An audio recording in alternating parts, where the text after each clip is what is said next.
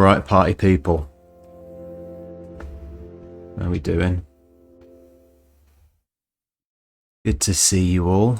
Don't be alarmed. I've had a haircut. Still me. I know it's a lot to take in.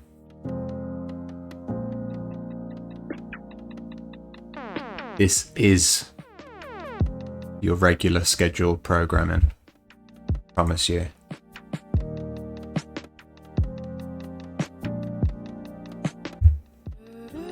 Carrie 1980, how you doing, mate? Hope you're well. You alright?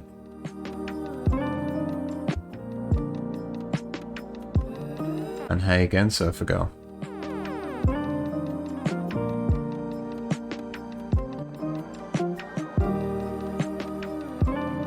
I just had a lovely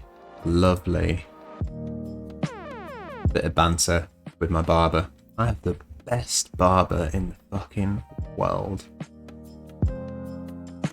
You're great. I'm glad to hear that, Carrie 1980. I'm very good, thank you. Got my old barber back. I hunted him down at his new location.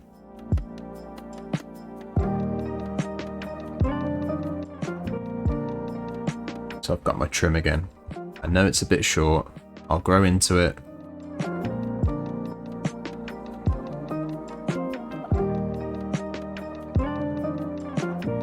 It is a bit weird to have the second stream of the day with a different haircut though. So let's have a look.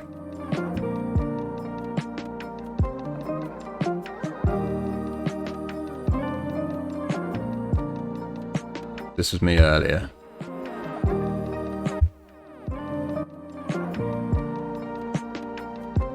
That's me now. Big difference. Same dude, different hair. I know you're all saying we know my haircut works, Dan, but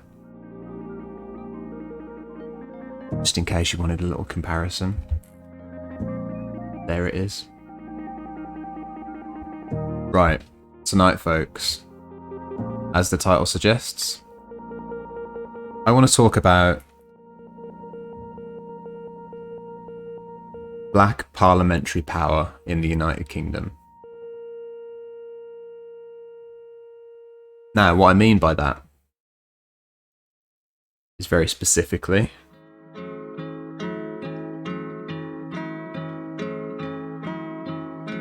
does the UK have a fair representation of black faces in power?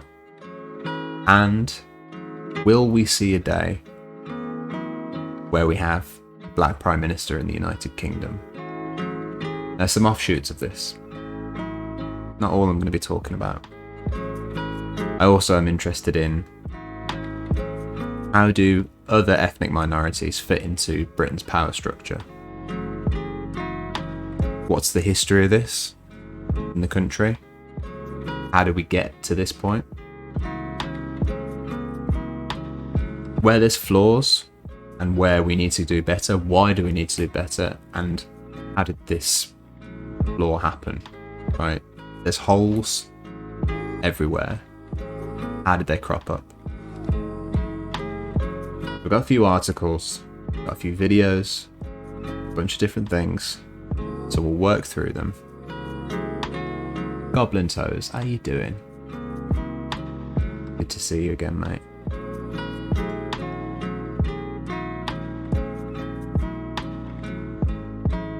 This is a subject that I feel passionately about. As someone that's interested in politics, it can sometimes seem disconcerting when power fundamentally in the UK does often look, as we're about to see, like a white man's club. Growing up mixed race in this country, there was not a lot of faces on television in positions of authority. This has changed in recent years, and we'll see a bit of that as well. But I'm conscious that there is a fundamental lack of people who look like me and brown people in general to look up to. So this is what we're going to be talking about. Doesn't that sound fun? Right, the first thing. Now, I was wondering what would be the first. What's the first thing? What's a good starting point for this? I picked actually a Vice article, which has got quite a good overview of this subject. Aptly titled, "When will the UK get its first black Prime Minister?"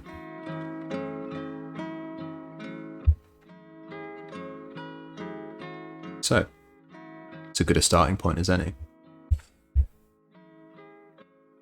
So let's read some of this, folks. The UK trails behind the US for this historic first. So will it ever happen, and who might it be? It's from 12th of October 2020. In a 2011 interview with The Independent, then Shadow Business Secretary and Labour MP Chuka Umunna expressed his horror at being labelled Britain's Obama. You get lazy journalists and the odd blogger who will suggest that I fancy myself as Britain's Obama, and that I seek to encourage the comparison.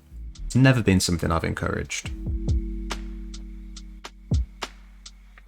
To Umunna's embarrassment, it later emerged that a Wikipedia entry referring to him as the UK's Barack Obama was in fact edited from a computer registered at his old law firm, Rockman Landau. Though this patch in the long tapestry of Umunna's epic fails could be dismissed as a humorous story concerning one man's delusions of grandeur, the Obama template of a modern British leader who could dethrone the Conservatives was, for a long time, an attractive fantasy for British centrists. Handsome, a successful legal background, decoratively centre-left and black. For those whose politics are reducible to aesthetic and vibe, a figure like Umunna was the answer to a question which only asks who could perhaps make the most fanciable leader.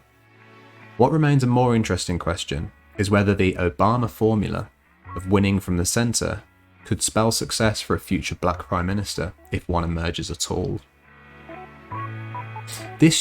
Last year, marks the 10th anniversary of Diane Abbott's historic contest for the leadership of the Labour Party, following the defeat of New Labour's 13-year rule in 2010. Though she ranked third place out of fifth in the combined Labour Party membership and affiliated membership votes, her low support among MPs meant she was eliminated from the contest first. Abbott remains one of the most historically senior black parliamentarians, having this month, last year, became the first black MP to represent their party at PMQs. But so far, no black parliamentarian has even come close to securing leadership of their party. Hey Quince45, how you doing? Brazil's Senate hearings on the epidemic mismanagement has become Tiger King. It's all kicking off, isn't it? Cheers for sharing that story with me earlier. The burning of that statue. Fucking wild. Other bids for the leadership from black Labour MPs have met similar failure. Umunna pulled out of the contest in 2015 before nominations even began. Clive Lewis's barely memorable bid for the leadership earlier this year saw him withdraw due to a lack of nominations from Labour MPs and MEPs. In the deputy leadership race, Dawn Butler finished in 5th and last place. Across the floor in 2019, then Brexit Minister James Cleverly and former Universities Minister turned Lib Dem defector Sam Gyimah both withdrew their bids for the party leadership before the first ballot. In London, black Tory candidate Sean Bailey is fighting a losing battle to become mayor. It's important to point out, of course, there's a lot of factors for why Sean Bailey didn't and won't become mayor of London. Mainly because he is based on the evidence we have, fairly misogynistic arsehole. So there's that. Diane Abbott's interview with Nick Ferrari is legendary, so we may have to see that. I'm still trying to figure out how interviews fit into this tapestry. But yes.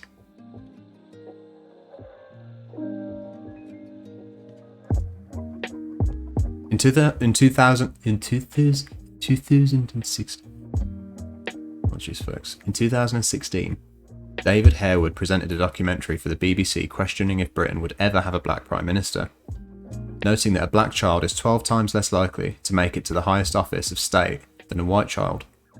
Of course, those systemic barriers that make a black premiership less likely are undeniable and obvious. They are the same barriers that impact access to other elite institutions. Right, so I've got a video on that exact statistic. So I'm going to interject this article to show you this. Defo broke any chance of any leadership. Yes, it was a blunder, to be fair.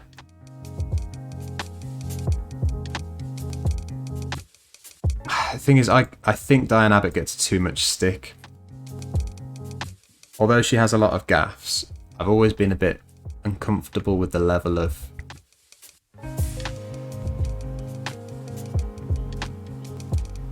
hate, really, that she receives. Do you know what I mean?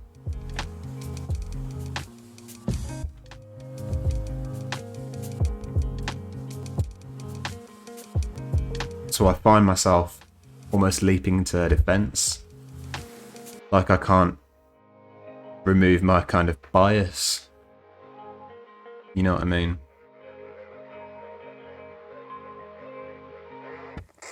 But yeah.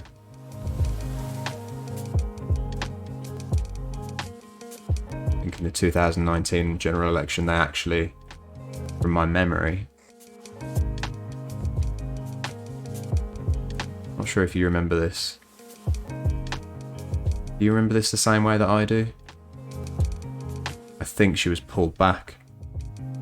I think they gave an excuse why she couldn't be part of the race anymore. Not the race, the public push for Labour. Interviews, etc. At a certain point. I think they gave some flimsy excuse as to why she had to take a step back. Don't know much about Diane Abbott. Let's have a little look at Diane Abbott's Wikipedia page. Let's have a look at the first bit, for anyone that doesn't know. So I'll just read the first bit here.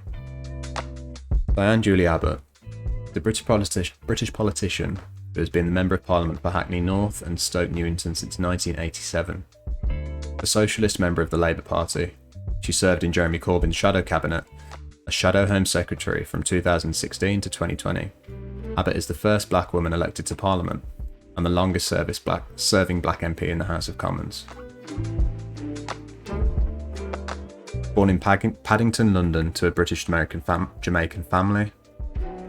Folks, my reading tonight. Might have to go more video heavy tonight. Abbott attended Harrow County Grammar School before going up to read history at Newnham College, Cambridge.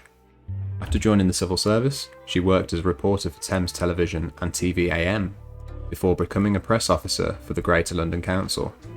Joining Labour, she was elected as a councillor at Westminster City Council in 1982, and then as an MP in 1987, before being returned in every general election since. She was a member of the Labour Party black sections, the same as fellow MPs Paul Boateng, Bernie Grant and Keith Vaz, who were also selected in 1987. Critical of Tony Blair's New Labour project, which pushed the party to the centre during the 1990s. In the House of Commons, Abbott voted against several Blairite policies, including the launching of the Iraq War and the proposed introduction of ID cards. She stood for Labour Party leadership on a left-wing platform in 2010, losing to Ed Miliband who appointed her shadow minister for public health in the official opposition front bench. So, if you are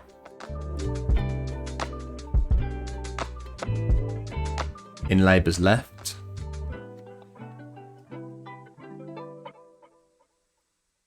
then she's a bit of a champ for you.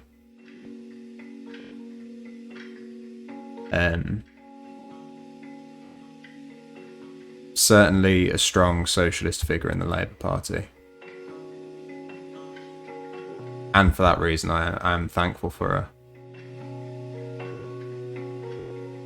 Definitely an important part of the UK's political history. Right, take a look at this. Let's have a bit of this.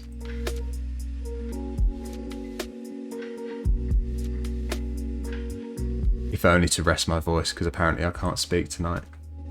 And that actually seems pretty awesome. Yeah, I've always felt they're set up to fail. I know what you mean, Carrie.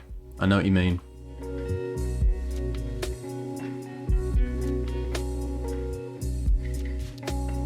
And I think there's a similarity between the way she's treated and the way that Jeremy Corbyn was treated. I imagine that from your Murdoch papers, for instance, there's probably quite a motivation to get the socialist out of the race and to get the socialist out of the picture. But then that's probably littered and fueled with racially charged language, probably misogynistically charged language. I think that's the setup. Do you think something else is going on? I'm looking at your comment again, maybe you think the Labour Party set her up to fail. It's not outside the realms of possibility, of course. Right, this is only a short one, folks. Look.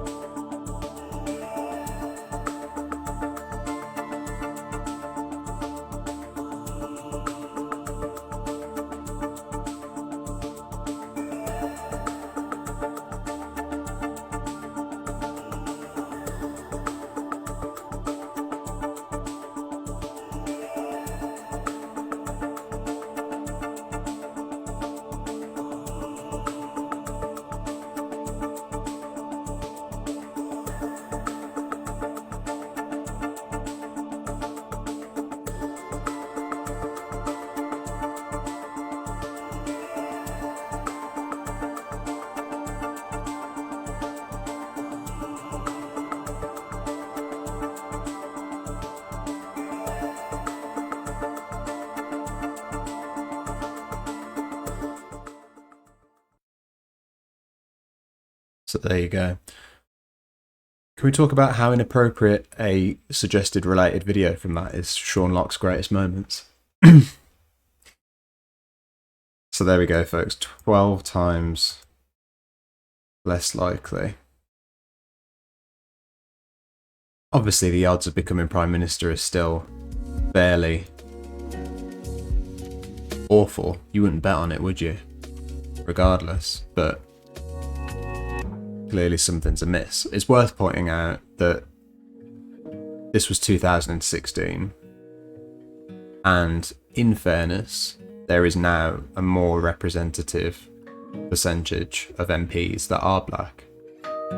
So, say there's around 4%, 3.5 to 4% of the population is black, and now roughly, I think it's 3% of Parliament is black. So, representative. But remember, what I'm more interested in here is power. And power doesn't just mean becoming an MP. Power means the top job. Right. So let's read a little bit more of this. Let's see if I can, because I don't know what's going on with my voice at the moment. But I am croaky as hell.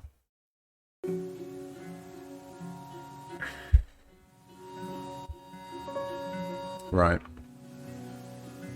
But what do black Brits make of the idea of a black Prime Minister? Is it achievable? Is it relevant? And is it even desirable?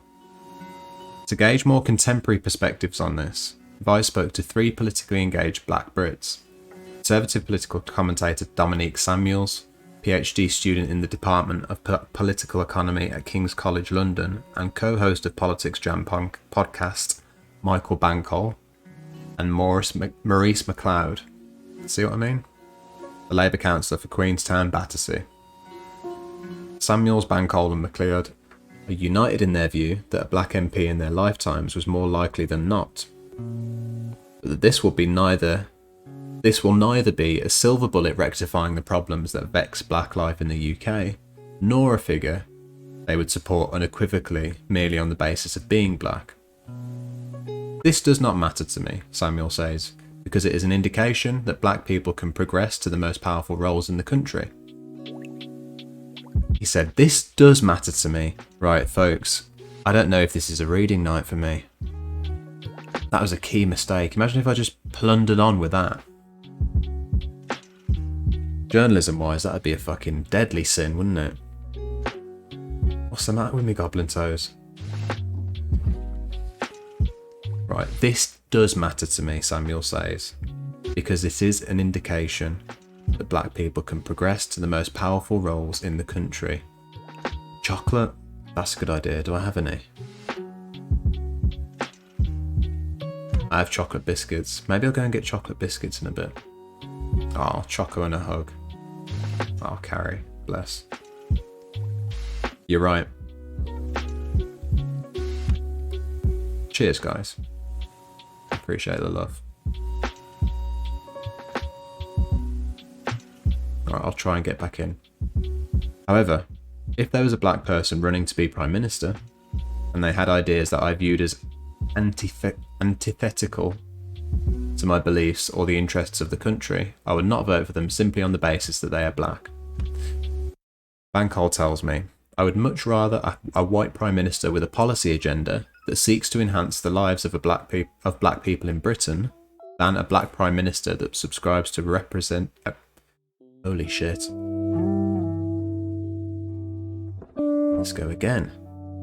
I would much rather a white Prime Minister with a policy agenda that seeks to enhance the lives of black people in Britain than a black Prime Minister that subscribes to a repressive worldview and seeks to do the opposite.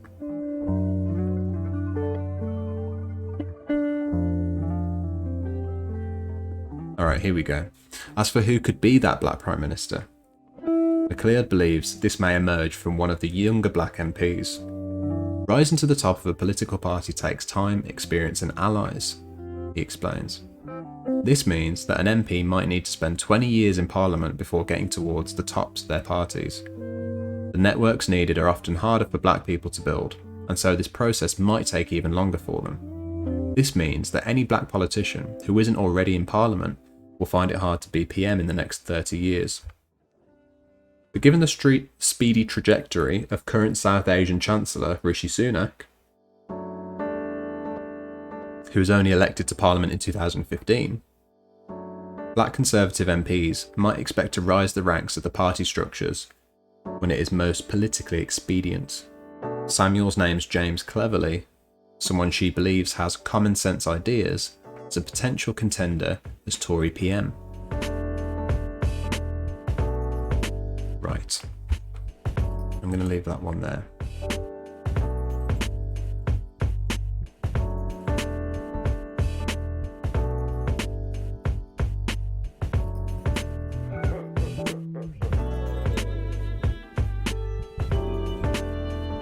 No.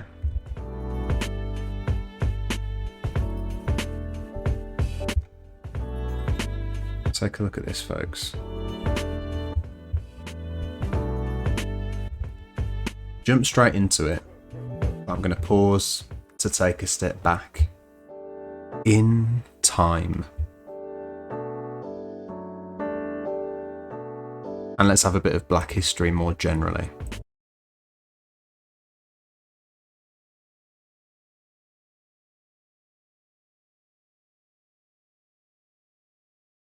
The place of Black people in British history is sometimes thought of as a story that begins with the arrival of the Windrush. In reality, the Windrush is just one chapter in a much longer history. Black people have been living in this country for centuries, and the story of the Black presence in the United Kingdom goes back all the way to Roman times. This is old history, the history that you don't learn at school. When I was 16, I went into a bookshop and I bought this book, Staying Power by Peter Fryer. And to Black British people of my generation, this was the most important book in the world, because what it did was it showed us that we weren't new arrivals, but that we were part of a longer, deeper history that went back centuries.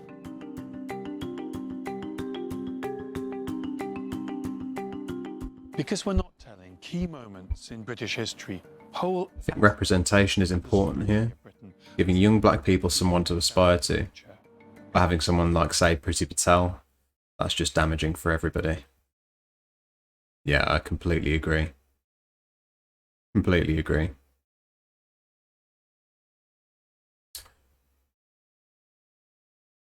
Were you watching Goblin Toes when I was watching the video about why Priti Patel has the horrible views that she has on immigration? That's quite interesting. I wouldn't mind watching that again, if there's interest. Missed that. Right. Note that down now.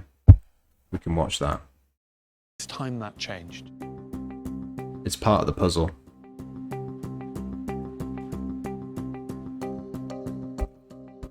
That phrase, Black British, that we're really used to today, I never heard. You missed that as well, Carrie. To be Black, right? And to be British. We'll get that on. Well, they were two separate things. You couldn't really be both. To be Black was not really to be British. And it was the history. It was books like Staying Power by Peter Fryer that showed me that there'd always been Black British people. Black British history is so diverse. It's just kind of a shame that at a young age you can't really participate and celebrate in your identity. How can you not want to learn about your past because you can't go forward without understanding your past? When I talk to young Black people, what they tell me is that they are as desperate as I was when I was their age to learn more about the longer history of the Black presence in Britain, and that history is still not being taught to them at school. When it came to learning about Black history, it was mainly pumped within a month of something that should have been a year consistently. And it was kind of ranging from Mary Seacole to Nelson Mandela, Martin Luther King. What a lot of people are taught at school are the biographies of individual Black people. And there's lots of good stuff that comes out of that. It's really great that kids now learn about Mary Seacole and they learn about Walter Tull. That's great, and I haven't got a problem with it. But if you only do that, what you find is you just create these isolated Black characters, and what you don't learn about are the forces that led Britain to interact with Africa interact with Africans. You don't learn about just how important the sugar slavery economy was in the 17th and 18th and early 19th centuries. We don't learn that Britain's relationship with the United States, economic relationship after the American War of Independence and right up to the Civil War, is founded on cotton, and that cotton is produced by African Americans, enslaved African Americans. We're kind of told in a way that these things didn't happen in the UK, and we're told that certain things like this happened within America, and you know, it wasn't on our soil, and we treated black people great and well, and we provided all these things for them, when in the reality there was no difference. It's great that we learn today about the biographies of individual black figures from the past, and those stories were important to me when I was growing up. But what we seem still to neglect are exploring other issues, things like the development of racial thinking in the 18th and 19th centuries, or the centrality of slavery to the British economy. Black history is more than just biographies. It is fundamental to understanding British history because it is a fundamental part of British history. I don't know if this whole exclusionary history is like a nod to empire, laziness, or they just don't really care about black people, people of colour, working class, or women in general. I just don't know. What the new science is proving is that there were Afro-Romans living in Britain. There are people who find it challenging, even threatening, that black people have been in Britain since Roman times. There are people who feel the need, when this is discussed online, to go on Twitter, to go on social media and discredit these ideas. There are people who would rather deny the facts than confront the quite simple, uncontroversial, in my view, reality, is that Britain was part of the Roman Empire, and the Roman Empire was multiracial. One of the best examples is the Ivory Bangle lady. She was a middle-class Afro-Roman living in 4th century York. We know she was African because of the tests that had been done on her remains, and because among her possessions was a bracelet made of African ivory. Hey, Yorkshire Pudding. Was a trumpeter. How you doing? Of the Tudors, in the court of Good to see you. And he is the first Black Briton. Arminius the Wise. Rome destroyed my culture and history. From the archives, we have his picture. Please explain. On a document called the 1511 Westminster Tournament Roll. He is the first Black Briton whose name we can give a face to. That makes him really special. Among the documents that tell us something of the life of John Blank is a petition that he had written demanding... I'm glad you're good, Yorkshire Pudding. Now he's sending... Yeah, I'm all good. I'm all good. I'm still getting used to seeing my haircut in this camera. I'm feeling very perturbed. Is this real life? Kind of surreal. But apart from that, I'm alright. Not as tired as I was this morning.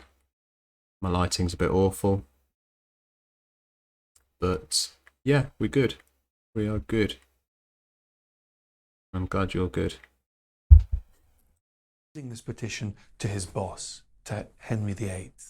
What that tells us is that this is somebody who values themselves. This is somebody who understands that their skills are worth something, and he's willing to stick it out. And thank you, Goblin Toes. Pay rise from Henry VIII. I appreciate that. Pay rise. It's always weird at first, isn't it? That Britain freed the slaves. What I wasn't told was that Britain also compensated the slave owners to the tune £20 million. Now that's around £17 billion. He's saying my favourite fact, folks. You know I love this one. Got a pause for that. Also, I'm Germanic and Celtic, and our people were killed by the mass to summit to Rome, even them taking our oldest children, so we would fall. Good heavens, you know your history, Arminius the Wise.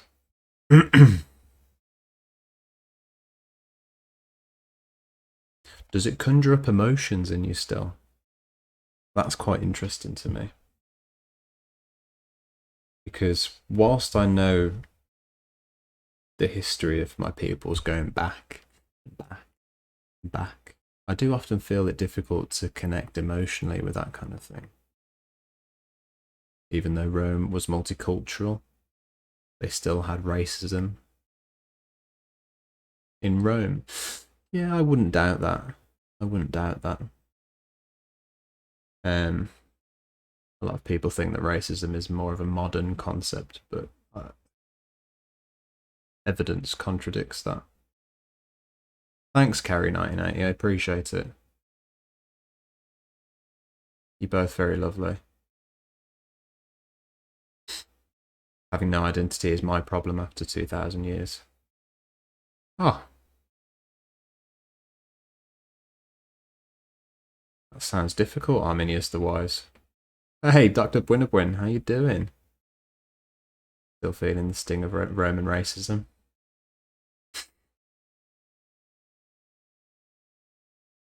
Yeah, see, I feel like I would find it difficult to cast my mind back that far. I can observe it, but yeah. Clearly, you're more of an emotionally involved scholar than me, Arminius the Wise.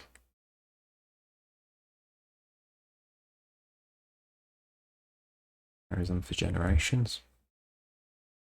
Let's finish this one up. Today, slavery wasn't just abolished, the slave owners were compensated for their loss of property, human property. There was another part of the act of abolition that I didn't learn at school. What I wasn't taught was that the former slaves weren't freed immediately. These are two facts that blew my fucking mind as well. I think he didn't mention there as well, it's not only the fact that slave owners were compensated for the loss of their property after slaves were freed. Again, that should be put in there too.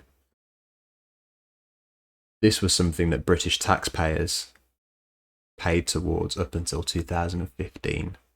So that means generation after generation of folks descended from slaves paid towards this sum used to compensate slave owners.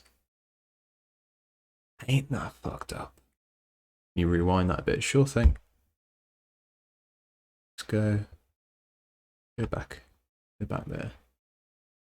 Like a VHS tape. No, I know, I say the same thing. It's right though, isn't it? Because what else can you say? Rewind. We still feel this. That made me laugh, by the way, Yorkshire pudding. We still feel the sting of the Romans. After all, they're the buggers that brought nettles to the UK. Also, folks, can I just say, I wholeheartedly recommend that you go and follow Dr. Buenabuen. Talking about some based ass ethics.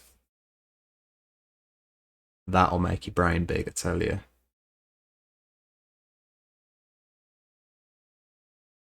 Yeah, rewind. Can somebody pitch me a better word for that?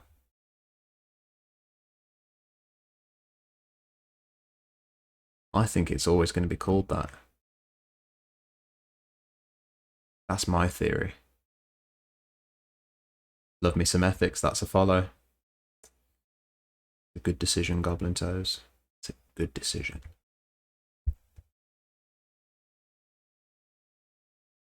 Credit these ideas. There are people who would rather deny the fact. Sorry, I've put a weird box over the subs there. Than confront these ideas discussed online, to go on Twitter, to go on social media and discredit these ideas. There are people who would rather deny the facts than confront the quite simple, uncontroversial, in my view, reality, is that Britain was part of the Roman Empire and the Roman Empire was multiracial. One of the best examples is the Ivory Bangle lady. She was a middle-class Afro-Roman living in 4th century York. We know she was African because of the test that's been done on her remains and because among her possessions was a bracelet made of African ivory.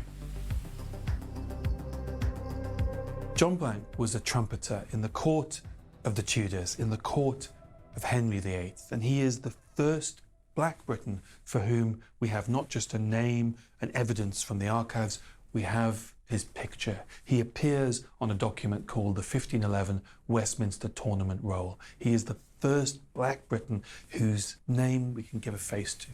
That makes him really special. Among the documents that tell us something of the life of John Blank is a petition that he had written demanding a pay rise. Now, he's sending this petition to his boss, to Henry VIII.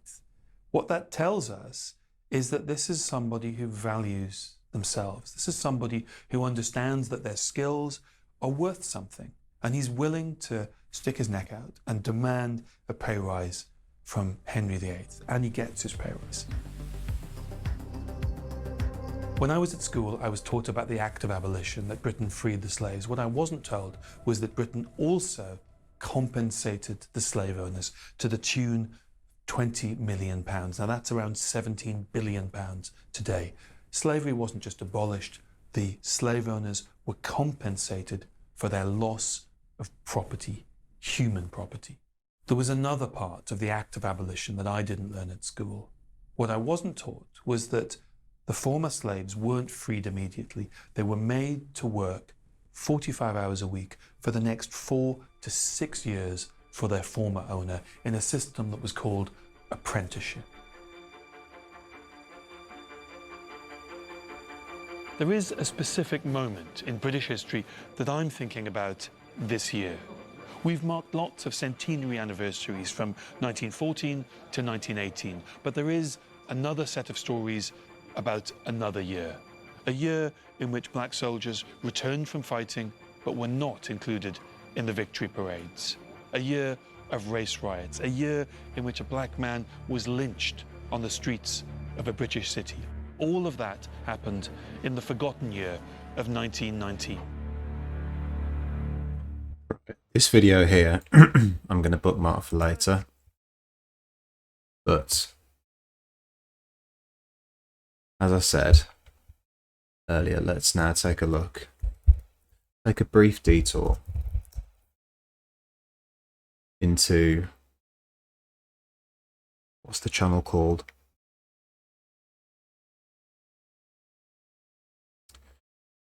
I reckon it'll suggest it to me because I've seen it before. Ooh. No, it's not doing it.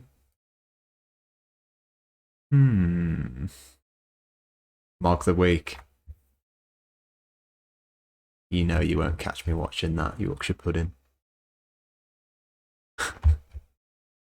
What was it now?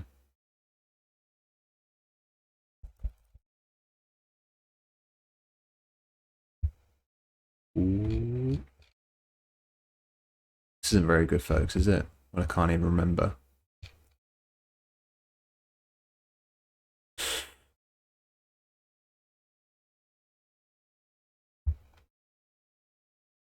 Oh, I know.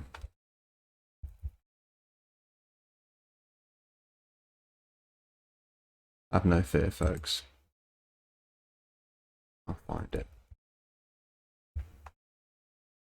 There it is. Why did this photo of Priti Patel... Sometimes I forget that internet history is a thing. Why did this photo... Anybody else do that? They forget that there's this perfect record of everything that they've ever visited. So if they forget what they've seen before, they can just jump in there. I do. Right, here it is. Just going to grab my phone. I've seen this before, of course, remember. of Priti Patel caused such a stir. The image of the Home Secretary attending what was widely reported on social media to be an immigration raid caused outrage, with many questioning the tastefulness of making a photo op out of such an event.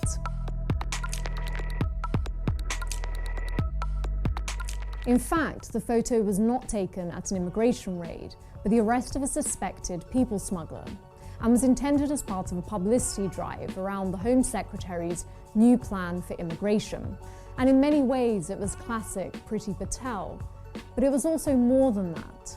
The symbolism of that photo opened up a discussion which is rarely had in today's culture war debates around British history and the Empire. Specifically, the experience of Asian immigrants from former That is another good point, Goblin how this Toes. background shapes Maybe it's not that I'm forgetting, maybe it's that I'm subconsciously pressing the fact that I have an internet history. With the first Indian Not that there would be anything shameful in there, obviously. in the UK, Right Honourable Preeti Patel. How can Priti Patel, herself the daughter of immigrants, angel. take the hardline approach towards immigration that she does? The answer is complicated, but ultimately it's understandable. To many, Patel's politics are clearly surprising and at times abhorrent. On that basis alone, I would actually support the reintroduction of capital punishment. Abhorrent to those who might expect immigrants to hold certain liberal views on immigration. But to discover the truth, we need to dig deeper. The story of Asian immigrants to the UK and their roots in the British Empire is a complex one, and it's an experience which has shaped them in a very particular way. Priti Patel's parents were part of a We still got... of Ugandan Asian. I thought we had some beats going on for a second there. But it's just that this got a really weird kind of CSI music underneath it. Yeah, nothing shameful. Not at all. Is that...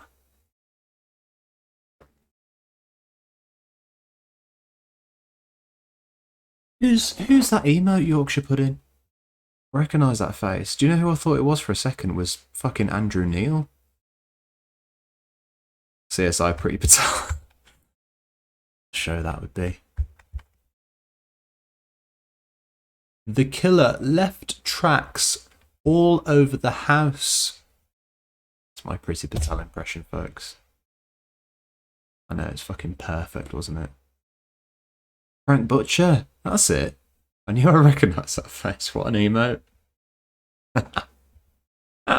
In their roots in the British Empire is a complex one, and it's an experience which has shaped them in a very particular way.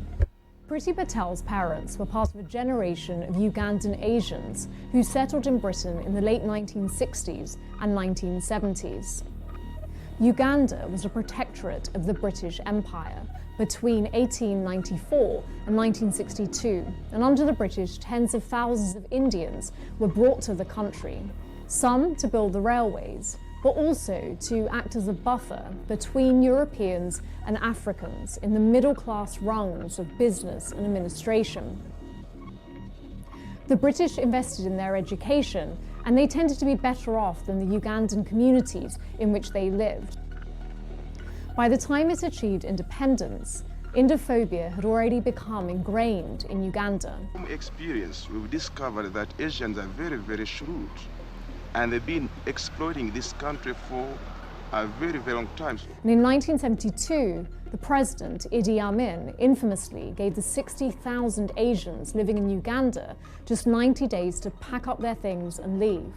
What will happen to these people if they don't go by the time limit? I think they will be sitting like they are sitting on the fire. I will tell you this. You just wait after 3 months. What will you do to them? Okay, you will see. You said you wanted Uganda. I think they will not sit comfortable here in Uganda. I will tell you this. The justification, he said, was to reverse British imperialism by giving Uganda back to ethnic Ugandans and to make the ordinary Uganda master of his own destiny. Priti Patel's family were among the 27,000 people who made use of their British citizenship and settled in the UK, eventually establishing a chain of successful newsagents. Like other minority groups of that era, they faced racism, they faced structural discrimination. But over time, Ugandan Asians established themselves in British society, so much so that today they are known as one of Britain's most successful minority communities. Patel was born in 1972 in London, and her family would be considered to be a modern migrant success story. In 2013, her father, Shashil, even stood for election as a UKIP councillor in Hertfordshire. In her own words, "My parents were kicked out of Uganda. They came to the UK with nothing, worked hard and set up a successful shop business. There was a desire to work hard and to be successful, so you didn't have to rely on anybody else. Coming from a country where you're persecuted means that you want to work hard and to contribute to the society where you end up. You become patriotic because you make your new country your home, and as a result, you live and play by its values. As we know, Patel was a prominent Brexiteer during the 2016 EU referendum, and last year she told the Daily Mail... Sorry, I have to interrupt. That sentence, you expect to hear rules at the end of that sentence, don't you? Nobody says that you live and play by values.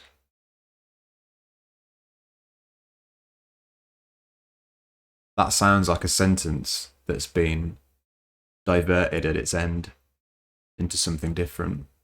Just going to put it out there. As we know, Patel was a prominent Brexiteer during the 2016 EU referendum, and last year she told the Daily Mail that what the British had done for Ugandan Asians had been phenomenal, and this was a strong reason why she felt that Britain could help those in Hong Kong, for example, protesting against increasing Chinese influence in the former British colony. She has also emphasised that post-Brexit, immigration to the UK should still occur, but through a points-based immigration system, by which people from across the world can demonstrate their skill set and their value. We are fast-tracking and prioritising. I play by American values. Play by American values, whatever that means. Whatever it means, right? Well, what would it mean to you? What would values mean to you? You don't have to tell me. Because to me, values of a country are quite intangible, to be honest with you. And they change, don't they? 3 strikes and you're out. You're out! Well, there's a brilliant irony to this Yorkshire pudding. There's a bingo moment in this video about that. Not sure. Don't Americans have any values left? Well,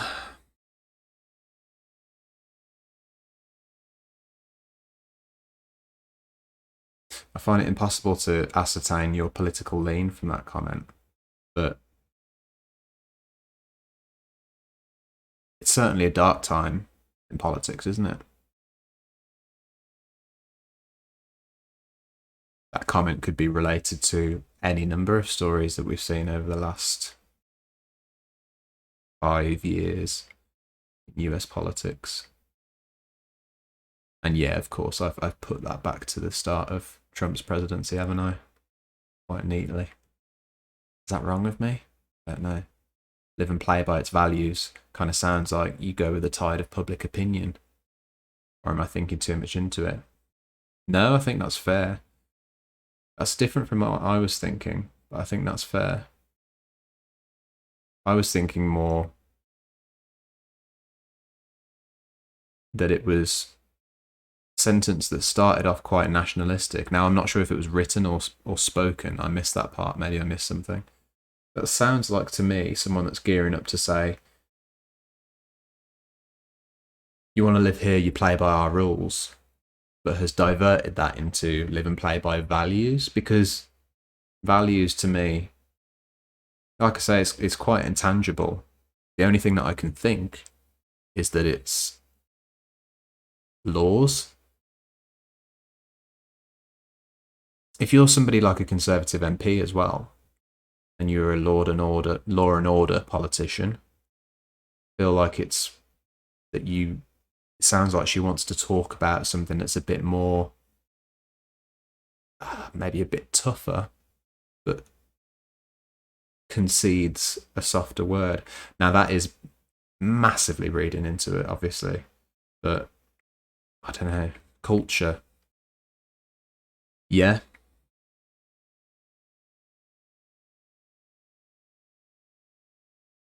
If I was being very pedantic, and I am, I suppose, I would say that that's also a little bit intangible. Not that I can doubt the existence of culture at all, obviously. I feel like it's not what Priti Patel's talking about, I suppose. but I am massively reading into the statement. It's oddly worded. While we're allowed to read into stuff like Boris's dirty look at that interviewer. That's a good point, Goblin Toes. I've been meaning to clip that. I'm going to clip that. Fucking hell. I mean, that was a good spot, Goblin Toes. Let's have another look at that in a bit. That was good. Skill set That and was their good. value. We are fast-tracking and prioritising scientists and researchers, people that can come to our country and contribute. We've also announced a fast-track visa for people that want to come into the NHS as well. It is a system that she readily admits would have excluded her own parents. There is a strongly held belief. Ding, ding, ding, ding, ding. So, interesting behaviour number 1. What leads you to support immigration rules that would have meant that your own parents couldn't have come to the country? So that's question numero uno, and probably the biggest one, in my opinion. Within this generation, that when they came to the UK, they didn't have it easy. They worked hard to become a part of Britain and then valued what it gave them in return. More recently, the perception of immigrants to the UK, fostered by populist politicians and the right-wing media, is that they do not do this. Many now believe that immigrants from the EU and elsewhere have been allowed to come to Britain for an easy ride, and that this must stop. But we literally got swamped by vast numbers of people, and our public services contribute to the economy, who pay do you know their what? taxes. Mostly no. Mostly no. What do you mean mostly? It is no surprise that Priti Patel's political hero is Margaret Thatcher, with her notorious... Don't hate me, folks. I know I'm a broken record, but here it is again. EU migrants contribute more over the course of their lifetime to the UK economy than the average Brit. bootstraps mentality. From the very person who inspired me to join our party. A Conservative Prime Minister elected 40 years ago this year. Margaret Thatcher knew that if you...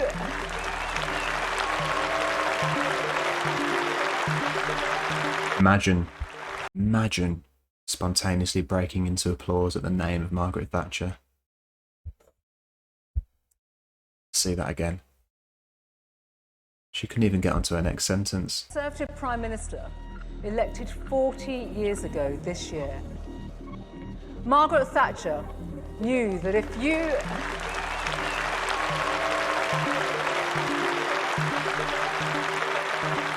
But Patel's positions can't simply be explained by a Thatcherite belief in individual agency and hard work. There is also another more racialised element at play, and it's a sense of belonging and loyalty to a colonial idea of what Britain is. My father, whose family had been taken to Kenya from India to build the railways for the British, enjoyed growing up under British rule. In 2016, he voted to leave the EU, in part because Europe had never been part of his identity, whereas Britain very much is. He believes that over the past decades, the UK has been negatively impacted by immigration, something he links to its membership of the EU. For my father and many others of his generation, there was and is a distinction between immigrants from former colonies, their loyalty and the contribution they have made to Britain, and migrants from the EU who want to enjoy their freedom of movement. Priti Patel believes Britain's duty is to those who have earned it through a history of contribution and... It's a weird clip there. What's that? Duty is to those who have earned it through a history of contribution and a willingness to pitch in. A great uncle of history of Priti Patel. What's that weird sound clip there? To enjoy their freedom of movement. Priti Patel believes Britain's... Weird.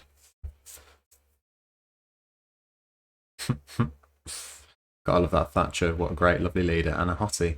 That's exactly my thoughts, Scott. Get out of my head. Get out of my head. Jamie, how you doing?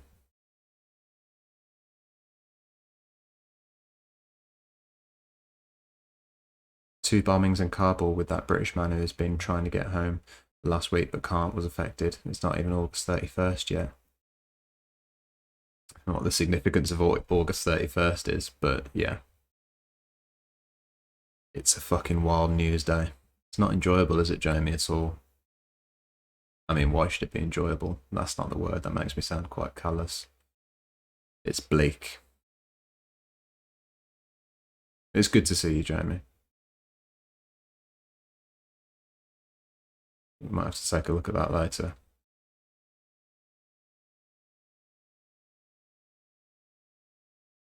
Oh, of course, I'm being a fucking idiot. It's the August 31st deadline. Do apologise. Jesus. Windrush people. Yeah, the Windrush has definitely got to be part of this conversation. Listen to me. This is what August 31st is. Duties to those who have earned it through a history of contribution and a willingness to pitch in. A great uncle of mine, who also voted for Brexit, echoed how good life had been in Kenya under the British. There, Indians like him were considered middle class. Yes, they were below their white rulers, but they were also above the Kenyans, and in this way their relative position was fairly secure, despite still facing racial discrimination. For many East Asian immigrants, life under the British wasn't too bad. And it is because of this that there is a feeling amongst a number of them that they're almost more British than the British, that they have bought into a belief about what it is to be British and live that ideal more than many native Britons do. It is this legacy of the stratification of the heart of empire, the creation of classifications for different groups of people, which still has consequences today. For some, this is evidence of a colonized mindset that Asian immigrants have been co-opted to the point that they can now turn the same distrust, prejudice and judgment they faced onto others coming to Britain today. Priti Patel has talked openly about being called a Paki in the playground, about the hostility her parents faced as Asian shopkeepers, and suggestions that she take her husband's English surname to further her career. But she believes that expecting her to hold certain beliefs just because of her ethnic background is in itself racist, because it boxes her into having to be a certain type of minority and diminishes her agency as an individual with the right to think however she wants. So when it comes to racism, sexism, tolerance or social justice, I will not take lectures from the other side of the house. I have already said repeatedly, there is no place for racism in our country or in society. And sadly, too many people are too willing, too casually, to dismiss the contributions of those who don't necessarily conform to preconceived views or ideas about how ethnic minorities should behave or think. This, Madam Deputy Speaker, in my view, is racist in itself. To a certain degree. Right. And this is fucking crucial, isn't it? Because we do have this conversation all the time. Brown Conservative supporters constantly have this argument with people that they know, right? And I'm not going to sit here and act like I don't happen to, but if I had somebody that was brown, conservative supporting in my life, I mean, I can sit here and say I wouldn't judge their political beliefs or question them, but I've got to be honest, I think inevitably we would have the conversation where I would probably posture to them, do you not think that there is some strangeness to this? And I'm just being honest. And I know that it's not right as well. You know, I've read and I've watched different things on this subject. There's a great one actually that we could watch later about black Republican voters. But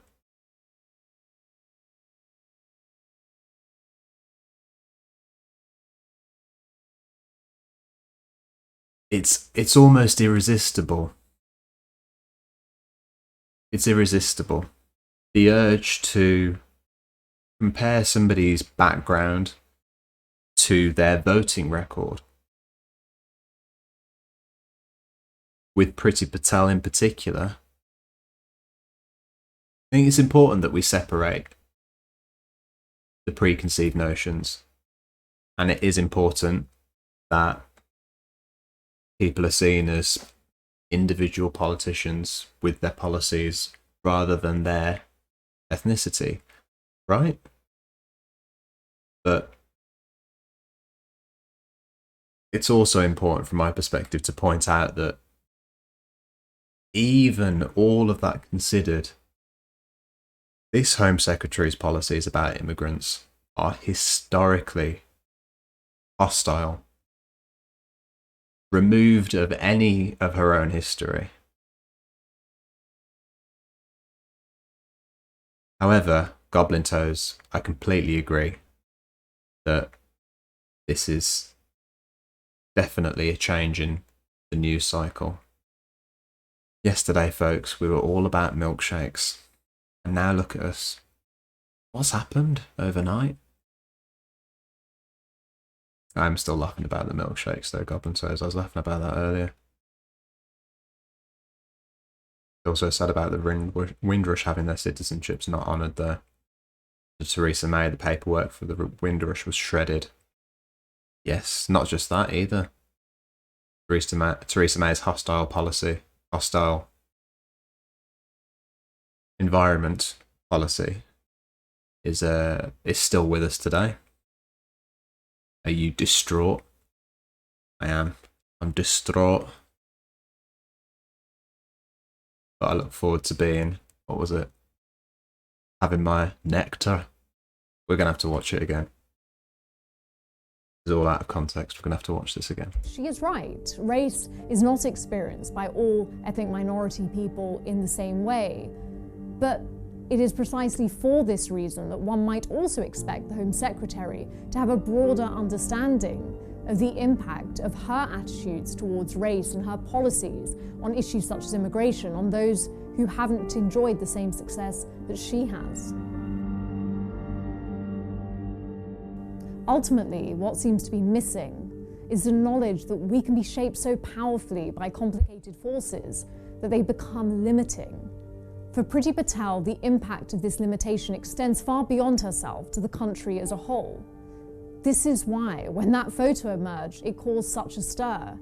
Because Priti Patel is so limited by her belief in her own experience that she could not see why degrading and affronting picture of a senior politician passively watching over the arrest of a person of colour could be so damaging.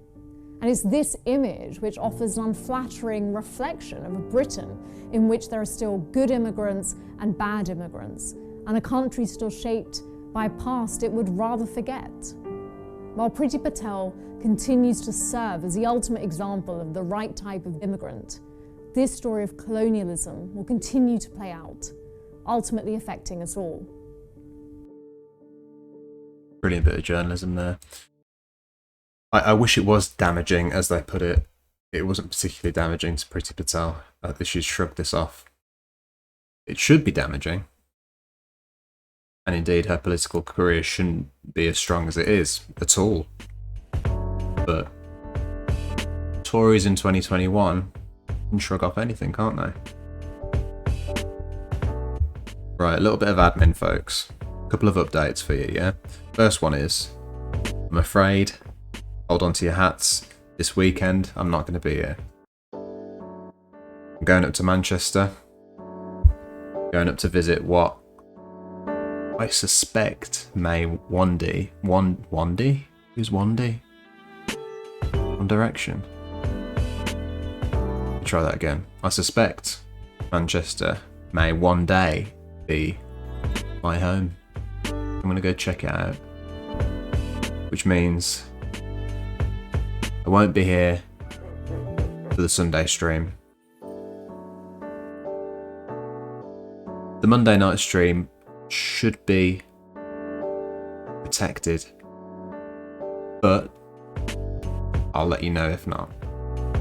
Owen, how you doing? Ah, cheers. I'm glad you like the haircut. I'm having a lovely evening. We're talking a bit of black history, we're talking a bit of black power, we're talking a bit of Priti Patel. Two of those things are nicer than the other. I think Wandy is a fish. Wandy.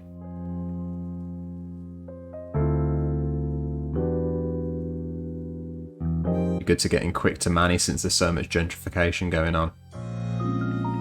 There's a lot. I do worry that it's going to become London. And there's a lot of aspects of London I'm trying to get away from. I'm hoping, Owen, that when we get there, we've got some years before it becomes the big smoke. Manchester's supposed to be pretty cool and accepting place. Diverse. Very liberal in the purest sense of the word. Arts, music. Manchester is a buzzing place, at least it was before COVID. Yeah. Buzzing's a good term for it. I think most people would agree with that. No? Yeah, it'll be bouncing back now, won't it? What I mean is it'll become really expensive. Yeah, there's that as well. And yeah, like you say, it's good to get in there before that happens. Good to get a bit of that. I get that Hassan money, and hey? Real Dan Cody exposed. The size of Dan Cody's house in Manchester. Right, second bit of admin. Second update is to tell you what I've just seen here, which is, if you'll allow me to shill for the future, maybe, is that from September 2nd, or 2nd of September, depending on which way round you prefer that, subs are going to be 20% off. New monthly subs and gift subs are going to be 20% off. There's no limit on how many new channels you can subscribe to and how many gifts you can drop either. And the best part, this is Twitch's own writing here, lovely bit of writing this, you can still get full payouts when your viewers get the savings, right? So that means, despite you lovely folks saving a bit of money, I will still get the full whack of your generosity. So September looks to be a fun month with all that in mind. So there you go, folks. That's me shilled for the next hour. Promise. Guess what? Rent control works. In Dublin, our rent increases were over 10% a year. This music is fucking distracting, isn't it? Let's get rid of that. Bloody hell. Our rent increases were over 10% per year until recently, when rent pressure zones were put in, capping rents at 4% increase in the city centre. Well, the amount of rental properties available since 2020 has increased by 62%. And rents have decreased about 3%. Oof. Nice. Of course, the government wants rid of these measures by 2024, of course. Property's king, isn't it?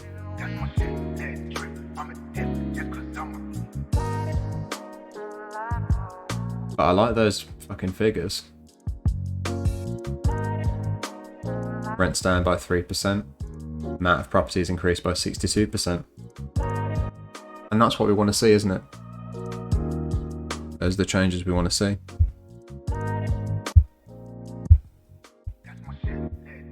Oh yeah, last one.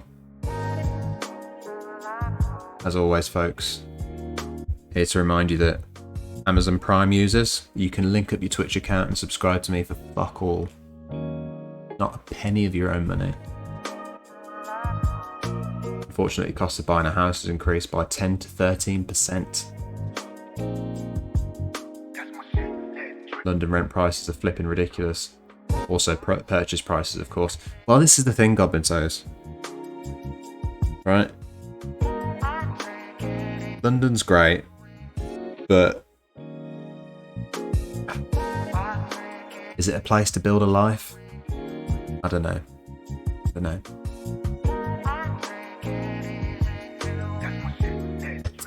I don't think so. This is the conclusion that I'm coming to in my head. I don't think so. I think I always knew in the back of my mind as well.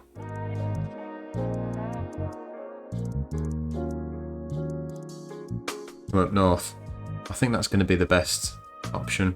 Yorkshire pudding.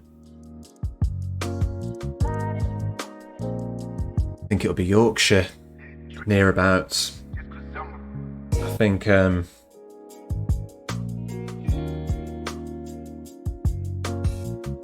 as many of you know, I'm from Birmingham. Don't really feel tempted to live in Birmingham. I like my hometown. Don't want to live there. But Manchester's looking pretty good. Can't afford to build a life, but what's left of my family is in London. Our Goblin Toes. It's tough, mate.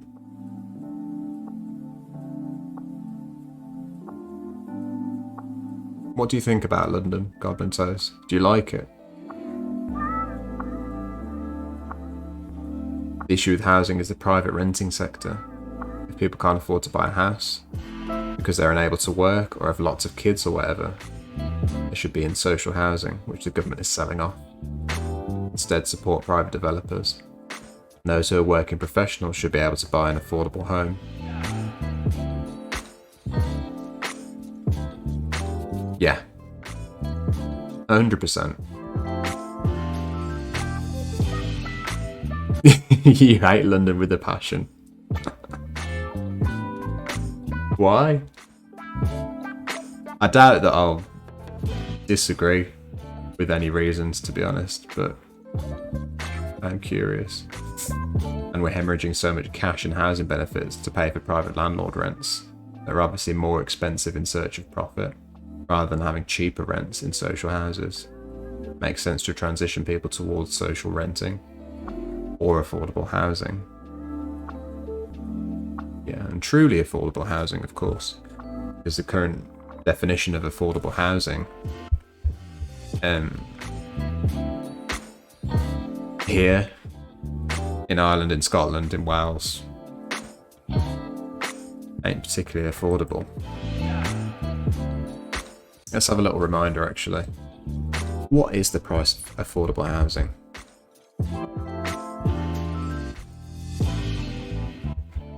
It's worked out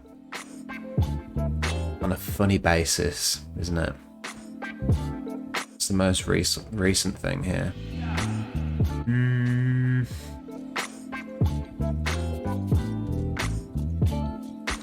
Okay, so we've got the government's own definition here. The definition of affordable housing set out in the NPPF does not make reference to a proportion of a household's income or earnings that should be spent on housing cost. Jargon. Affordable rents can be set at up to 80% of the local market rent. Interesting. Affordable home ownership, including shared ownership, made up 35% of new supply. But what does affordable mean? Come on. Affordable housing, all you need to know. Politics.co.uk. There is no absolute consensus on the definition of affordable housing. The government defines it as social rented, affordable rented, and intermediate housing provided to specified eligible households whose needs are not met by the market. The housing charity Shelter says affordable housing should cost no more than 35% of your household income after tax and benefits. Whereas, I guarantee you that is not anywhere near the average amount of somebody's income that gets chat away on rent every month. Affordable Irish government's eyes, €450,000, recommended to be 230,000. I hate the amount of people, the mass amount of flats, the keep you down attitude towards the working class, the traffic, minimum wages, not even living wage. Also, the people are...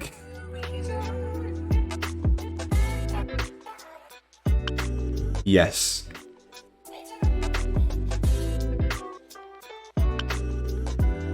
I would agree with everything except the keep you down attitude towards the working class. I don't think London even can see the working class. I think the city is blind to the working class. I agree with you on everything else. And the fucking buses. Yeah. The transphobia. London specific transphobia, is there? I know the UK in general is not great, of course. I'm saying this as someone who comes from a family of private landlords, right? There's no winner. The rents are too high for tenants due to the likes of childcare costs, lack of income, and too low for landlords who have mortgages to pay off.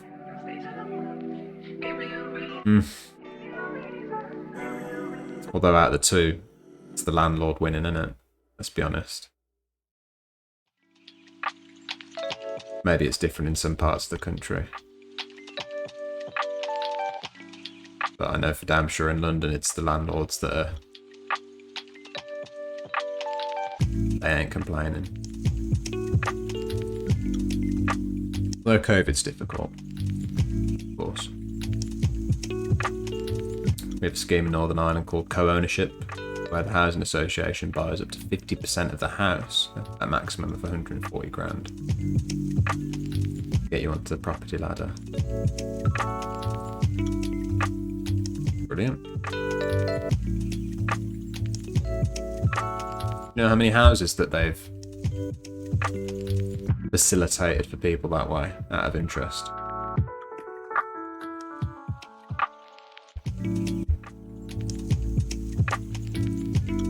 Let's have a quick candy detour, yeah? And Goblin Toes, you know what I'm going after with this. Why is it not coming up?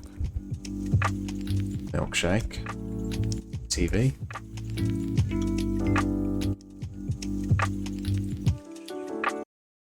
Right, out of everything going on in the world, folks, there is one story that needs more recognition in the mainstream media, right?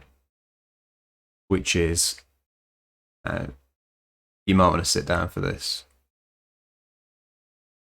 McDonald's is running out of milkshakes. Let's see this absolutely phenomenal piece of journalism. When the sun is shining and you've come to a McDonald's drive-through, this is the one thing you don't expect to happen. 2 strawberry milkshakes, please. Sorry, our milkshake machine isn't working at the moment. No milkshakes? No, no milkshakes, sorry. We saw how the McDonald's milkshake shortage was affecting others. What are you going to do now? Maybe probably go. There's an ice cream shop around the corner. Probably go get a milkshake in the ice cream shop. Just got to try and figure it out all by yourself now. That's yeah. It's a shame. So I actually tried to order a milkshake because I always get milkshakes when I come to McDonald's. I didn't catch the acerbic wit of the journalist the first time round there. Oh, you're gonna have to figure it out for yourself, aren't you, lad? Save the milkshakes. You know my favourite line in this. I know, Owen. Like his family just died. But he looks like his family's just died. What are you going to do now? Maybe probably go. There's an ice cream shop around the corner. Probably go get a milkshake in the ice cream shop. Just got to try and figure it out all by yourself now. That's yeah. It's a shame. So I actually tried to order a milkshake because I always get milkshakes when I come to McDonald's and there's a shortage. How do you feel? Distraught. Distraught? Yep. All the signs. There he is. Our man of the hour. How do you feel? Let's have that again. I actually tried to order a milkshake because I always get milkshakes when I come to McDonald's and there's a shortage. How do you feel? Distraught. Distraught? Yep. Distraught. All the signs told us something was amiss. We decided to investigate further. What an absolute legend. Hey, choking on ashes, how you doing? Just lurking almost asleep. I appreciate you joining me, mate. I hope you have a good sleep when you do drift off. You're doing good. I'm glad you're doing good. And I appreciate the lurk, mate. I do. Owen, this is serious. They took his milkshake. Owen, can you give this the full attention it deserves, please? Shortage. How do you feel? Distraught. Distraught? Yep. All the signs told us something was amiss. We decided to investigate further. And eventually our tour of drive-thrus in the name of journalism paid off. So, the last milkshake's out at McDonald's. Oh, fantastic. The last milkshake's out of McDonald's.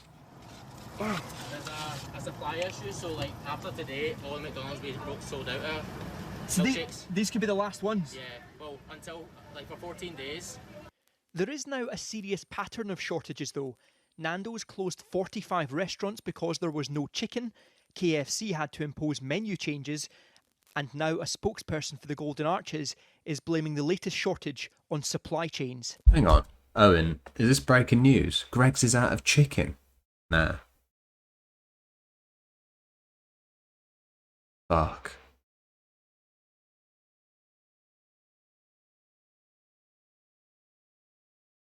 I don't even know what to say.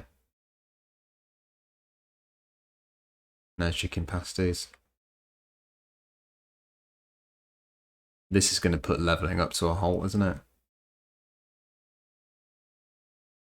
Problems caused Bloody by hell. a historic driver shortage, added to the problems caused by the COVID cancellation of lorry drivers' tests, and also Brexit means that we've lost a lot of overseas drivers.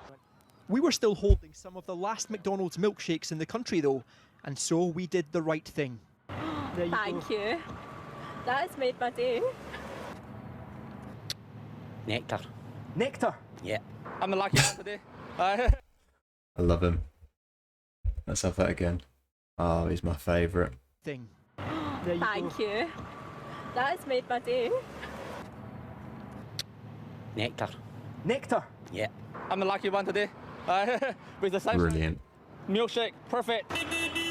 Peter Smith, ITV News at your service in Glasgow. There you go, folks. I think we all needed that, didn't we? Nectar. Would I ever describe milkshakes as nectar? Maybe. What the fuck has happened to Britain's economy? Telling me. We'll be trading in canned chicken chunks and melted ice creams. Oh, and chicken chunks. Oof. Oh no.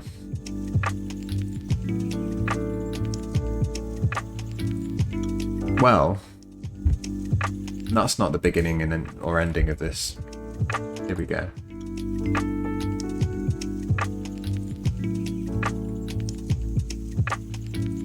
Where is it? Where is it? Where is it?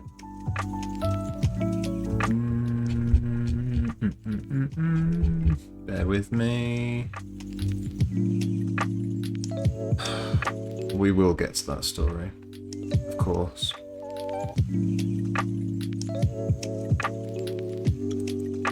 On this very subject, though, GPs and hospitals to limit blood tests in England due to bottle shortage. NHS says lack of plastic bottles for samples will worsen and last for a significant period.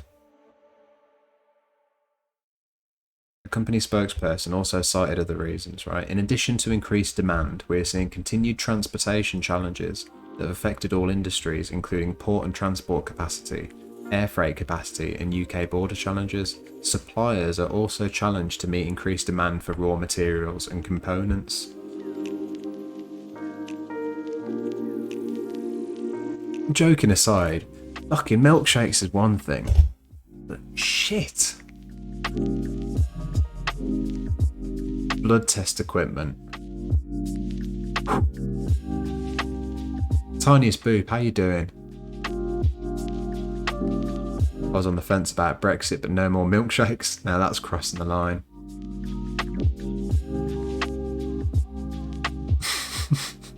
This is the thing that they should have rolled out during the election campaign. Forget getting the head of the Bank of England on to talk about the economy. They should have got the... I don't know who's in charge of milkshakes at McDonald's. Head of the milkshake department at McDonald's HQ.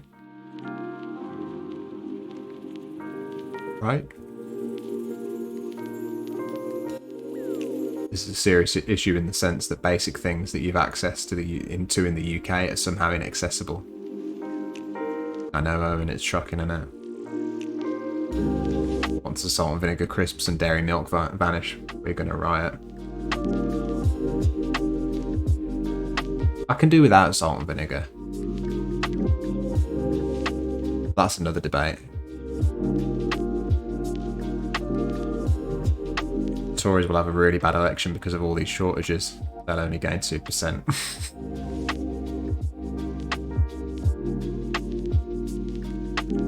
Mostly lurking. I appreciate it, mate. It's serious shit. Milkshake Master. Milkshake Master at McDonald's HQ. That's a job, right? Surely. Yeah, no, Owen, I get you. I mean, you're probably right. Sadly. Salt and vinegar is horrible. And toes. Think about that. Yeah, I'm a cheese and onion guy myself. Or just really salted.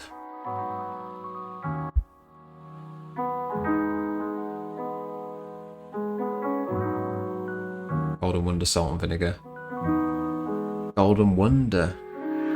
Oh, that's niche. Oh yeah, prawn cocktail. Love a prawn cocktail. Smoky bacon. Smoky bacon fans in the house? So, odd topic, but I had a dream that there was an election and it was a dream result. I didn't realise it was a dream until 30 minutes after I woke up. I was in a celebratory mood. You've been watching too much politics. And that's coming from me.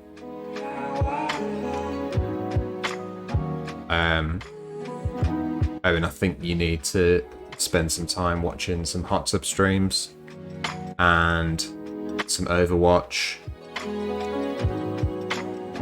maybe some ASMR, because you should not be having election dreams, mate. I don't want that for you. I don't want that for you.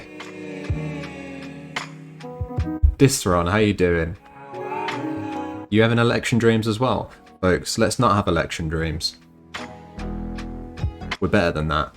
We need to be dreaming about marshmallow clouds,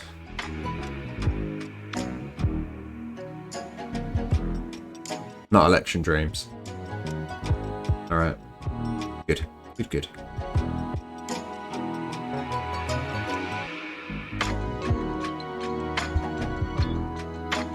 Smiths. Maybe the people will demand the creation of a minister of milkshakes to get to the bottom of the issue.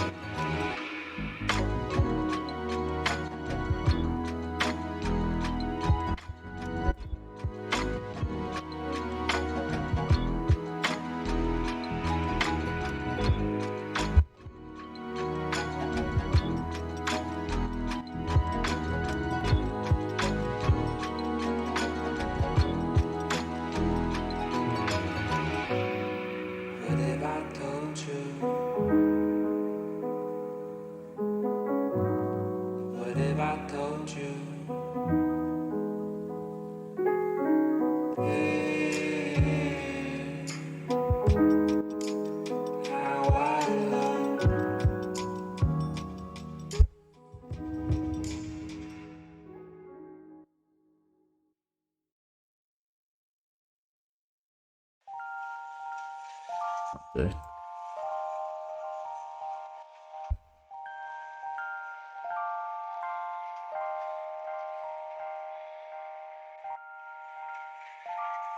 No, actually. Wait, no, I changed my mind.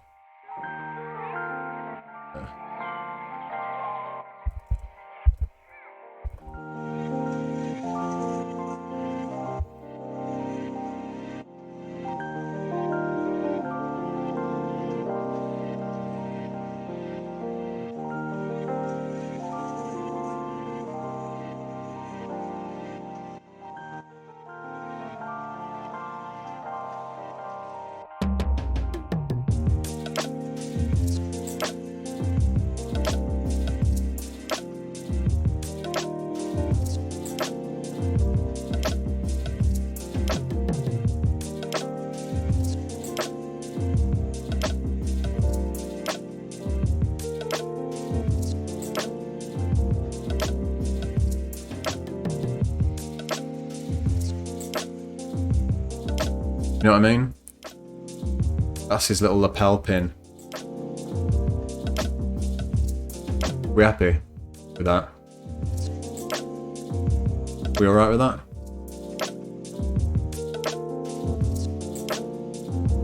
I put a lot of concentration into that. How am I doing that with a straight face? Because it's important. It's important. Probably don't remember Smith's Crisps. I do. Joking on Ashes. I think. No, I don't. I think I'm getting them confused with Golden Wonder.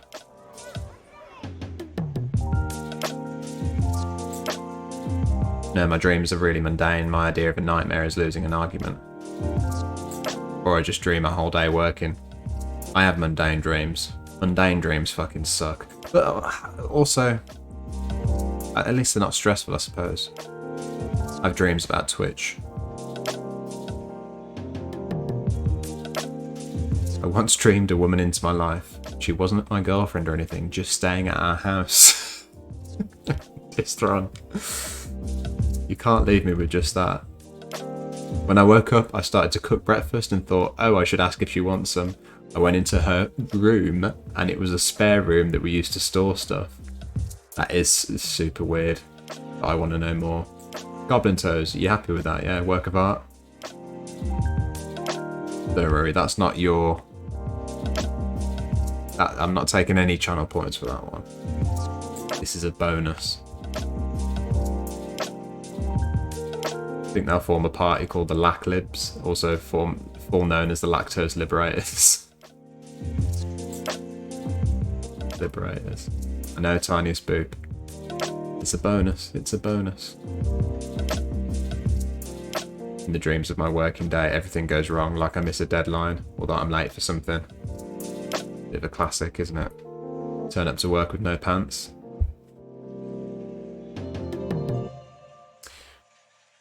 Right. We're print screen that and save it over here.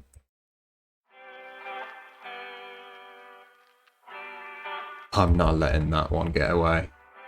No, that's too good. I'm gonna call that file Milkshake Minister.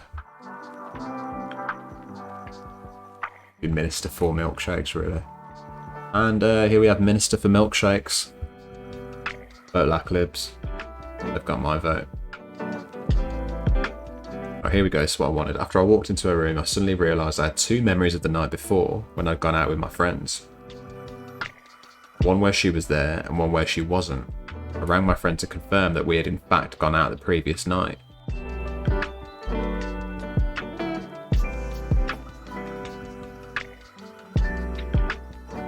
Who is she?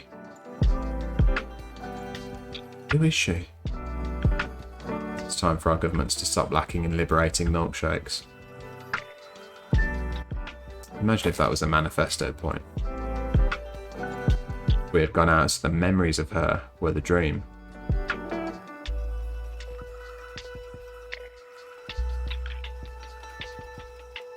think you're going to have to get to the bottom of this.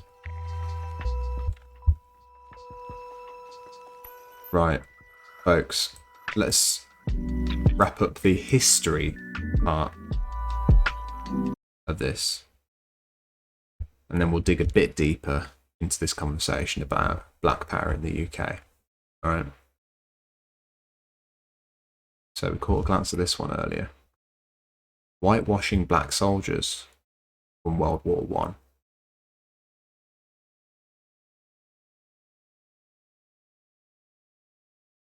Off topic, but do you think this is an effective campaign slogan? Wages don't pay anymore. Time for jobs to start working again.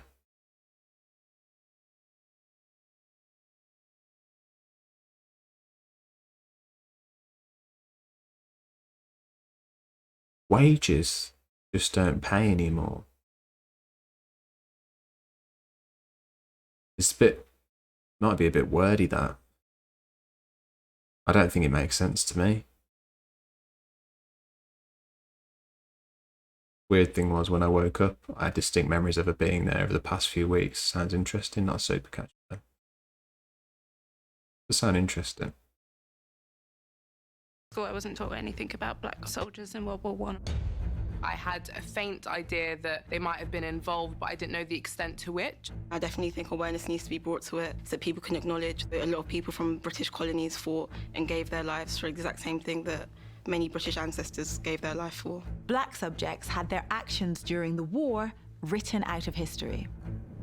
This is the story of whitewashing history, the old history you don't learn at school. We're constantly reminded of the sacrifices of young British white men. Yet more than 4 million non-European and non-white soldiers and auxiliaries participated in the war. This included 1.5 million from British India, more than 2 million from French colonies in Africa and Indochina, 400,000 African Americans, 100,000 Chinese laborers. Find out like over 1 million people, like black people, contributed is crazy. Like even just last year we had the 100th anniversary of First World War I, and even then I didn't hear anything about it. The people I always saw when we were talking about World War I or II were always just strangely very happy European people at the army front, looking like they're having a great time winning the war, but nothing really engaging about the kind of rifts that may have happened between black and white soldiers and understanding how it actually was. 1919, Britain had won the war. A victory parade commenced through London. Despite more than 1 million black individuals fighting in the war, they cannot be seen taking part in the celebrations. Their participation has been largely ignored and overlooked. The army claimed they could not afford to transport foreign soldiers to London for the celebrations, but the reasons ran much deeper than this. Many within the ruling elite had big concerns about disturbing the racial hierarchy and damaging white supremacy. This was the era of the British Empire, and people believed in racial theories. One of the most popular argued that different races were competing for survival. In their minds, it was the survival of the fittest. In India, the British favoured martial races. They stereotyped ethnic groups. Some were seen as effeminate. Sikhs were seen as the perfect martial people, tall and strong and physically imposing. They were seen as worthy to partake in the Victory March of July 1919. They were viewed as a race with a higher status than African or Caribbean troops. It's just a habit to completely erase who is being exploited. There's this entire kind of network of support that the West kind of leaned on and exploited. When I was younger, I always used to wonder, why is it called World War if you can't see any element of world and the diversity that's in the world?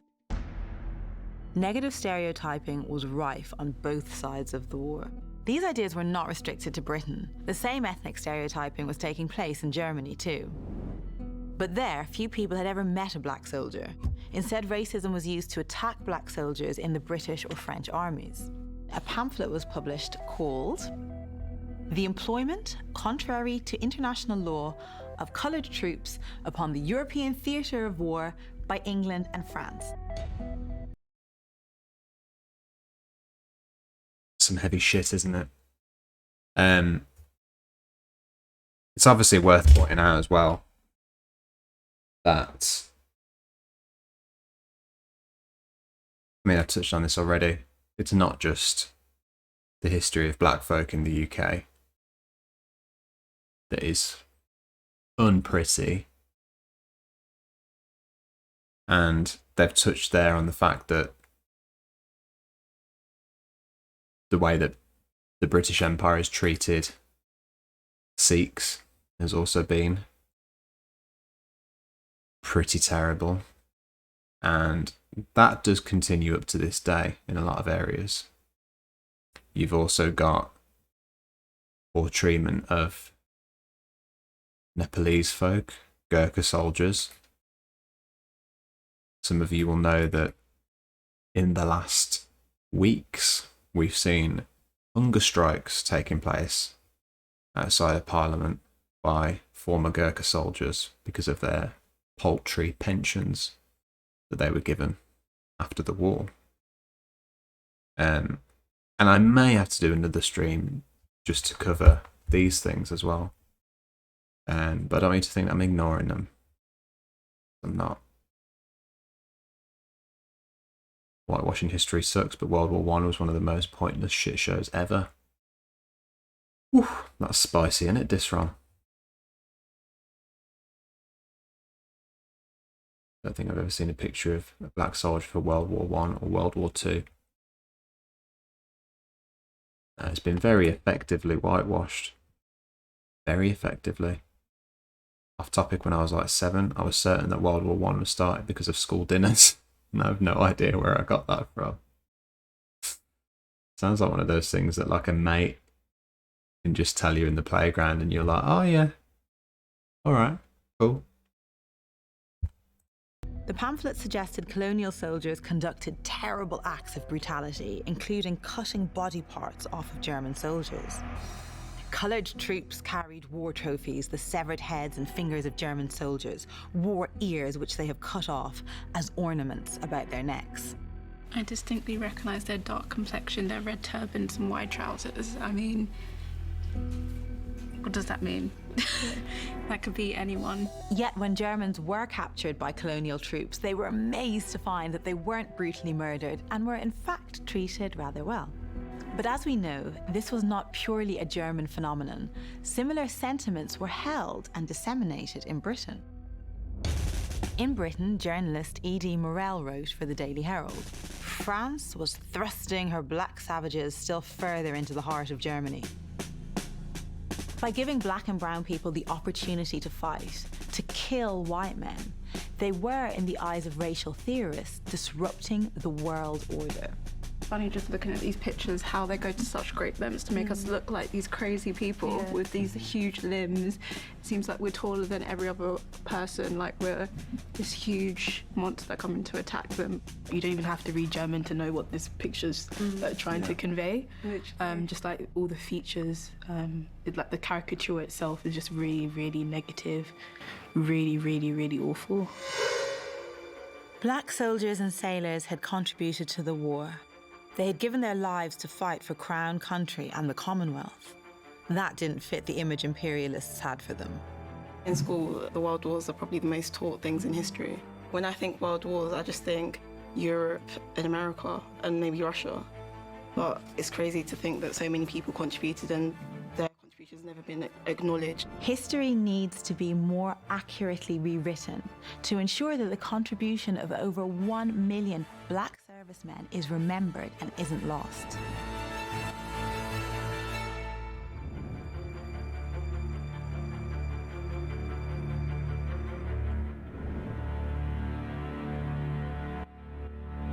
There we go.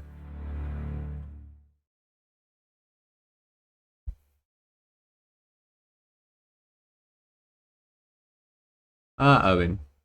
Good to see you. You take care, mate. Thanks for joining. I believe the Great War YouTube channel goes over all aspects of war, not just European theatre.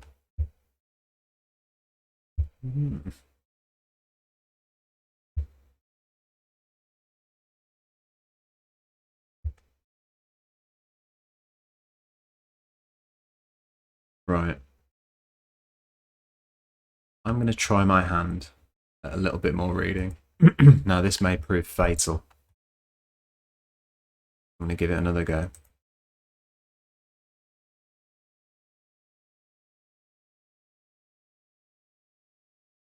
Didn't go that well last time. Let's do it. Right, so what we've got here is black politicians speak out about the white male club of British politics. Now, Black Lives Matter gives them hope. So this was 8th of October 2020. Black History Month has arrived in the UK during a period of intense debate and anger about the racism black people still suffer across the globe in the wake of the tragic death of George Floyd and the subsequent Black Lives Matter protests. Business Insider spent the past week speaking to black members from across the UK Parliament about their own experience of being a black person in British politics and the difference the Black Lives Matter movement has made. By the way, I know that Business Insider is a bit of a weird vehicle for this, and I wasn't aware that they did this kind of journalism, but okay, let's just roll with it. Yes, Goblin Toes. No, you're right. Chocolate bit. Ah, it's a bit late for chocolate biscuits now. That's the only thing. I have chocolate biscuits at 11. And I know this does make me sound like about 80 years old, but if I have chocolate biscuits now, I'll be up. No, but I will. That's the thing. I will. Too much sugar for late night. Do you know what I mean? Also, crucially, it breaks my fast because I'm intermittent fasting at the moment. So I only eat between 12 and 8. So I am way out. I've got to stop thinking about chocolate biscuits now, because otherwise I'm just going to get sad.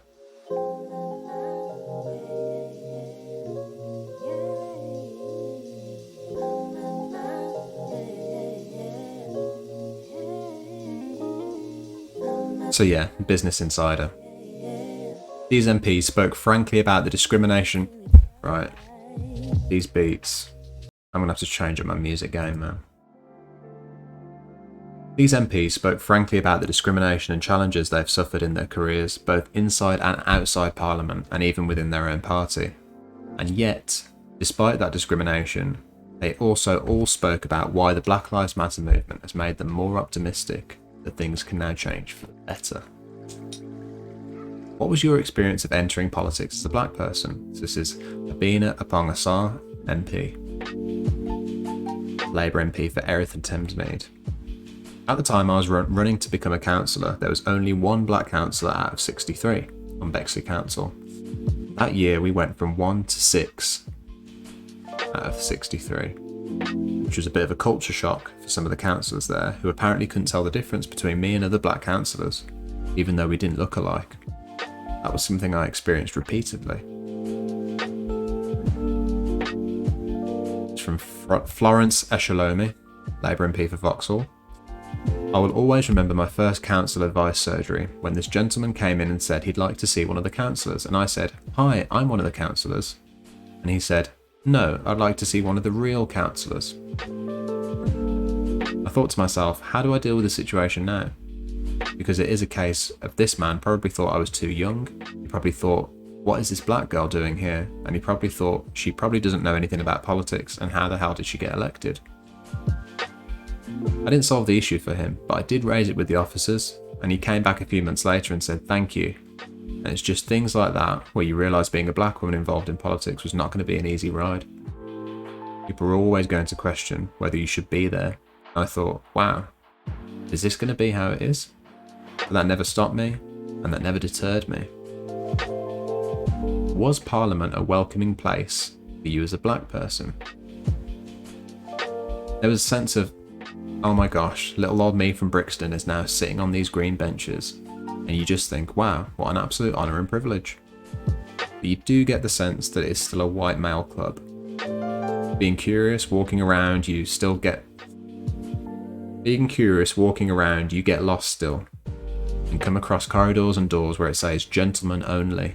And I'm like, what the hell? What do you mean gentlemen only? Seriously? That's David Lammy there. It's a great picture. So, David Lammy, Labour MP for Tottenham and Shadow Secretary of State for Justice. I began to realise that I wanted to be an MP early on. I didn't really recognise that it would be possible until much later in my life, if at all possible. There weren't the individuals in Parliament in sufficient numbers for me to recognise and see myself there. There was Paul Boateng, Diane Abbott, Keith Vass and Una King. I was very conscious. I was never anonymous in the Palace of Westminster. I felt very self-conscious, I think. Definitely felt, as I suspected Una felt, the second generation African Caribbean born, schooled and raised in Britain. But there was a real responsibility to do the best I could, and that there were hopes hanging on my shoulders. Clive Lewis, Labour MP for Norwich South. There have been thousands of radicals who have walked through these doors, and you do understand that the whole edifice of Parliament is designed to intimidate you to an extent. And I did feel intimidated. It's difficult to speak in the chamber when you're not used to it. You can't speak at your opponent, you have to speak via the speaker.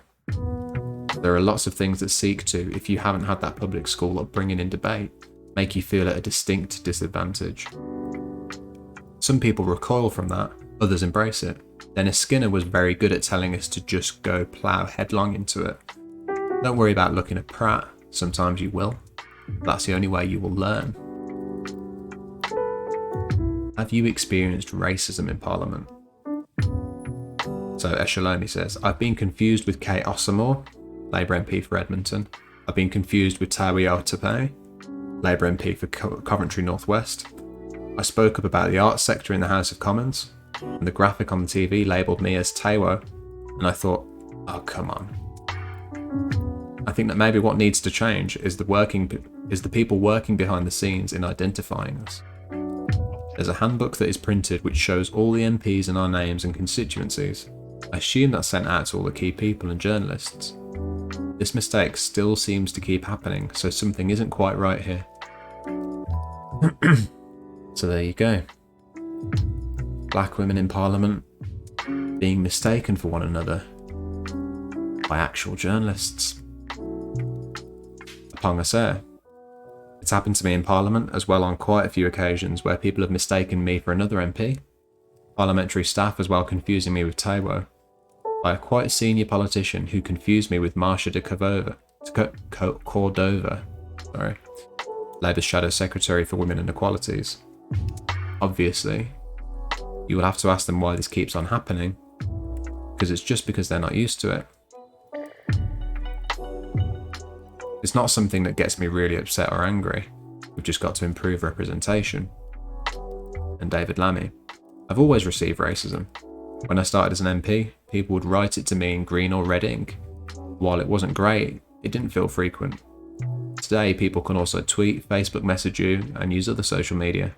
It's an endemic issue, and it's part of this problem of people disappearing into a silo and into closed communities. You can't be in politics if you don't develop a pretty thick skin. And I have developed that. The abuse I suffer is much more impactful on my wife, kids, family, and friends, I think. I've got a fighting spirit. I still believe that the vast majority of British people are decent, kind, passionate, and hospitable, and while racism has increased, it remains a minority. A vehement one, a minority nonetheless. Is racism holding back black people in politics?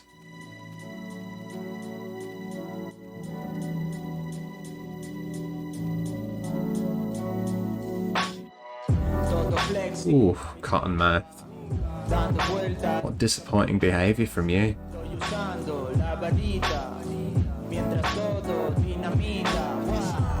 Take it easy, mate. That's disappointing. I've seen you before in here saying some quite constructive points, but you've let me down there. Take it easy. Is racism holding back black people in politics? For David Lammy. Again, I'm very aware that the Labour Party is not selecting black men. In the age of Black Lives Matter, that is a recognisable issue that needs to be gripped and dealt with. Self and Clive Lewis and Mark Hendrick are not sufficient. We have to scratch beneath the surface with various communities. If you look at the position of black men in society, there are definitely glass ceilings and prejudices. It starts in education, continues into university, and makes its way into the workplace. And the Labour Party is not immune to that. The idea that black and Bangladeshi men are not disadvantaged in the Labour Party's selection process, I think, is perverse. Clive Lewis. I know that during my selection to become Labour's candidate in Norwich, there were people saying we can't have a black MP. It came back to me that we can't have a black MP in Norwich because there are people who won't vote for us if we have a black MP. That came back to me. It was very upsetting. When I see people on social media saying, I fucking hate him, a little bit of me wants to go on and say, can you question, why have you got so much anger towards me? You can be angry towards any MP, I get that. But why that particular vehemence toward me? Can we unpack that?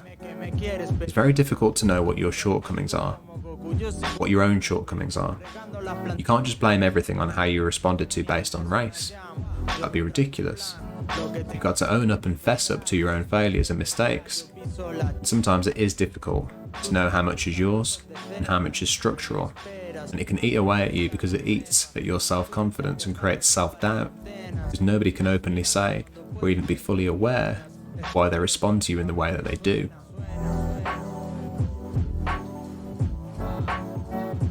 Here we go, here's the difficult ones.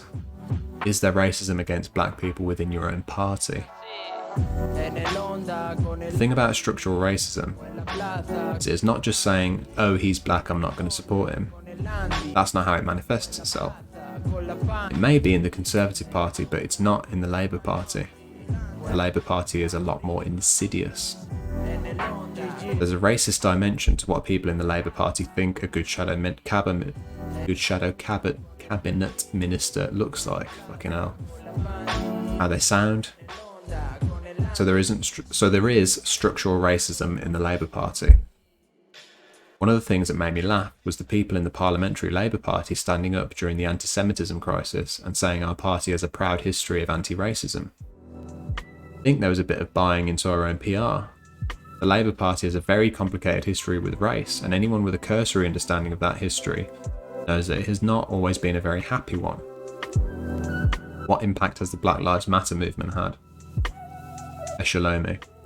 The impact has been very strong in getting people who would never have before thought about what white privilege means, would never have thought about the disproportionate numbers of black men being stopped and searched, would never have thought about why more black pupils are permanently excluded in the education system and end up in a life of crime and gangs. would never have thought about why it is that black women disproportionately have a bad experience during childbirth and die during childbirth. Would never have thought about why more black people are in 0 hours contracts and substandard housing before. Would never have thought about why we are seeing more black and ethnic minority people dying during this pandemic. To start thinking about those things. So I think, because everyone was at home there, because everyone was at home, there was a time and space for everyone to reflect on those inequalities. Upon a say, I've been contacted by a lot more people asking me to speak on these kinds of issues since the protests began. I've had people write to me who aren't my constituents, asking me what we can do to address this, but it's not just something that black people are concerned about, but white people as well. So it has brought people together. I felt that some journalists are more concerned about whether taking down statues was the right thing to do, or focus on whether you were going to take the knee. And I just think we need to move beyond these kind of gestures, which I appreciate make a really good story, but they don't really address the real issues. So instead of having real in-depth conversations, they've just been kind of, let's try and trap this individual into saying whether taking down statues is wrong, which I found quite frustrating. And David Lammy. One of the things I draw from Black Lives Matter is the articulacy of young black and white people. There is a sort of consciousness among young people about issues of race, a sense that enough is enough and we need to stride forward in a profound way. I think we will see a generational shift in this country that will be reflected in the country. I can tell that by all the requests in my diary, I always get lots of requests from schools and universities, but this year there is a much larger number coming from FTSE 100 companies. People are much more engaged with the issues that have arisen from Black Lives Matter. Like David Lammy, he seems like a decent guy. I'm a big fan. Big fan. Is Black History Month still a good idea? Eshalomi. What I would like to see is how we make sure our history in the UK reflects Black British contributions. So yes, there is the uncomfortable history of empire and slavery. Actually, let's be bold and talk about that. Let's stop being so British and saying, oh, we can't talk about that, and just brush it under the carpet. That's a part of our history that we don't want to discuss. Let's discuss that. The recent discussions about statues coming down, I'd like to see more focus on the statues that should go up of Black Britons who have contributed so much to the UK. I think Black History Month was a good, this is Clive Lewis. I think Black History Month was a good starter for 10, before Black Lives Matter blew up. And it is a marker that was very good, but I think we can be much more ambitious, and I think we have to be much more ambitious. That Black history can just fit inside a little box for 1 month out of 12 is quite condescending in a way. Black History Month was great for its time, but it's now time to move on to something better. Tonga Sare. I think it's important that we do have Black History Month, because we're not at the situation where the curriculum is diverse. It's very much left up to individual schools to teach all aspects of the empire, and I think we need to be teaching the honest, ugly sides of it. And I feel that having the month of October to talk about these things actually makes changes happen. But I do think we need to get to the point where these issues are addressed throughout the year. Now, watch. Here's what you'll find inside a turtle shell. Sorry? Right, I thought that was quite interesting, folks. Statues. Remember that? Remember when it was all about statues?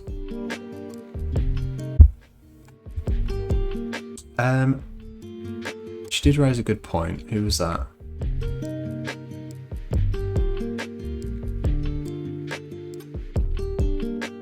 Statues, statues, statues.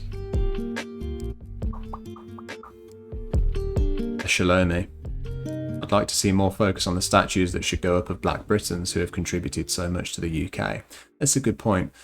We spent so long in 2019 arguing about should this statue of a slave trader stay up. Really, we didn't really have a conversation about should there be more statues of black folks. know, I haven't thought about that one before. Because I've been too focused about whether or not there should be statues of slave traders. How did they know I wanted to know about turtle shells while reading about black representation? It read your mind, Goblin Toes. These crafty marketers, they've done all their research, and they know. When somebody reads about black history, they instinctively want to know about turtles. Right, I'm going to fix this lighting. Good heavens. Not got it down today, folks. Blisteringly white shirt.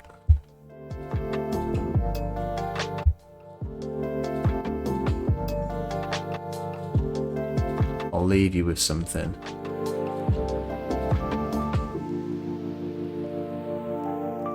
Let's have something related.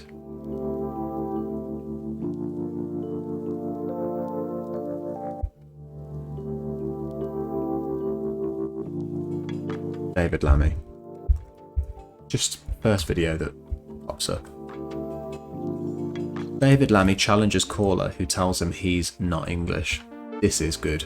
I've seen this before. Right, have a listen to this, folks.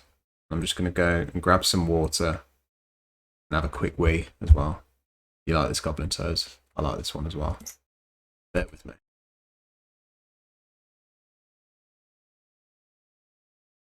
You keep saying that you are African Caribbean, which is fine, but how can you be African Caribbean and English? I couldn't be African. I'm English, but I certainly could not call myself African Caribbean. You could be Irish, though. You could have Irish. No, I'm not Irish. Yeah, I'm but not you could Scottish. be. You could be. No, I'm not, because I have looked my name right the way back to the Middle Ages, my maiden name, and I'm Anglo-Saxon. Great. But you will never be English. You are African Caribbean. But why will I never be English? Because you're African Caribbean. Look, I can't say to you. At what point? What about my kids? What are my kids? What are my I can't kids? say I'm African Caribbean. What? Yeah, but the truth is, Jean, just a little bit of history on this. Britain, 400 years ago, started going out into the world. It colonised and conquered a lot of the world. A lot of the world has ended up coming back to the mother country. My parents were part of that generation who came from the Caribbean. When I took a DNA test, I actually had Scottish in me, probably because as a result of that. Someone somewhere, frankly, got their leg over with one of my ancestors, and I've got Scottish blood running through me. I've said that gently, but it could have been horrendous. Let's be clear about that. And here I am, having grown up in this country, have been born of this country, and actually, the truth is, it's a myth that there's one English ethnicity. There's not, because England has always been a country in which Huguenots, Danes, all sorts of people have passed through. So when you say you are English, I'm not saying that doesn't mean something to you and matter hugely. It does. Because there are probably, as you put it, years and years, hundreds of years of experience of that. But it is to say that for me, the fact that I was born here and the fact that my sensibilities are English mean that I want to claim that heritage as well. Now, I'm very comfortable saying I'm British, Black British, of course I am. And I'm very, very proud. No one could say I wasn't, because I talk about it all the time, about my Caribbean roots. And I know the Caribbean very well. But it's to say that I'm English. Sorry? What? You're British, but you're not English. Well, that's the point I think you're making, and I'm disagreeing with that. Tell me, what do you think? What do you think? If I was born in the Caribbean as a white person, I certainly wouldn't call myself. Yeah. Well, I'm afraid Caribbean. you obviously have you ever been to the Caribbean, Jean? I haven't. No, I haven't had the fortune. Well, then you probably don't realise that in countries like Barbados, there are significant white Caribbean populations who have been there for hundreds of years, and they are significantly more Caribbean than I am. Well, all Didn't I know can that, say did is you? the whole world is polluting everybody the way it's going. What's that phrase, polluting? It is. Why is it polluting, Jean? Because you are what you are. You are where you are born. But hang on, Jean. Your I don't. inheritance. It's your inheritance. Jean, I can tell that you are more senior than I am in age, so I want to be polite. No, don't do that. In Don't this do conversation. Well, that's how I was brought up, that you're polite to your seniors, Jean. But what I'm saying is the word pollution. Where's that word pollution come from? It's a very negative way. Well, I'm sorry for that, but it is negative. It's a negative way to describe the fact that people meet one another, they fall in love, they have kids, they move borders, sometimes through war, sometimes through economic reasons, and they become what they become when they are of that country. And just as you can be in America, and you can be African American, or you can be Italian American, or you can be Irish American. How is it that here in England you can only claim that Englishness effectively, Jean, if you are white? It's one of my least favourite takes in all of politics, but it's pervasive. This idea that Englishness exists in any kind of way. Surfer Girl. Oh, no worries. No worries, Surfer Girl. That was ages ago. What did you have for dinner, mate? No, that was someone who has been in the chat before. To my memory, they were all right last time. But fuck me. They turned on me. Like a dog. Not like a cute doggo. Like a wronged dog. This analogy is not working for me, is it, folks? This woman on the phone makes me realise how fucking dumb and ignorant the general English can be. Yeah, it's the thing. I was taught that way of thinking by my parents. What this idea of pure Englishness existing. And I've had someone in the chat before come in and say, you know, how can you explain to me how it is that African people can be considered English when they're not Anglo-Saxon? I think they said something like that. And I had to explain that even if they were coming from the position, it's extremely unlikely that they were even like majority English by blood. The Anglo-Saxons were not in any way the first people to arrive in fucking England. But if that's your belief, then yeah, that's my logic's not useful to you, is it? It's not what you're after. That's your thing.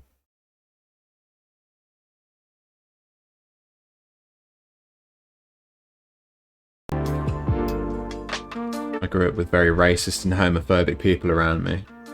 It wasn't until I was older that I managed to educate myself properly.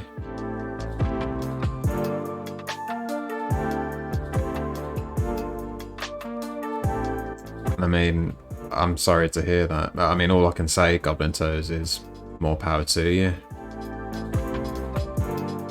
And, you know, it's fucking impressive because now you're based. Now you're super fucking based and you share useful info with me and other people in chat. So, more power to you. Always amazed to hear that people grew up with certain ideas and they managed to break free of it and I always say I genuinely think it makes you more politically armed for, you know, debates and everything else. Or even just making other people aware, you know. Yay, I won. You did. You've won the game of life. This is why when, you know, say they want to, maybe it's a bit of a shit example, but they want to tell children not to get involved in crime, for instance. They get somebody that's seen that side of the fence, don't they? Oh, Hosta0312. Thank you for the follow. Sorry, I missed you there. You know, they get somebody that's seen the wrong side of the tracks, as it were. I think it is a shit example. I'm gonna admit that. But you know, you want somebody that has seen that side of things. I think it makes you better. Listen to the melodies of the birds and trees. Slow down my thoughts. All I need is right here. Right, bear with me, folks. Know I have some shit to do. A few things I don't have to go through.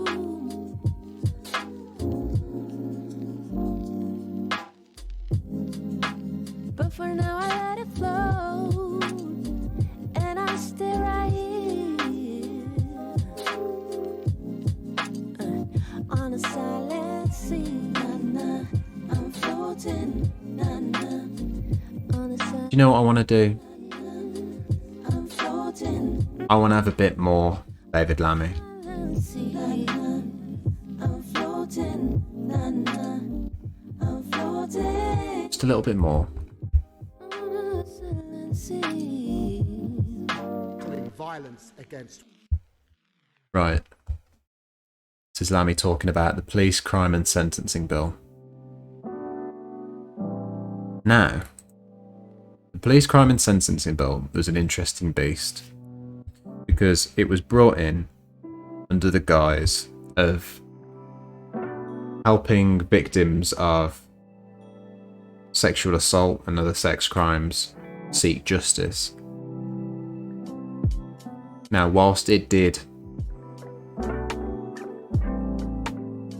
nod at those subjects, what it really has done, more powerfully, is restrict the powers of protest.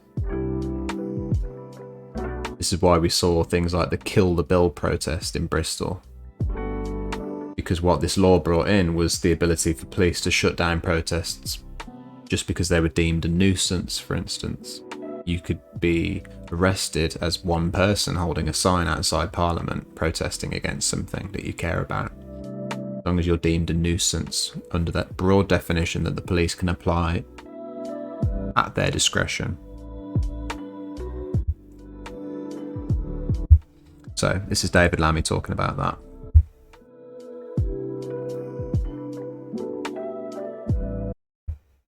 Women, the government has prioritised giving the police the power to prohibit the fundamental freedoms of protest that the British public hold dear. And by giving the police this discretion to use these powers some of the time, it takes away our freedom all of the time. Start. Dumold, how you doing, mate? Good to see you.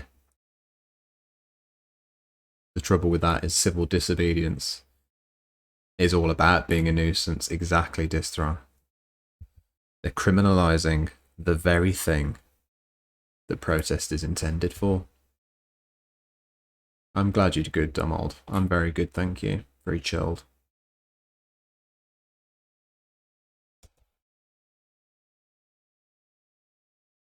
Let's have that again. What wording? Freedoms of protest that the British public hold dear. And by giving the police this discretion to use these powers some of the time, it takes away our freedom all of the time. The government's bill targets protesters causing too much noise and says that those who cause annoyance could be jailed for up to 10 years.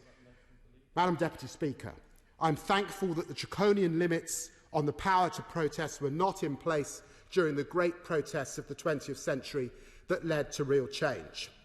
When the suffragettes marched for the right to vote, some of them were prepared to break the law to make their point just outside the House of Commons. Does the Secretary of State believe that those women who shouted noisily should have been arrested too? Protesters marched from Jarrow in Tyneside all the way... Look at the fucking contempt that he's shown there. Like he doesn't really understand the question. Protesters marched from Jarrow in Tyneside... Imagine hearing that. It does get me quite fucking angry. I'm going to be honest. It gets me triggered. Imagine hearing those words and it either going over your head or having like a sarky fucking response to it, like, oh, what's he fucking on about? Can you imagine being that fucking ignorant? Yeah, that's exactly what his look was. What's he talking about?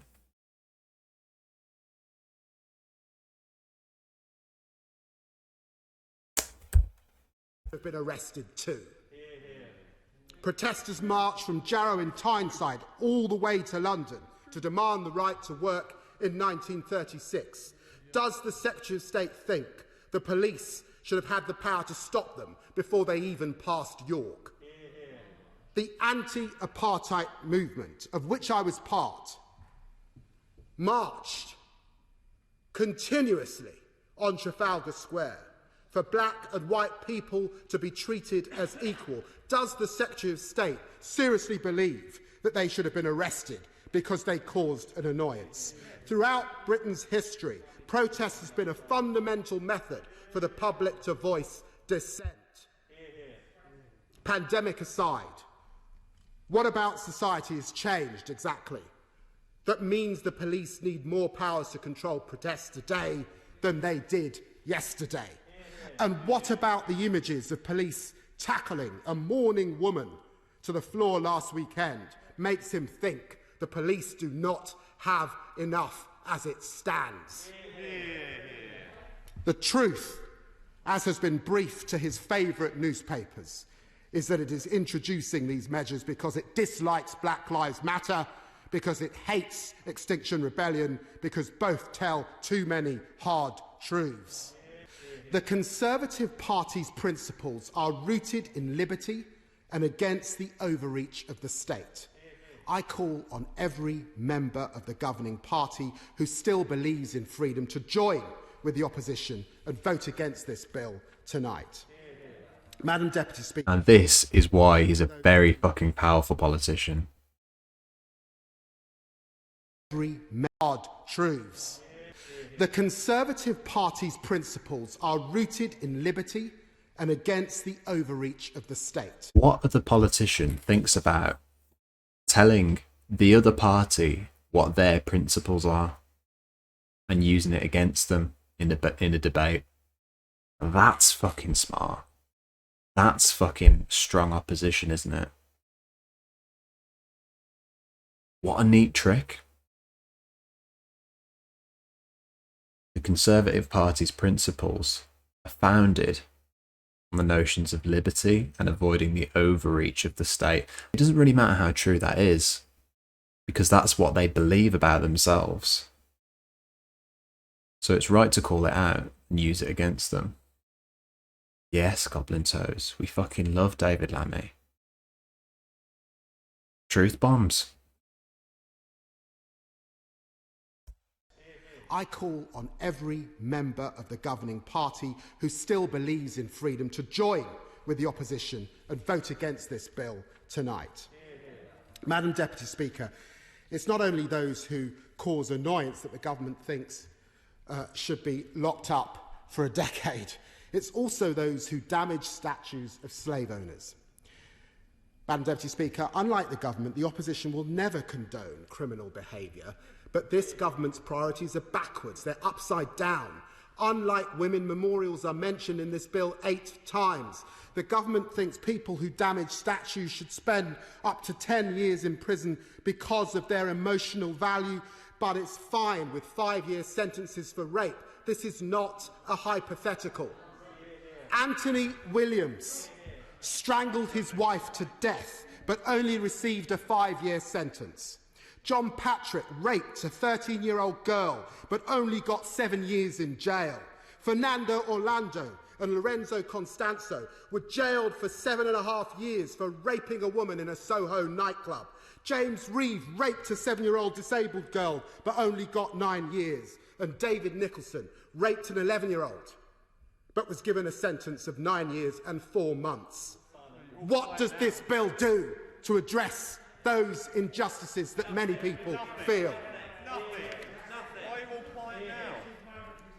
The government would rather blow a dog whistle against minorities than make women safe. Measures in the bill will further compound the inequalities experienced by gypsies and travellers, who are already the most disproportionately represented group in the justice system. Those found guilty of trespass in this bill could receive a higher sentence than someone convicted of stalking. Once again, this government's priorities are skewed. Police forces do not even support the government's criminalisation of trespass. The National Chief Police Council and the Association of Police and Crime Commissioners said trespass is a civil offence, and our view is that it should remain so. Why is this government determined to lock up gypsies and travellers, even against its own police's advice? Madam Deputy Speaker, many of the other measures in this bill will compound the biases he knows exist in the justice system. But Labour cannot vote for a police and crime sentencing and courts bill that ignores the intimidation, violence and abuse women face. We cannot vote for this bill when it fails to increase sentencing for rape and stalking. We cannot vote for this bill when it fails to criminalise street harassment. We cannot vote for this bill when it fails to make misogyny a hate crime.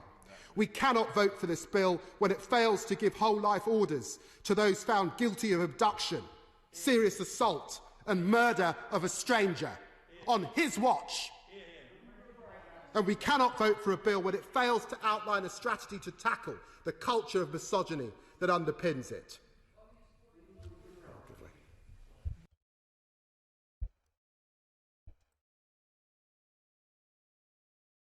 More of the same.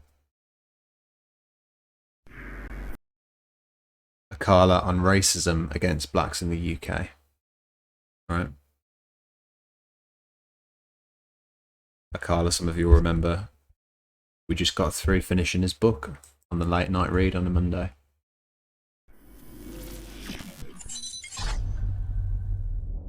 All right, Akala. Yes. Welcome to Vlad TV. Big up. Okay, man. So let's start from the very beginning. This is your first time here.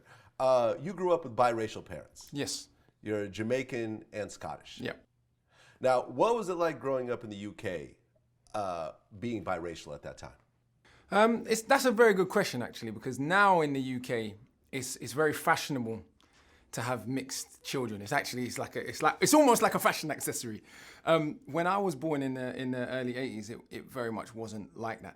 And to be crude, the 80s in the UK are probably the closest we've had to like a civil rights movement in the UK. There were uprisings, racial uprisings because of police brutality in pretty much every majority Caribbean immigrant neighborhood in the UK, some of which were very severe. So in that environment, a lot of white women, because it was mostly white women and black dudes were the majority, accounted for the majority of the mixed relationships. They had to pretty much accept they would be disowned as a general phenomenon. I don't mean to, broad strokes, but that was a very common thing where there was still such a heavy bias towards the black community that, and from my mum's own experience, so her dad and her family pretty much disowned her. When she was pregnant with my older brother, who passed away as a young child, people told her, social services, everyone else told her to get rid of it. Because I was... Goblin Toes. Always good to see you, mate. I hope you have a good sleep. Catch you on the next one, mate. London. The nurses at the hospital My mum needed a blood transfusion when my elder sister was born. These are just some examples. They told her they'd promised to give her nigger blood. You know, so this is the environment in which a lot of mixed race relationships happened in the early 80s in the UK. So it wasn't a fashionable thing. You really had to recognize there was a lot of sacrifice. So my mum, partly because of that and for family reasons, my mum left the small town that she grew up in and she moved to London, which I'm very, very thankful for, because London was a lot more of a mixed community. It was a much stronger black community there than in the community that I was born in. I left that, I don't have any memories of living there. I left that community when I was 1. So it was a very challenging time. It was a very interesting time, though, culturally. There was a lot of inspiration actually coming from the US as well. The African Caribbean community in the UK had set up like a lot of Saturday schools and social movements. And so I went to a Saturday school called the Winnie Mandela School, which taught black history and, you know, helped you with your maths and basically, you know, tried to get Caribbean immigrant children back on track because the state school system wasn't so great. But definitely being mixed in that era, you didn't really see yourself as mixed in that sense because of the racism coming from the mainstream society. Most of us of my generation certainly just was like, we're black, and that's how we felt, and that's how we were dealt with in the society. So as you get older, you obviously start to kind of develop an understanding that race manifests itself very differently in different places. In America, you got the one drop rule. In parts of Africa, obviously, if I was in Nigeria, people would obviously be able to see that I was mixed and would view me as such. But yeah, it was definitely a challenging time for those kinds of relationships.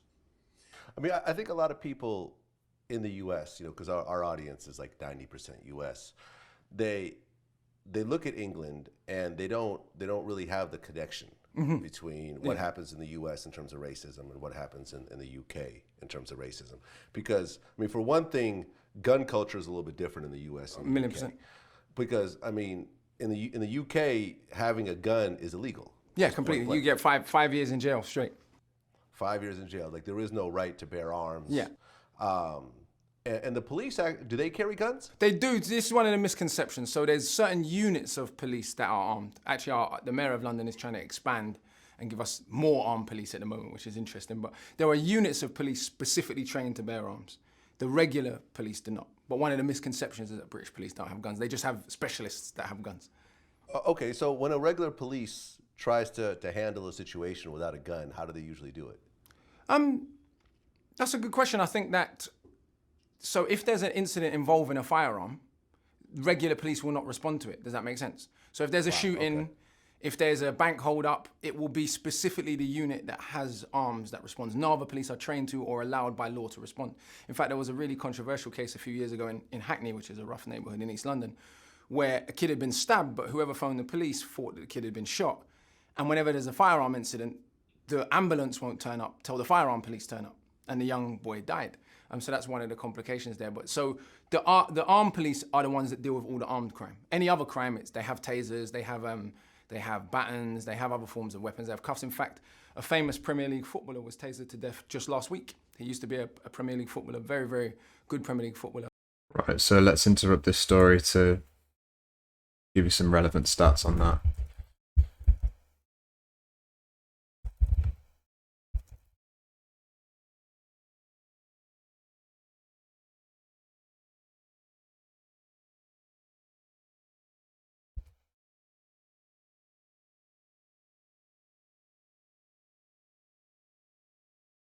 So,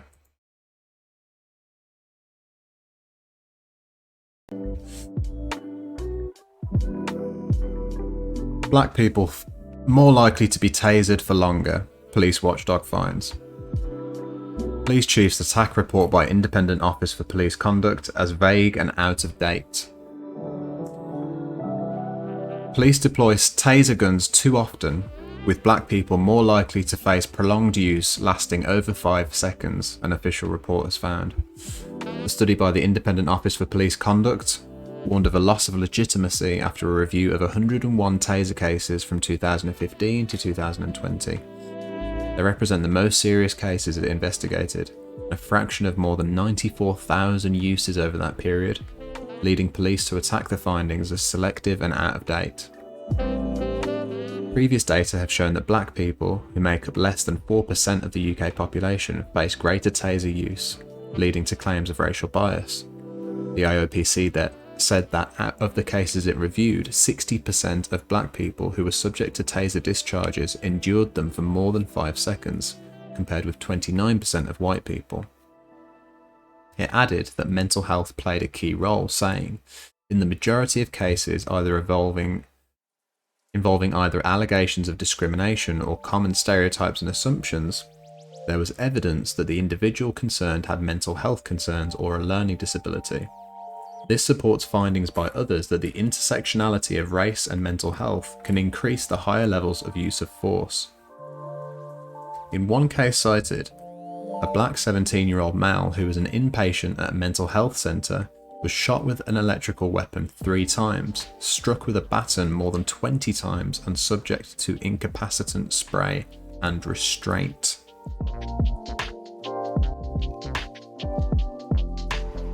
So,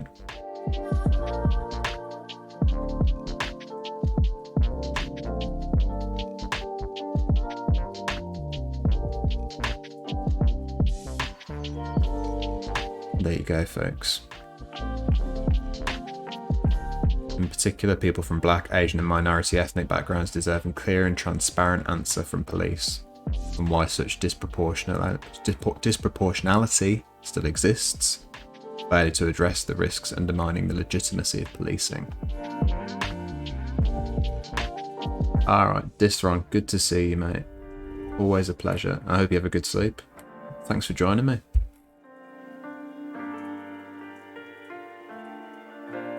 Right. Just wanted to give you some context on that one there, folks. When we hear taser, that's an important one to remember.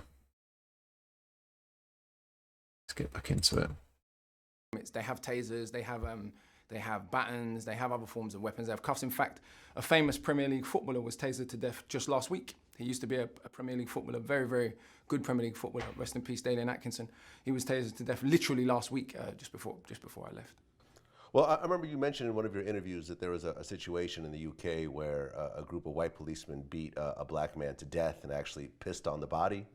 Yeah, so that was David Olawale. That was way back in 1969, actually. That was the first and only time, to my knowledge, that the police had been put on trial to the public, and they were found guilty. And so they got a few years in jail when they were charged. Very quickly, the British establishment realised, as much as race was an issue in Britain, if we abuse certain parts of the community this virulently, I think they were hoping, like in the southern states back in the day when people could just get away with doing anything they wanted to black folk out here. Maybe that was their model, but it didn't. They were convicted.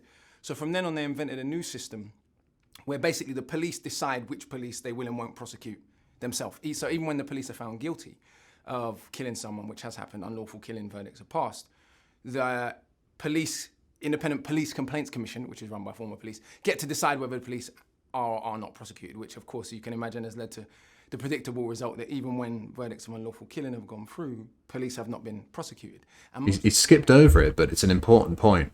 The Independent Police Complaints Commission, run by former police officers, including all the ones in the 80s that I was telling you about. There was one in the area not far from where I grew up called Tottenham in the early 80s, and a police officer was actually killed during that riot because a dude, I know, that his grandmother died during a police raid. Some would say the police killed him. Killed her, sorry. The week before, a woman called Sherry Gross was shot in the back. So these are by the police and paralyzed. These are the incidents that have formed the relationship of the black community in Britain with the police. For example, we had a set of laws in the early 70s and early 80s called the Sus laws. This was a resurrection of Britain's 19th century vagrancy laws, and they meant you could be arrested on suspicion of committing a crime. So they didn't have to produce any evidence. So for example, you could go to court and get charged with attempts to rob persons unknown.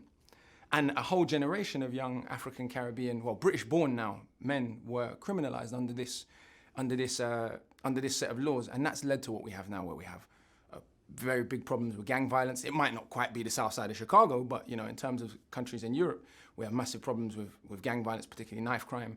We have huge disproportionate incarceration rates, particularly for the black community in the UK.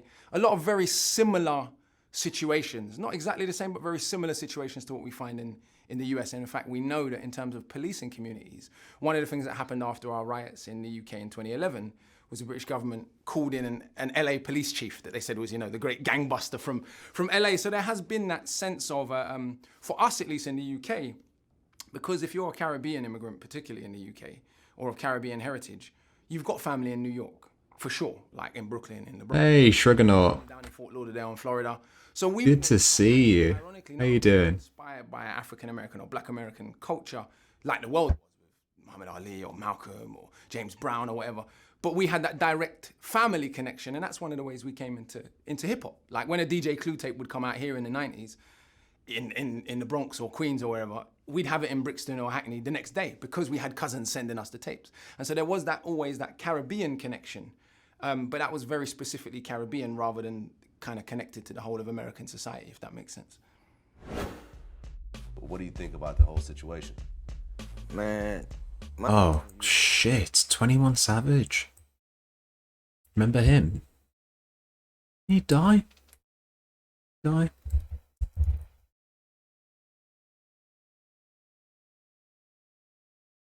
No. No, he's alive. Who's the rapper that died? Juice WRLD? Did Juice WRLD die?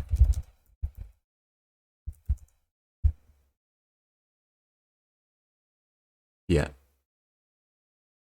Cool. Cool.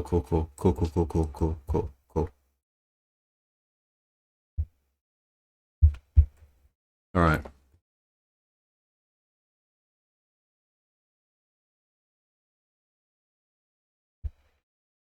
So, this is where we're at.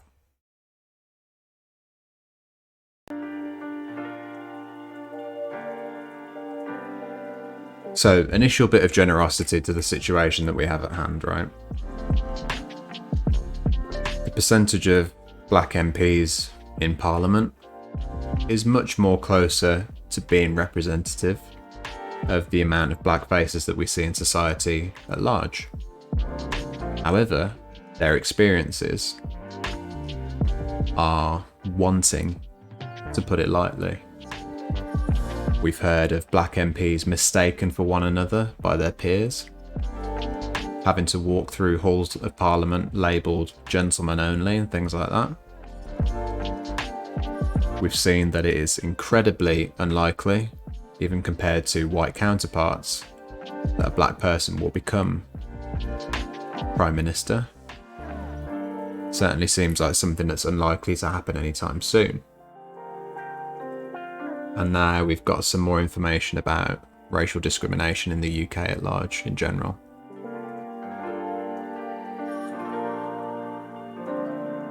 What I want to do now is dive into a documentary. Now, I may jump through some parts of it, it's quite long, but it is core. It's the core question, alright? It's, will Britain ever have a black Prime Minister? It's the question we started with, and it's the question we'll end this subject with. Like I said, I'll jump through parts of it. This is 50 minutes on the clock. And it's in my interest to cut that down a little bit. But we're going to get the salient points. And then I think after that, folks, we deserve to have a little game, don't we? A little bit of candy before we end the stream. So, let's jump in.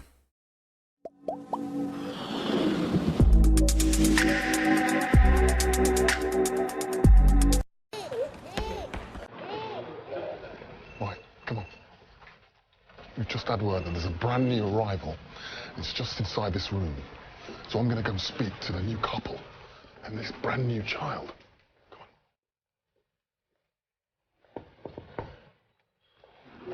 Hello, how are you? I'm David. Nice to meet you. What's your name? Abel. Abel. And you are? Gannett. And this, who's this one? Robel. Right, so this is an example of a bit that I'll probably skip. Beautiful.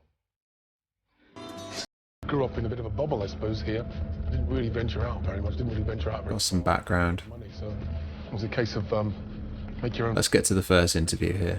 In Britain. So the immigrants arrived, many found themselves positioned on the bottom rung of the social ladder, occupying mostly working class jobs. I was one of the lucky ones. I got a break getting into drama school and then becoming a professional actor, now working in Hollywood. But what are the prospects like for today's generation? If a young black kid was born here today and grew up here today, what would his chances be of success in modern Britain? To calculate what the chances actually are of Britain having a black prime minister, we've asked statistician Dr. Faiza Shaheen from the Centre for Labour and Social Studies to examine the data and come up with an estimate for the probability of exactly that happening. It's always difficult to predict the future, but she'll be feeding in data from a wide range of sources. She'll also be looking at the particular hurdles black people face if they want to make it to the top. Okay, David, so let's start by looking at the economic circumstances that black children are growing up in Britain today. The last survey of the mass population in the UK was the census in 2011. And that found that 40% of black people live in social housing. And that's one indicator of poverty.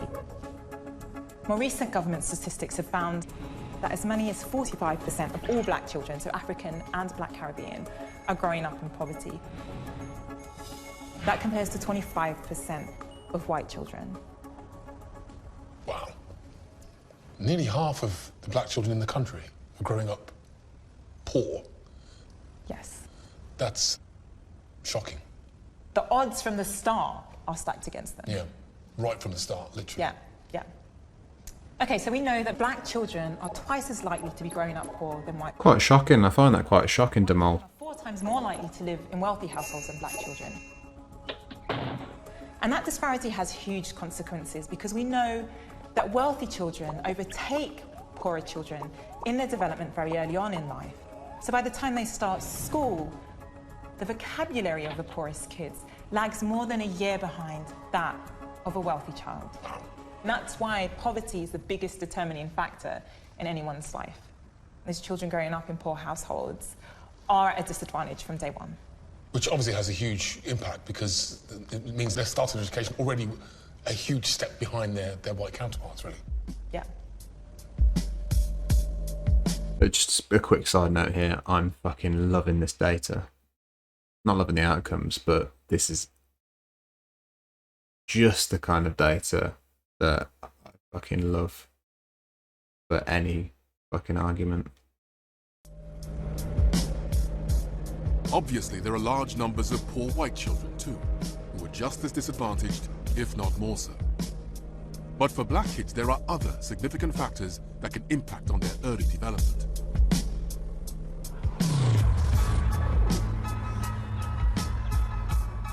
Not far from where I grew up, in nearby Edgbaston, there's a nursery which specializes in helping black children in particular take their first few tentative steps in life. Hello. How are you? Good, thank you. How are you? Very well, very well. Lovely, nice to meet you. Thank you for having me. Welcome to Edgbaston Park Day Nursery. I love how you say Liz Kerr is the nursery manager.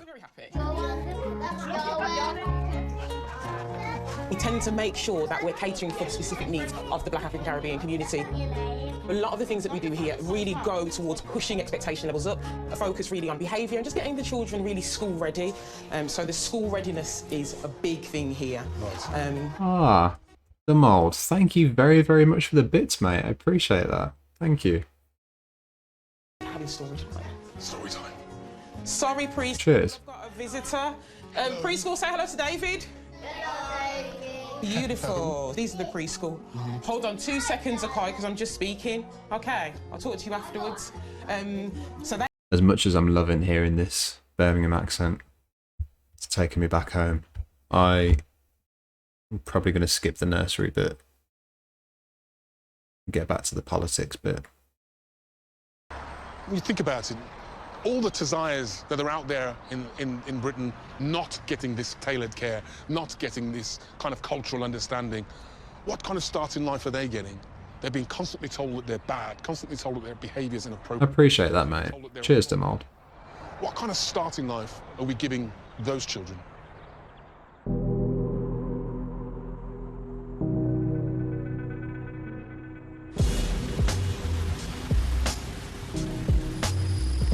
If a black person is going to make it to become Prime Minister, it's quite likely they will have come from a disadvantaged inner city area like this. South London's Elephant and Castle. I thought I recognised that. I used to live there. And that presents a challenge to schools like Globe Academy. Morning, gentlemen. How are you doing? Headmaster Matt Jones is working hard to give his many black and ethnic minority pupils a fighting chance. I don't understand. Mr. said something, I heard it from there. You guys sit down. Hurry up. What are the particular problems that face young black kids at this age at school? Well, Art Globe Academy is based in South London, Elephant and Castle, which is, you know, in the highest 20% for levels of deprivation. So they've got challenges there and all the social and economic issues around that. We're a very diverse community. 90% of our community is from black or... The last thing that I heard about that was happening in Elephant and Castle, by the way, was that the local market area was getting bought out by a company that were pushing out all of the local market traders to build up this shopping centre building. So, just to give you an idea of where things have come along since this documentary. Minority ethnic groups, of which 50%-ish are for Black Caribbean or Black African. I think some of the issues revolve around aspiration and having real positive role models in our community to aspire to and to be like. I think the other issue is obviously some low levels of attainment. School attainment levels, or exam results, are obviously a key factor in deciding young people's futures. Let's take a look at how well black kids are doing throughout their schooling. Our statistician Pfizer has been looking at pupil test results. I've been looking at pupil assessment data and breaking it down by ethnicity. In this graph, you can see pupil assessment scores for those aged 7 to 16 years old. White people start at this midpoint and they maintain that level up to the age of 14.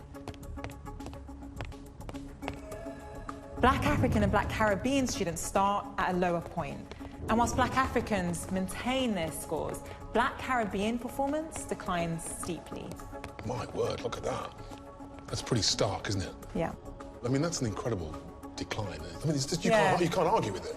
But that's not the end of the story. Between the ages of 14 and 16, Black pupils start doing a lot better. Both Black Caribbean and Black African pupils see a massive increase in their scores. And in fact, by the time they come to do GCSEs, Black African pupils surpass white pupils at age 16.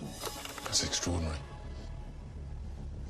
I can't quite get my head around that. Why are they suddenly performing better? What's going on there then? I think it's a puzzle, to be honest.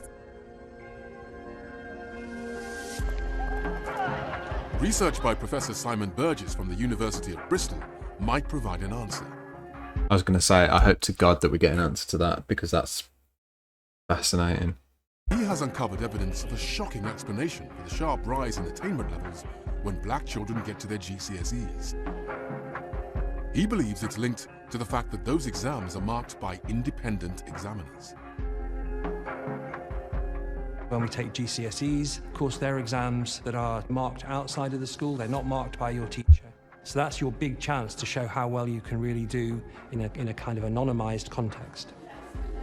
So we looked at some data comparing the test scores of pupils in England against their teacher assessment. And for some ethnic groups, we found that the teachers systematically underestimated their performance relative to how they did in these remotely marked tests. So that suggests to us there's some stereotyping going on, that teachers have form a view about the likely capabilities of students from kind of outside knowledge, and that informs the expectations that they have of students in the classroom. And the stereotype view might be that black students are not very good in school, and so they tend to underassess them and have lower expectations for their attainment and their progress than perhaps they should. And these stereotypes will interact with the child's motivation, and therefore they're going to try less hard at school. If Professor Burgess is right, then there's almost an inbuilt prejudice against black kids within the system, where they're being labelled and stereotyped negatively. Here at Globe Academy, they're working hard to break those stereotypes and to give their pupils the tools necessary. I've just realised that this is not news at all, especially folks if you tuned in when I was reading the Akala book, because he does talk about this. And here's an article to back it up. Look, black pupils are routinely marked down by teachers. Black children are being systematically marked down by their teachers, who are unconsciously stereotyping them, as been revealed. The study concludes that black pupils perform consistently better in external exams than in teacher assessment. The opposite is true for Indian and Chinese children, who tend to be over-assessed by teachers. So stereotypes left, right and centre in two different directions. Exactly, Demold. Fucking systemic racism in action in its purest form. To succeed at university. I knew I'd seen that somewhere before. In the workplace. Perhaps Globe Academy might produce a prime minister one day. So, I've got a business class here. Yeah, let's go and have a look. Okay. First with a team. Morning, guys. How are we doing? Morning. Does anybody recognise this guy? Yeah. Yeah? Marvellous. Marvellous. Okay, so this is obviously David Harewood, Hollywood actor, and he's working with the BBC, doing a documentary on social mobility. And Miss, what are we doing today? We're looking at interview practice and how can we really prepare them to go in confidently to these interviews that they're going to kind of carry out after school, to go into workplaces. Would you like to have a go? Love to. Am I interviewing or being interviewed? You can be the interviewer. Oh, okay. Fine. So then Dan, we'll swap the interview. Can we have Michael George, please? Can I be Mr. Nasty? Yes, please do. Nice to meet you. Hello. Come in, sit down. Where they are now is 90% black minority ethnic group. What we're preparing them for is an environment that's totally different, socially, culturally, and in terms of ethnicity. Tell me about a time in which you were required to produce something to a very, very high standard. And was there a fixed period to this time? Oh yeah, that's a very good question, first of all. Well, I had to do... If you're going to access these type of careers in these type of institutions, you have to perform in a certain way and be able to relate to others from a different ethnic group. And some people find that difficult. Describe a time when effective time management skills were key to success. Okay, so that's a very good question, once again.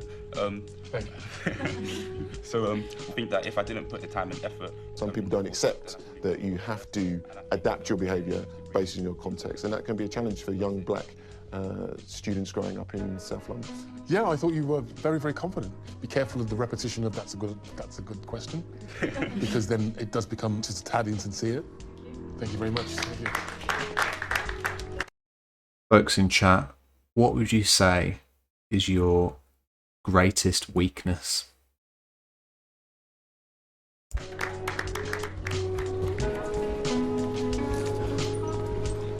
And don't say that you're a perfectionist. You know, what's become clear to me today is just how critical the school stage in life is if children from black or mixed ethnicity backgrounds are ever going to progress up the social ladder. What this school is doing is giving these kids a springboard onto hopefully brighter and better futures. But if any one of these black kids is going to make it to Prime Minister, the chances are they'll need to go to a top university. And for that, they'll need good A-level grades.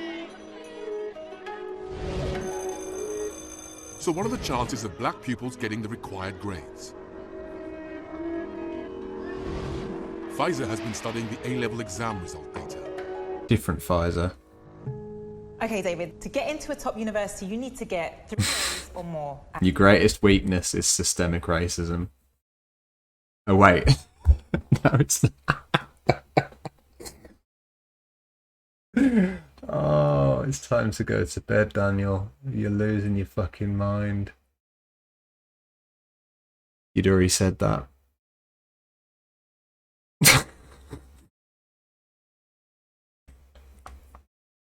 I forgot you'd said that already, Demold. That's not your greatest weakness, systemic racism. Easy, I'm American. Ignorance. Alright, fair.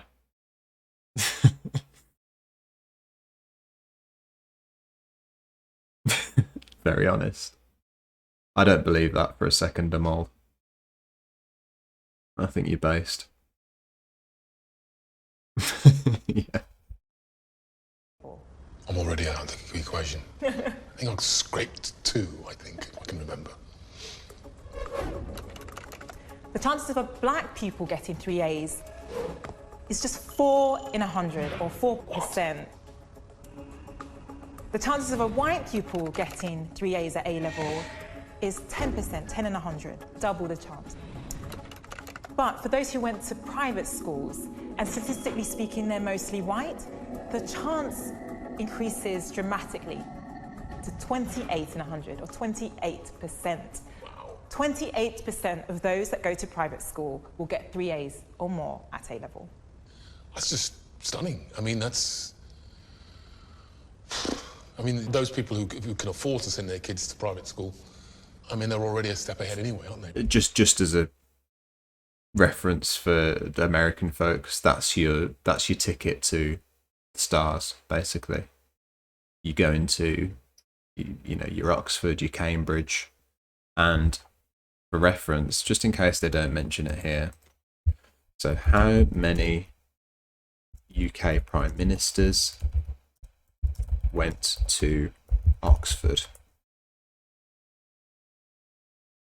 As of November 2020, of the 55 Prime Ministers to date, 28 were educated at the University of Oxford, and 14 at the University of Cambridge. There you go. The mould, it's true. It's true. You are based. I'm not kind of angry or kind of bashing the system, but these are just facts that just speak for themselves. The system is almost designed to assist those who have an economic advantage. In fact, David, if you're a state-educated black boy, you're more likely to be excluded from school than to get the 3 A's that you need to get into a top university. That's staggering, really. And that speaks to expectation, discrimination, stereotype, everything. I mean, you're more likely to be excluded than get 3 A's. It's deeply troubling. So this is a huge hurdle on that way to being Prime Minister. This one knocks out a lot of black people. There's very few that will jump that hurdle. Right. You have to beat these huge odds. Yeah, huge odds.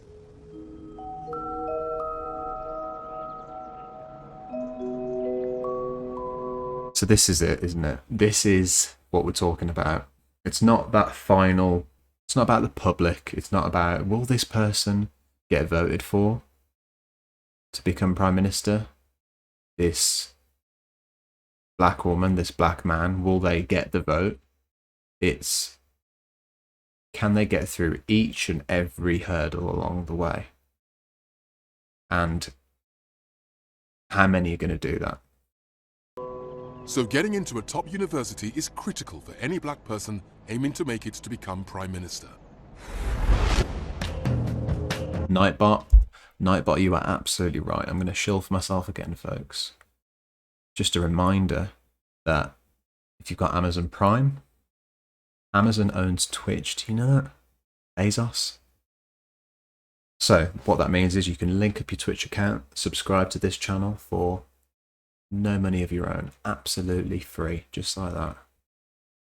And also, as a reminder, folks, from the 2nd of September, new subs are 20% off. That includes gifted subs as well. And there's one university in particular which outshines all the rest when it comes to producing PMs. Every Prime Minister who's won an election since 1937, if they went to university, it was Oxford, including our previous and current Prime Ministers, David Cameron and Theresa May.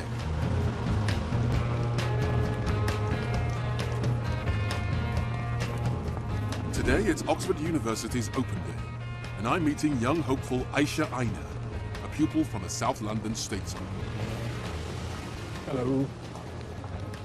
How are you? I'm fine, thank you. Nice to meet you, nice to meet you. You too. Shall we go inside? Yeah. Apologies, folks. Remember, there's no subtitles on this video, and I'm not sure why, but I do apologise. Has done really well in her school, making it into their top 10%. And she's predicted to get the 3 A's necessary for entry here. She has her heart set on studying at Oxford. So of all the universities that you could apply to, why do you particularly want to come to Oxford University? As everyone knows, Oxford University is one of the best in the world. If I can get the same grades as someone who goes to Eton or Harrow or even any other sort of private college, then I should be able to then apply for that same university. I feel like I deserve that right, and especially because it's not so common within, you know, the urban, like, black environment. Yeah. That's what drives me, just wanting to sort of go against the odds and actually help people like me sort of break the mold and, you know, just get up there in life as well. Because there isn't any reason why intelligent young black people shouldn't be able to go to one of the best universities in the world. That's how I feel anyway.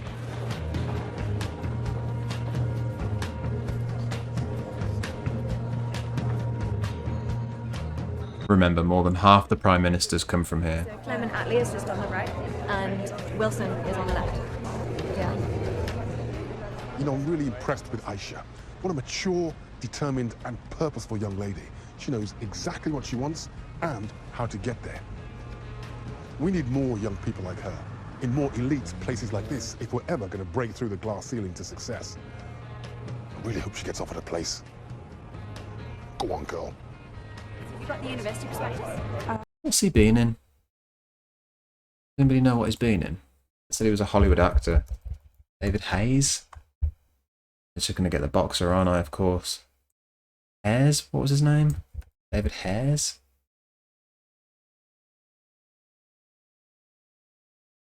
Say it in the... Do you know what? I won't interrupt your viewing, folks. Let me find this out. No. Aisha may be hopeful of getting a place at Oxford, but the truth is, being black and state educated, the odds are heavily stacked against her, as Pfizer has been finding out. Fortunately, the University of Oxford publishes their admissions data and breaks it down by ethnicity. So I've been taking a look at that. And these are the figures despite big outreach efforts being made by the university to attract black students. We'd expect to see about 4% of their students being black or black mixed race if it was to be representative of the broader population. But as you can see, they've been below the mark. In 2009, they had a low of 1.5%, and in 2015, that rose to 2.5%. But that's still painfully below the representative target of 4%. And Oxford's not the worst. Black students are underrepresented in many UK universities. Things are improving. But as recently as 2012, Oxford and Cambridge universities were found to be disproportionately selecting their students from just 3 prestigious private schools and 2 elite sixth form colleges: Eton, Westminster, St Paul's, Peter Symonds College, and Hills Road College. No worries, Demold, I've got it. As many pupils into Oxford and Cambridge. Got it, I'll show you in a minute. 1,800 I found him. colleges in England combined. Wow. This is staggering. Those top schools, so Eton, Westminster, St Paul's, these are amongst the most expensive private schools in the country. Those are clearly fast tracks into Oxford and Cambridge University. And then onwards into the more top jobs. Yeah. And obviously on to being Prime Minister. And here's another troubling statistic. When black and minority ethnic pupils apply to Oxford or those top universities, they are less likely to get in than their white counterparts, even when they have the same grades. What? I'm just staggered by that. I mean, that speaks to discrimination, it speaks to prejudice, a complete lack of understanding of the hurdles, of the difficulties that black child has overcome just to make it to that point. Yeah, I mean, you would think, given the odds they've faced and the odds they've beaten, they'd be more likely to get in because they've shown tenacity, strength, all of that. They've shown the desire, a strength of personality to overcome all the hurdles that have been thrown at them, and then they're still not being given entrance into that institution. Everyone makes me feel angry because you think, you know, again, it's It's not that we are Hey, Cat Pig. How you doing? You alright? we are less capable. It's the fact that there is Good to see you, Cat Pig. there is a barrier, which is that barrier of discrimination and bias. Dr. Vicky Bolivar from Durham University carried out the research into Oxford and other. I'm glad you're good. Yeah, I'm alright, mate. I'm okay. He believes it reveals an inherent bias within the university's admissions process. The disparity in offer rates suggests that black students are being turned away in greater numbers than white students, even when they're very well qualified to enter these universities. Well, I think that unconscious bias is likely to be playing a role here. Unconscious bias describes the stereotypes that exist in our society about different social groups, different genders, different ethnic groups that admissions selectors hold, that all of us hold, have the potential to creep into decision making. Might be that admissions tutors have in the back of their minds negative stereotypes about black students. It might be that they have unconscious thoughts about whether somebody will fit in the environment, which of course Oxford University is quite a white, socially elite environment. These things might be at the back of people's mind, not consciously, but unconsciously.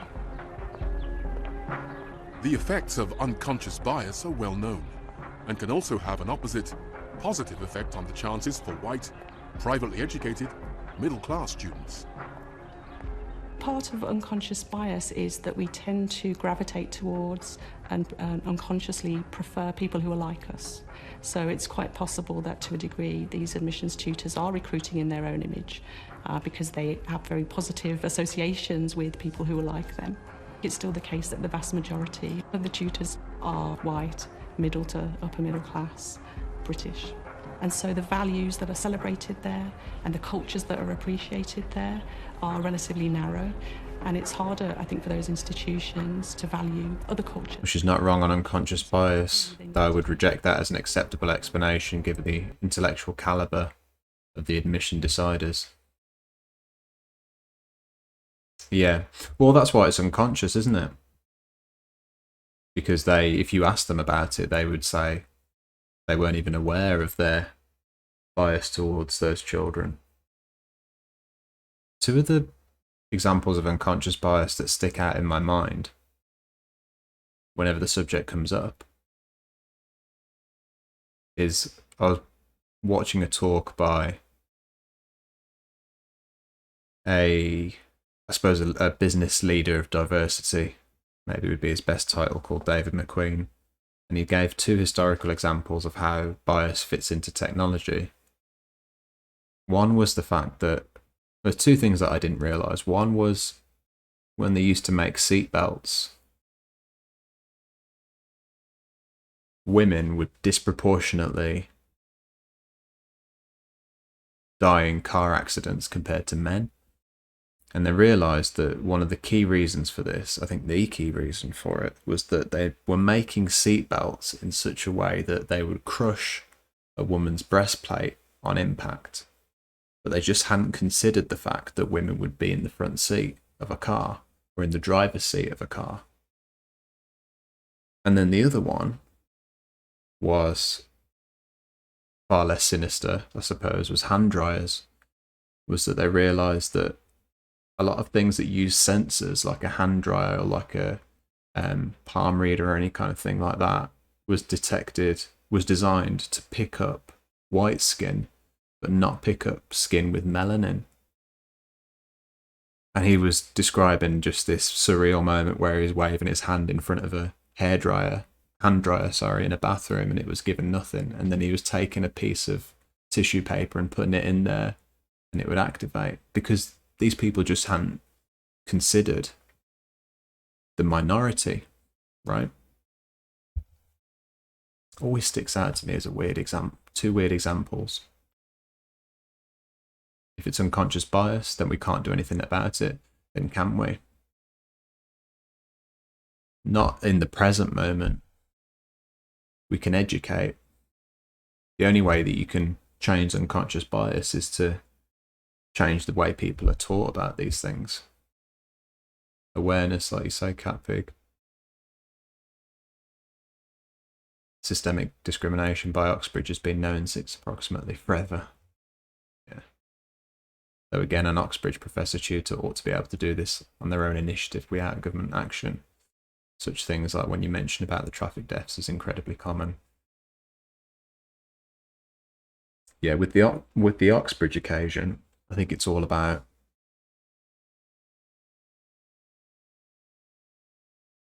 this kind of thing, I suppose, poking and prodding and making people realise that there is a problem that needs solving. Also, that happened with filming cameras. Oh, really, Alex Rovers? Good to see you, by the way. Film wouldn't pick up skin, darker skin, right? Is that it? Apparently office temperature regulations were determined by doing a study on what people find comfortable, where people only consisted of males. So again, there you go. Perfect example. They wouldn't consider that women would be working in the office, so they didn't build it in to the system. Is that right, Alex? Yeah. Technology is one of the biggest ones. Oxford University's Director of Admissions declined our request to be interviewed for this programme, claiming that the issue of underrepresentation of black and minority ethnic groups at the university is an old and out-of-date story. We tried again. We asked if any representative from the university would come forward to be interviewed to defend the university's record on this matter. We were finally told, we do not think the premise of your programme is strong enough to warrant an institutional response. Oof, we do not think that the subject of your programme warrants an institutional response.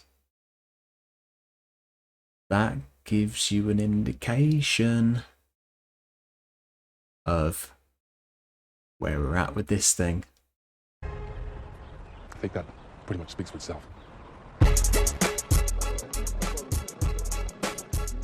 Someone who was willing to be interviewed was President of Oxford University's African and Caribbean Society, Cameron Alexander. Where did you grow up? In Luton. I grew up in Luton, in a state called Tintown. Is that kind of working class area? Or? Yeah, no, very working class, very working class. I mean, have to be like Benji. Cameron is now in his third year at Oxford. He went to a state school in his hometown of Luton before winning a scholarship to a prestigious sixth-form boarding school. He's become quite used to being one of the few black people in a white person's world. So why do you think that some black people are underrepresented here at Oxford? I think it comes down to like a lot of structural factors. I think if you look, the nature of the education that the majority of the black people who might apply or might want to apply are receiving isn't necessarily as good, and it's not necessarily as focused on Oxbridge. I think if you look at what Oxbridge are looking for in their students, it's a lot of things that are more easily accessible within public schools. They're looking for the kids who have been to like talks, kids who have like engaged with magazines or The Economist or different type of things. Some things that are expensive to engage with, you know? Now, if we've got an entirely kind of like monolithic, homogenous professor, you know, then why would they know about the nature of like inner city London or like the nature of estates? They wouldn't have known the half the hurdles. Exactly, they wouldn't have known the hurdles. They might not necessarily be engaging with, you know, what's hard about your path, and maybe they're just not resonating with that. And I think those things do have an impact. It's perhaps understandable that a white, middle-class Oxford professor might fail to fully understand the desires and anxieties of inner-city working-class black kids. But Cameron believes the problem is more fundamental than that. It's not the most damning condemnation ever of Oxford to say, look, Oxford's a racist institution, or Oxford has a cultural preference which is against black people. It's a reality of the situation. You know, it's a reality of the history. Are you suggesting that Oxford is institutionally racist? Yeah. I think that's something that we should really just kind of like, just get with, and accept and understand, and say it's something that, you know, they're working towards, you know, making better. But I think, you know, Britain's institutionally racist. Oxford's institutionally racist. We should engage with it. We should say, look, Oxford carries a bias. Institutionally, it's harder for black people to be here. That's a form of systematic racism. It's an uncomfortable situation, it's an uncomfortable conversation. But we need to embrace that uncomfortable conversation.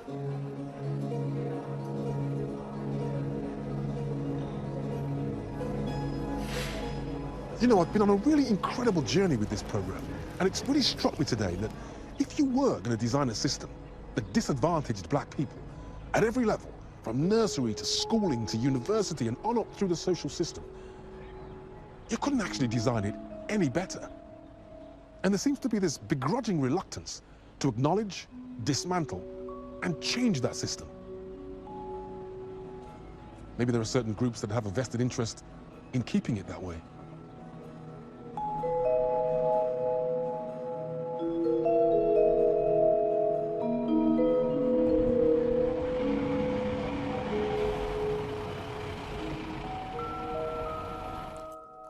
Oh yeah, here we go.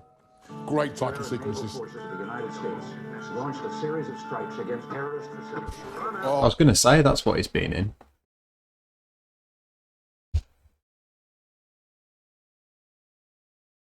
Oh no, Catpig, no worries. I'll permit you to post a link, look. There you go.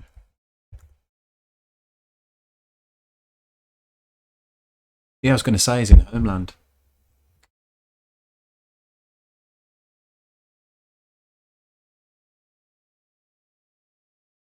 So I might be wrong, but when I look it up, it says 3% of the UK are black and 8% people at uni are black.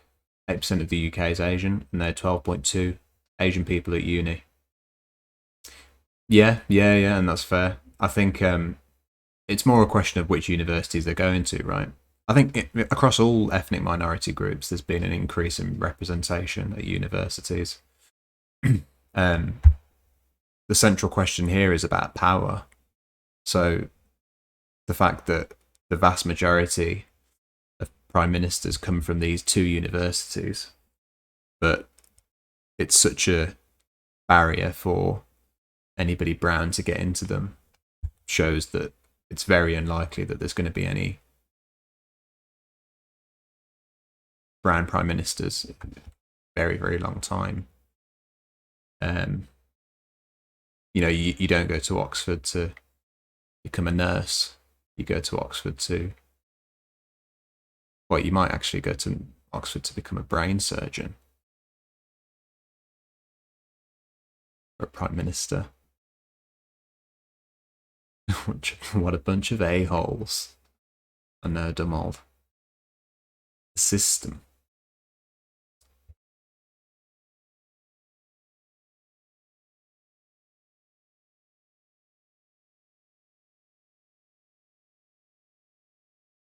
I'm going to argue this may be the case for all unis, but not Oxbridge.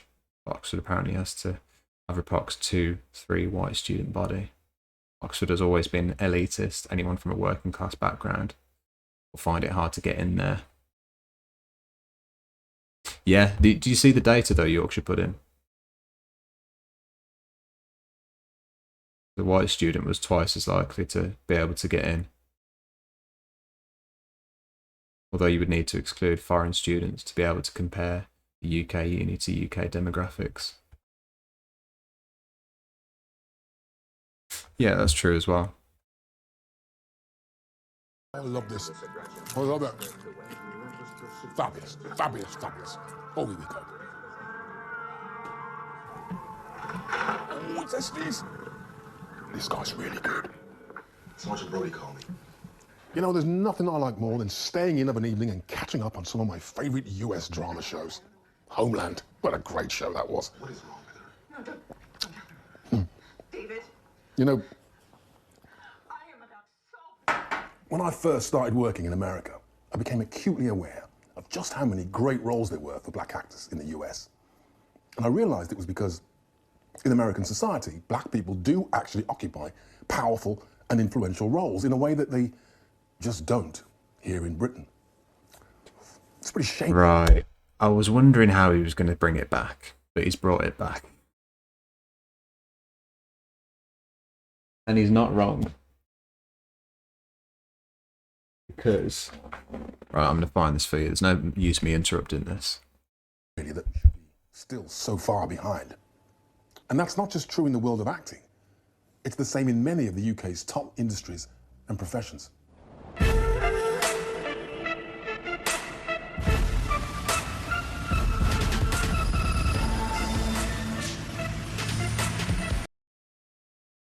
Just going to read you a little relevant thing from Postscript. Here you go, a little free plug for Postscript magazine. In massive. From her home in South London, Samara Linton shares a story about a US Congresswoman, Terry Sewell, the first black woman to serve in the Alabama congressional delegation and a longtime friend of British MP Diane Abbott. Diane Abbott, remember, the first black woman to be elected to Parliament. While researching black women in politics, Terry was surprised to see how far behind the UK was in recognising black people in political spaces, and to learn that America had managed to place black women in high positions of office before Britain, a nation which often prides itself on being more tolerant. We don't like to talk about race and identity in the UK, and I think it's a disadvantage to black women in particular. There you go, just reminded me of that little bit there.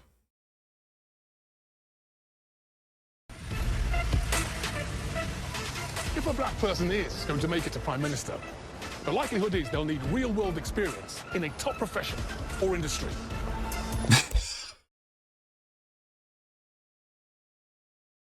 I'm in such a silly mood, but doesn't it look like he's like bothering that woman, like chasing her up the street, asking her those questions? That woman that just happens to be in front of him. Doesn't it look like he's kind of bothering her, going, can I tell you about what's happening? Look. If a black person is going to make it to Prime I'm being really silly now. Minister, But look. the likelihood is they'll need real-world experience in a... He looks like he's telling it. He looks like he's telling it to this person and she's just running away from him. Look. The likelihood is they'll need real-world experience in a top profession or industry.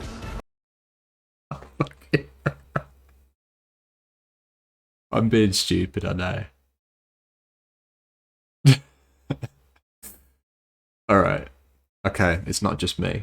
I'm glad. Glad you guys find it funny as well. It's my brain going out of control. Sorry, Catpick. I actually had a place at Cambridge and I didn't get the grades because I preferred to sneak out at night and take, things. You were addicted to playing Scrabble, weren't you? You couldn't get your head out of the crossword puzzles. I know exactly what you're talking about. The likelihood is they'll need real-world experience. Right, I want one more. If a black person is going to make it to Prime Minister, the likelihood is they'll need real-world experience in a top profession or industry. So just how many black people are working at the top of our key professions and institutions? Ooh, that's a key question. Turns out further maths is tough on 0 to 3 hours sleep a night. Yeah. Imagine. Environment has a lot to do with how we do in life, be it friends or family, or your local school. True. Right. So let's have that key question again. Black people are working at the top profession or industry. So just how many black people are working at the top of our key professions and institutions? How about the judiciary? The people who implement the law. Out of 161 High Court judges, Supreme Court judges, Lords Justices of Appeal, and heads of division, how many of them are black? 0. 0. How about those who lead our armed forces? The people who protect us and under whom our troops serve? Out of 133 generals, admirals, and marshals, how many of them are black? 0. And how about the media? The people who feed us all the news and influence the way we think. How many top national newspaper editors, broadsheet or tabloid, are black? You're getting the picture now, aren't you? Many people in modern politics come from top jobs in the media or journalism.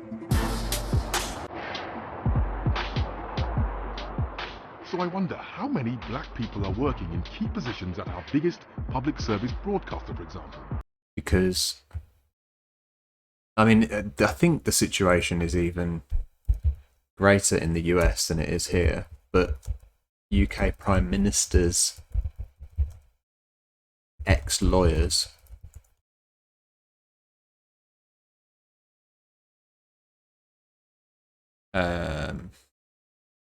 UK Prime Ministers who were lawyers.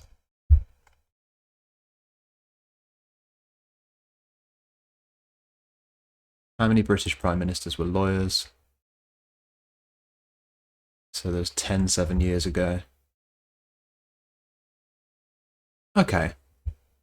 That's not as many as I thought. That's roughly 1 in 6 British Prime Ministers have been lawyers. Still quite a lot. It is crazy, isn't it, Yorkshire pudding? Although you can't directly compare US and UK on minority representation, because there's a lot more minorities in the US. In some areas, the minorities are the majority, but still called minority. Yeah. So you need to take into account the different demographics. Yeah, oh yeah. Yeah, for sure. I think I want to know that now. I think there's more US presidents who were lawyers than that.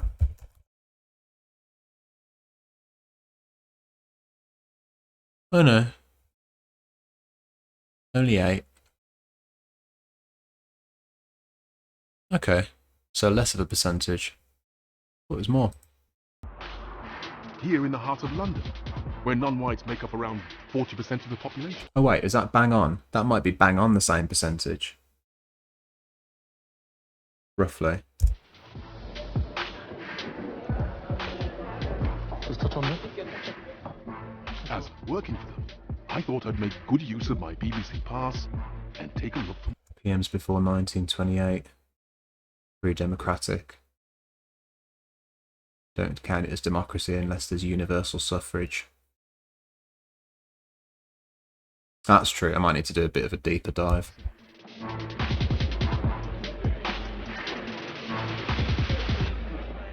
This is the BBC newsroom, the hub, the pumping heart of the BBC's rolling 24-hour news operation. It is here where all of the key decisions are made about the editorial and creative content that we see on our BBC News programmes every day, and through whose eyes those stories are told.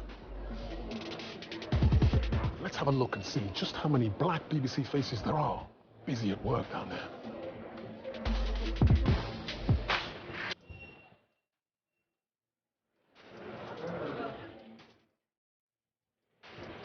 Very, very, very white. Mainly white faces. Very, very, very white. It's a sea of white faces. An ocean of white faces. There's a black face just there. There's another one. 2. 2 black faces.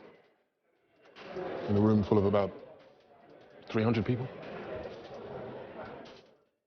It's hideously white, as the former Director General said a number of years ago. Obviously, not much has changed.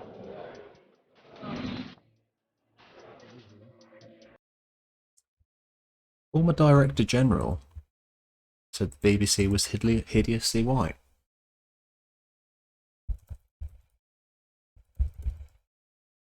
I wonder what context he said that is. That in?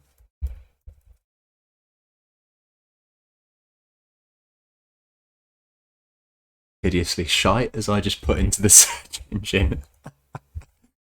And I didn't even mean to. Greg Dyke, who is white, Director General of the BBC, has condemned the corporation as hideously white and said its race relations are as bad as those in some police forces. It was 20 years ago. In a radio interview to be broadcast tonight that echoes criticism of the institutional racism in the police. In the Met Police, Dyke reveals that the management of the BBC is almost entirely white and that the organisation has failed to tackle the problem.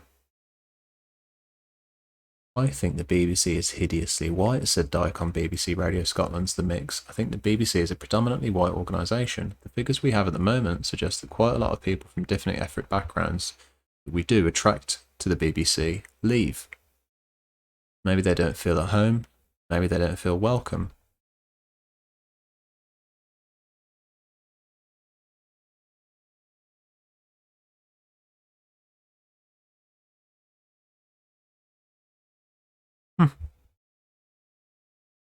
Oh, fucking hell, I've just accidentally skipped a massive part of that.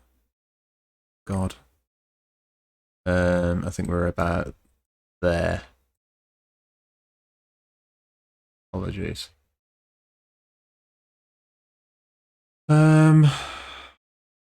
Spitfire.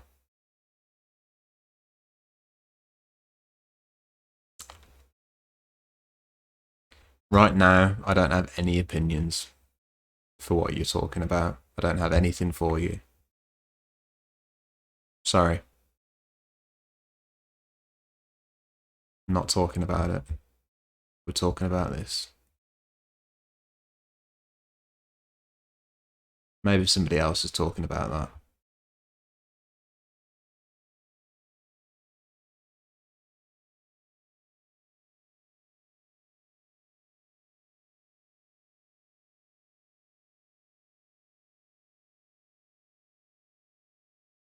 At 1 in 6, 8 out of 46 US presidents. Is that how it works out, Alex? 1 in 6. Also an interesting statistic, Conservative PMs who lack penis to Labour leaders who lack penis. Yeah. Very true. In Labour circles, we often talk about who should be the next leader purely on the basis of gender, and I don't think that's wrong at all. I think I'm very interested in seeing a female Labour leader.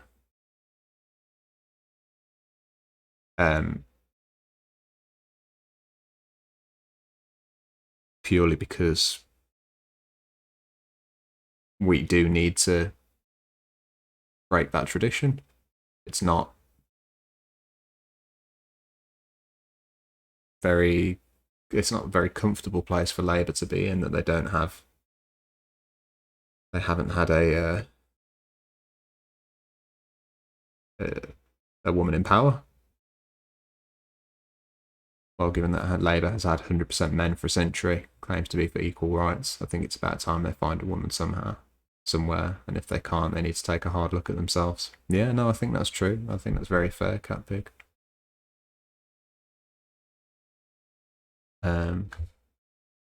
May, yeah. Yorkshire pudding, yeah.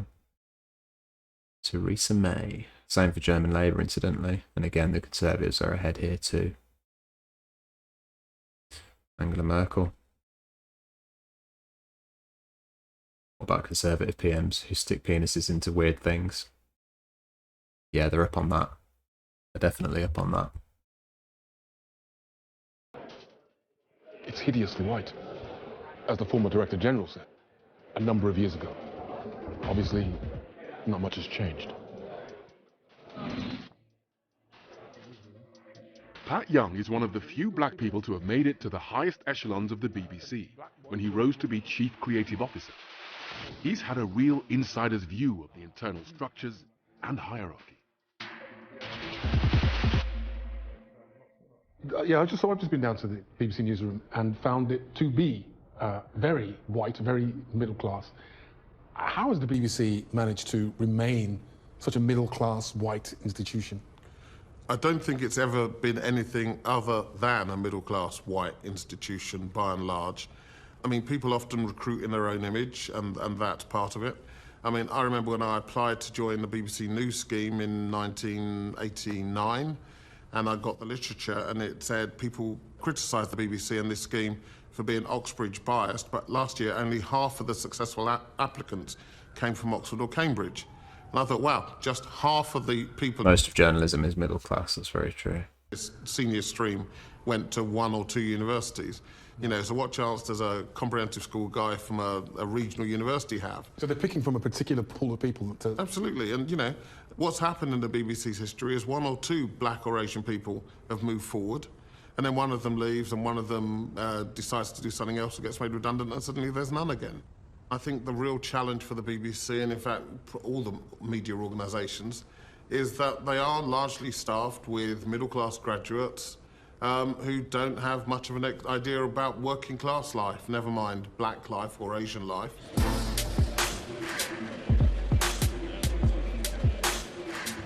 The BBC announced its new diversity strategy earlier this year. which aims to help black and ethnic minority staff get to those top jobs. It includes a new leadership development program, an assistant commissioner's training scheme, and more interns. Tunde Ogunbesi is the BBC's head of diversity, and he recognises the BBC still has some way to go. We would like to have a more representative newsroom, yes. I'm not going to look around and have a look, but what I can say, again, is that this new strategy that we've got in place is aimed at helping the BBC reflect and represent the United Kingdom in its workforce. That's what this new strategy is all about. So yes, there are things that we haven't got to where we want to be yet. That's why we've put a strategy in place. We can do better, and we will do better.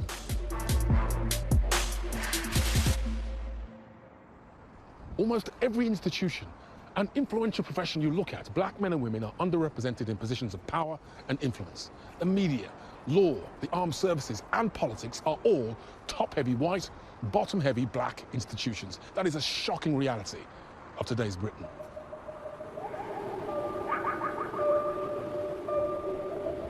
Ooh. 70% of the UK higher judiciary come from Oxbridge, and 100% of the English higher judiciary come from London. Based in London. Fucking hell.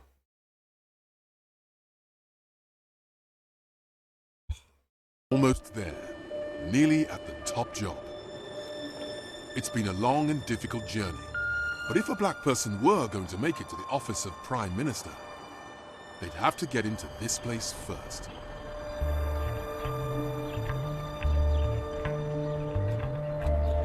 Who are they gonna have? Ooh, there's a familiar face. Former Health Secretary Jeremy Hunt, who was around that time gutting the nation's hospitals.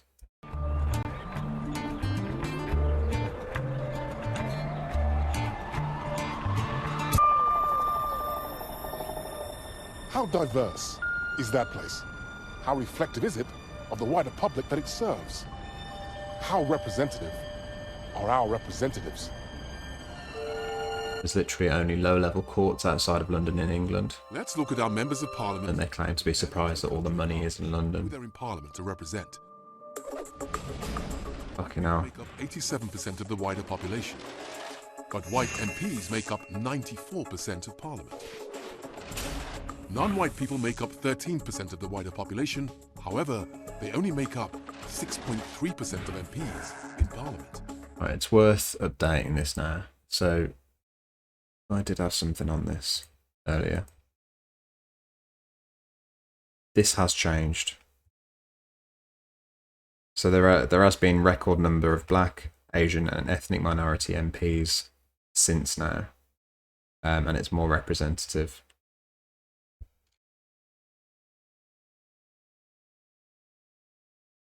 So just after this 2017 general election saw 10 new MPs from non-white backgrounds elected, taking the total in the Commons from 41 to 51. So still only 1 in 13 MPs, but the most diverse parliament in history then. And while people of black African or Caribbean heritage make up 4% of the wider population, they only make up 2% of the MPs in parliament. Out of a total of 650 MPs, just 13 are black or mixed race black.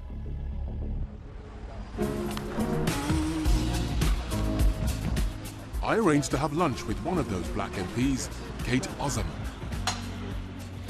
a working class, state-educated black woman.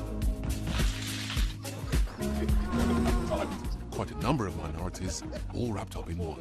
I'm looking like forward spicy to food? I love spicy food. Well, you like this. I'm looking forward to that. Oh, wonderful. Thank you. Oh, wow. Oh, gosh. You've got to make sure you dip it in a bit of the... If someone like Kate can make it into Parliament and into the shadow cabinet, then the chances of a black person one day making that looks good. a very top job must be improving.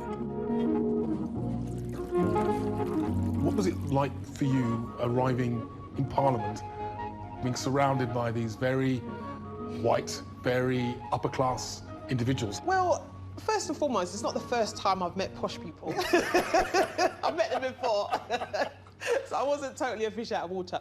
But, you know, in all seriousness, there are loads of protocols that you have to adhere to, you've got to learn, which I was never taught.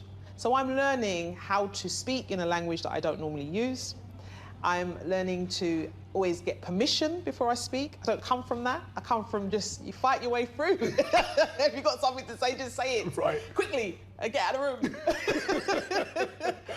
room. But no, in all seriousness, I think that's one of the biggest issues, is that if you're not confident, if you don't think someone wants to hear your voice, then you're not going to ask. You're going to sit back and you're going to be intimidated. Whereas I'm the opposite.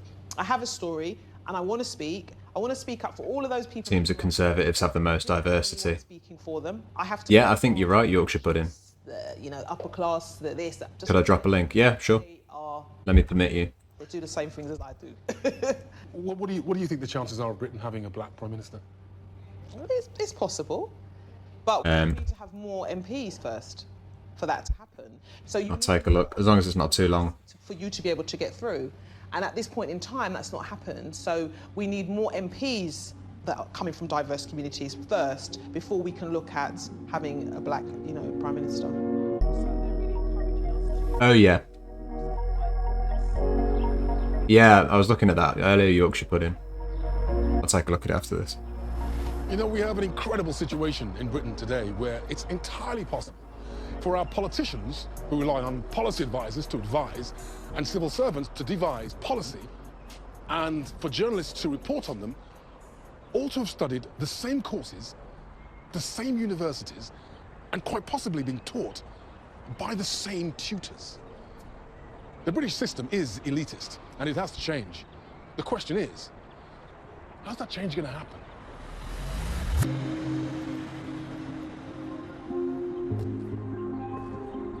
I dipped my own toe into political waters last year when I agreed to front a TV advert designed to encourage black people to vote. It didn't pull its punches. If you're black or Asian and you're not registered to vote, you're actually taking the colour out of Britain. And quite frankly, that looks ridiculous. Now, I know you don't feel represented by politicians. The thing is, if you're not registered, then they won't ever listen. It's a chicken and egg. The advert was for campaign group Operation Black Vote. It's led by former Race Equalities and Human Rights Commissioner Simon Woolley. Hey, mate. What's up, dude? Good to see you, man. You too, how are you? Yeah, really good. Really good. Along with encouraging black people to use their vote, Operation... I did that for the first time.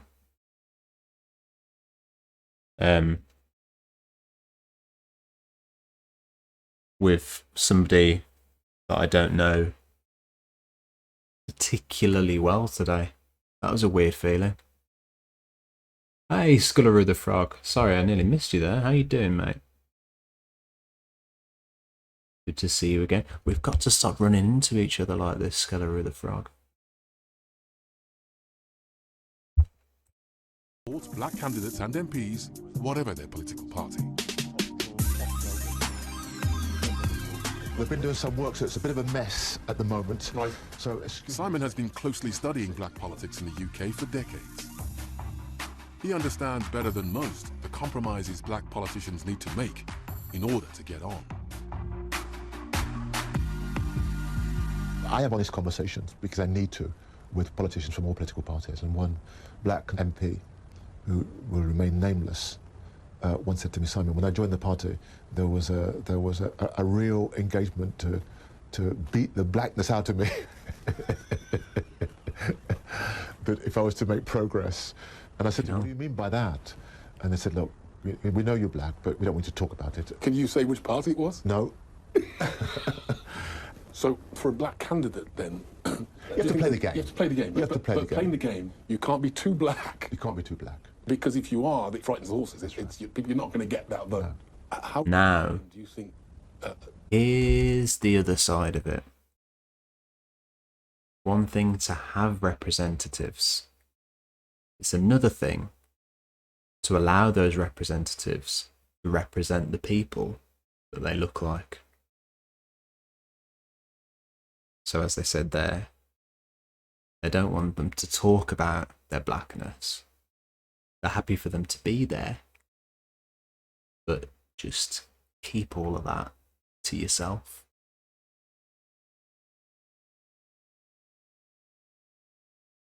Are you doing good? You slept well last night? I'm good to hear that, mate. Good to hear that. I didn't do that well last night. I woke up at about... Went to bed at about 11, which is good. Then I woke up at about 4 and couldn't get to bed. Couldn't get to sleep again until about 6. Which is pretty rough.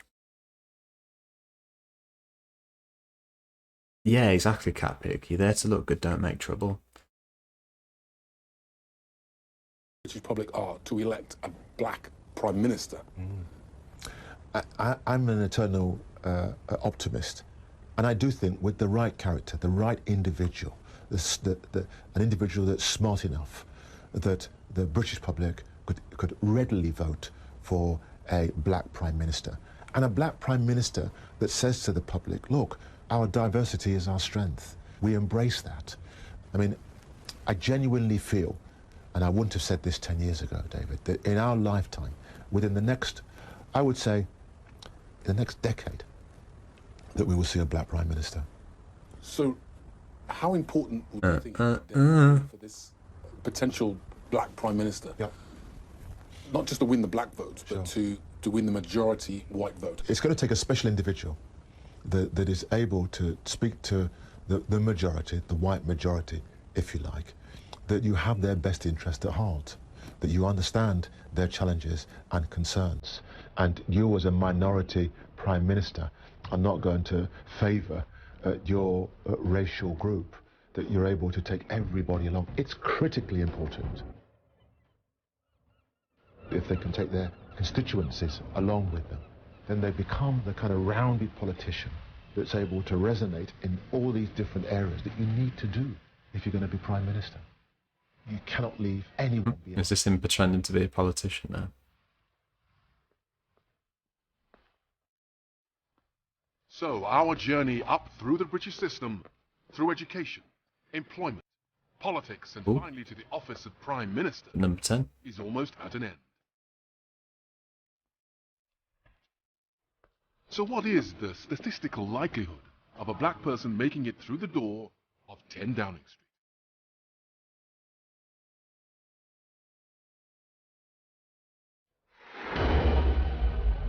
Alright.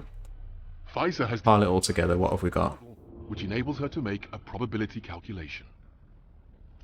Okay, David, the calculation is complete. The chances of a black child born today making it up through the British system and to number 10 Downing Street as Prime Minister is just 1 in 17 million. 17 million? That compares to 1 in 1.4 million for their white counterparts. So a black person is 12 times less likely to make it to number 10 Downing Street as Prime Minister than their white counterparts.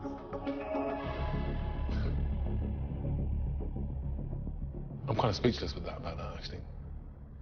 12 times less likely. Wow. So what were we saying earlier on about having to work twice as hard? Maybe it's having to work 12 times as hard.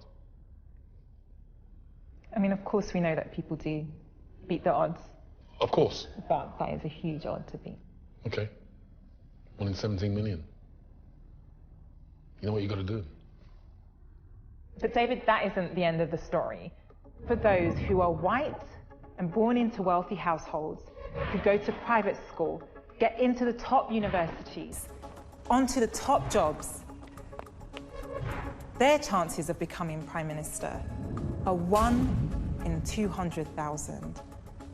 Hugely small numbers. In fact, they are 90 times more likely to make it to Prime Minister than a black person. Huge difference. Huge difference. I mean, incredible numbers. Really fundamentally staggering numbers. So what this has clearly demonstrated to me is that the system is structured in such an elitist way that it favours wealth, privilege, over others. particularly people of colour. If you're a state school educated black kid, even if you cross all those hurdles that we've already talked about, the system still inherently is going to disadvantage you. Yeah. You would think that they have the more fundamental understanding of the difficulties of life, as opposed to somebody who's really been fed privilege all his life. What does he really understand about life? What does he really know about the struggles of life? How is he then able to walk into number 10 and tell us how to live our lives? It's quite staggering, really.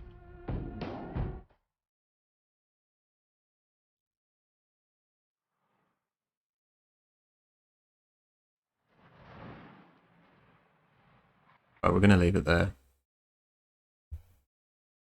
So, hell of a lot to think about.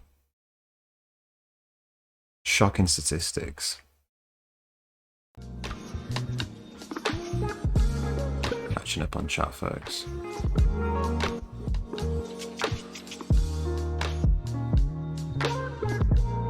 Fair, it's a very, very, very small first step. Better than not having anyone who looks different at all, barely. Back to the BBC part, yeah. Very rich people. Still don't quite understand how it's a good idea to segregate children by parental income, i.e. the UK system of fee-paying schools. No, it's not a good idea at all.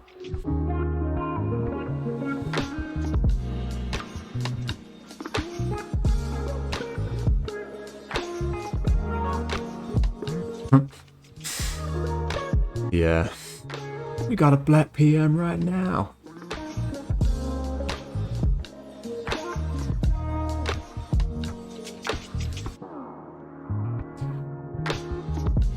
I mean, you can't have this conversation without talking about Obama at some point, can you? It's unavoidable.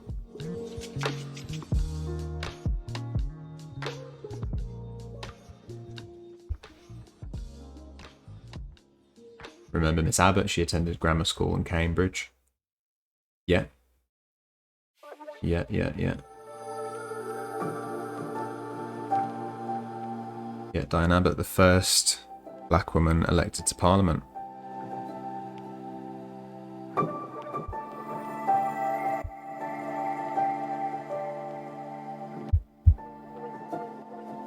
What's also interesting is the number of millionaires in various political jobs. Oh, yes. Absolutely.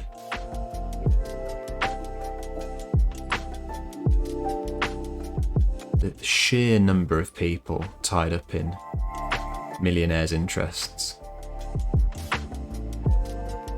I mean, the Conservative Party is fundamentally in cahoots with property empires in the UK. Lobbied for. I mean, you've never seen a more corrupt government than we've had right now.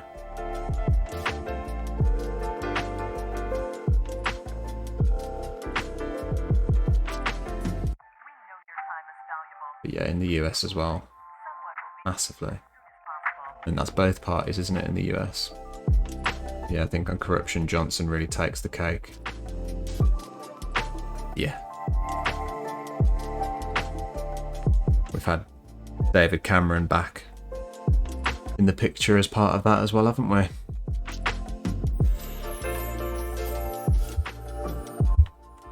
Right. I am going to leave you with a bit of candy, folks, while I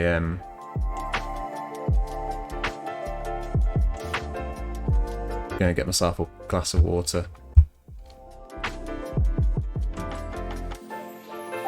Let's have Priti Patel. There you go. A bit more Priti Patel. It's getting late for me. I know Warriors Yorkshire pudding. Good to see you, mate. You take care.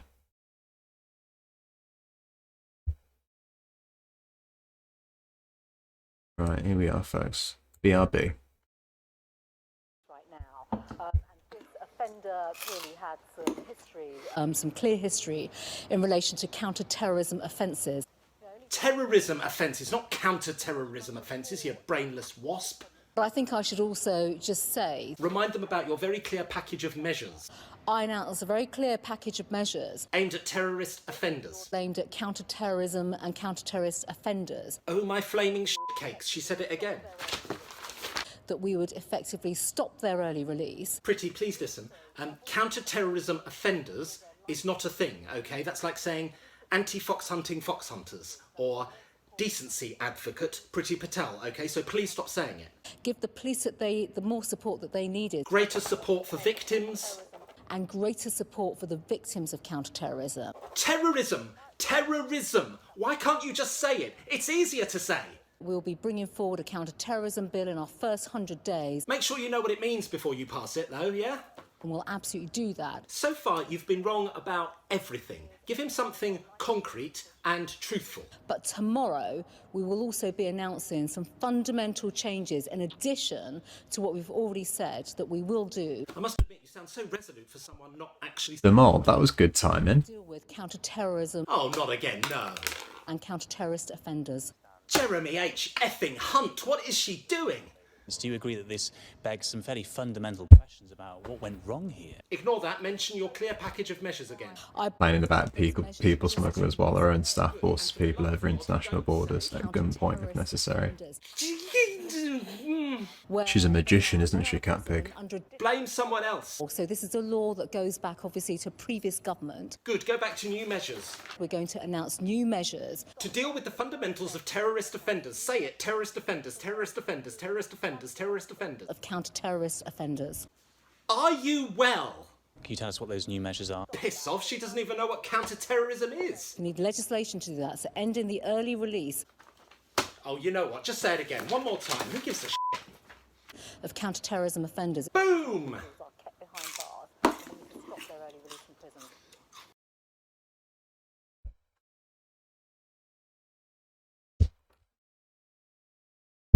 Love it. Absolutely love it. Ah, let's have a bit more. I can announce further steps to expand testing capacity. We're working with several groups to determine if self-swab. Thank you, Tamal. Swab, a much easier process than the current process that's not very nice to do.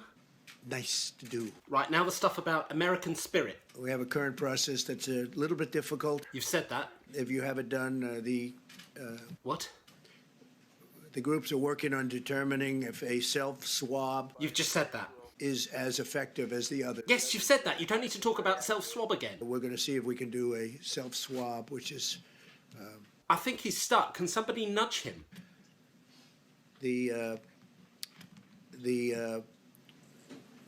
Nudge him! Someone! Pence! Don't just stand there like a dead-eyed airline pilot. Nudge him! Free up a lot. Let me just say, the self-swab is what it is. It's a self-swab. You do it yourself. You're kidding. Really? I mean, I had you down as a useless picnic basket full of mints, but you're clearly on the ball here. Self-swab, you do it yourself.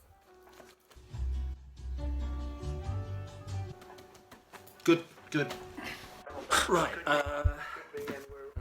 Playing with a lot of numbers, a lot of very big numbers, and a lot of very small numbers, frankly. What does that even mean? Shut up. We want to take care. We have to help everybody. This was nobody's fault. It was nobody's fault.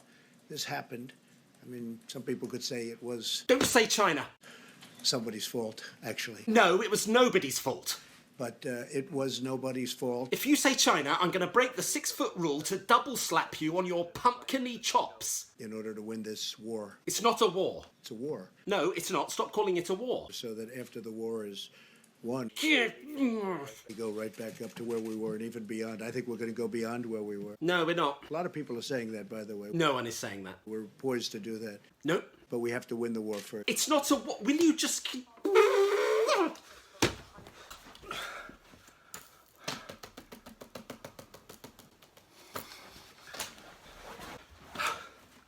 Right, Go back. He's not finished. I'm not ready. Nearly 200 dead, 14,000 who are sick. Okay, this is critical. You've got to send out a positive message. You've got to say, My fellow Americans, I understand you're scared. Oh, I love Frankie Ball, Cat Pig. Who you can trust and who is doing everything he can. I've never watched him on a stream Who are watching you right now. purposefully, but I fucking love Frankie Ball. I've seen him live. I say that you're a terrible reporter. That's what I say. The same with NBC and Comcast. I don't call it Comcast. I call it Concast. Yes, that's what Americans need right now. Forget reassurance and free healthcare. What they really want is your shitty puns during a global pandemic, you absolute nappy. If you get it, if you happen to get it. No, don't try to answer questions about immunology. Get the immunologist to answer. It is highly unlikely. It's looking like it's getting to a number that's much smaller than people originally thought. There are no small numbers in this anymore, you burbling maniac. Only great, big, devastating ones, with lots of f***ing commas in them. Ask the immunologist. He's standing there right behind you, looking like a sad mouse. In terms of the ultimate... In terms of what? The ultimate what? The ultimate problem, which would be death. And we're done. Okay, signing off, everyone. I'm going now. Yeah, no, he just said death is the ultimate problem, so there's nothing more I can do for him today. Yeah, okay, bye-bye, yeah. Yeah, see you tomorrow for more of this never-ending nightmare. Yeah, okay, bye-bye.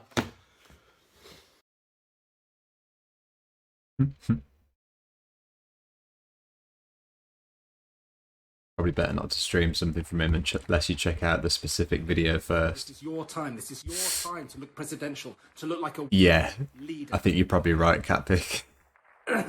Fake. Hey, Entrama, how you doing? You alright?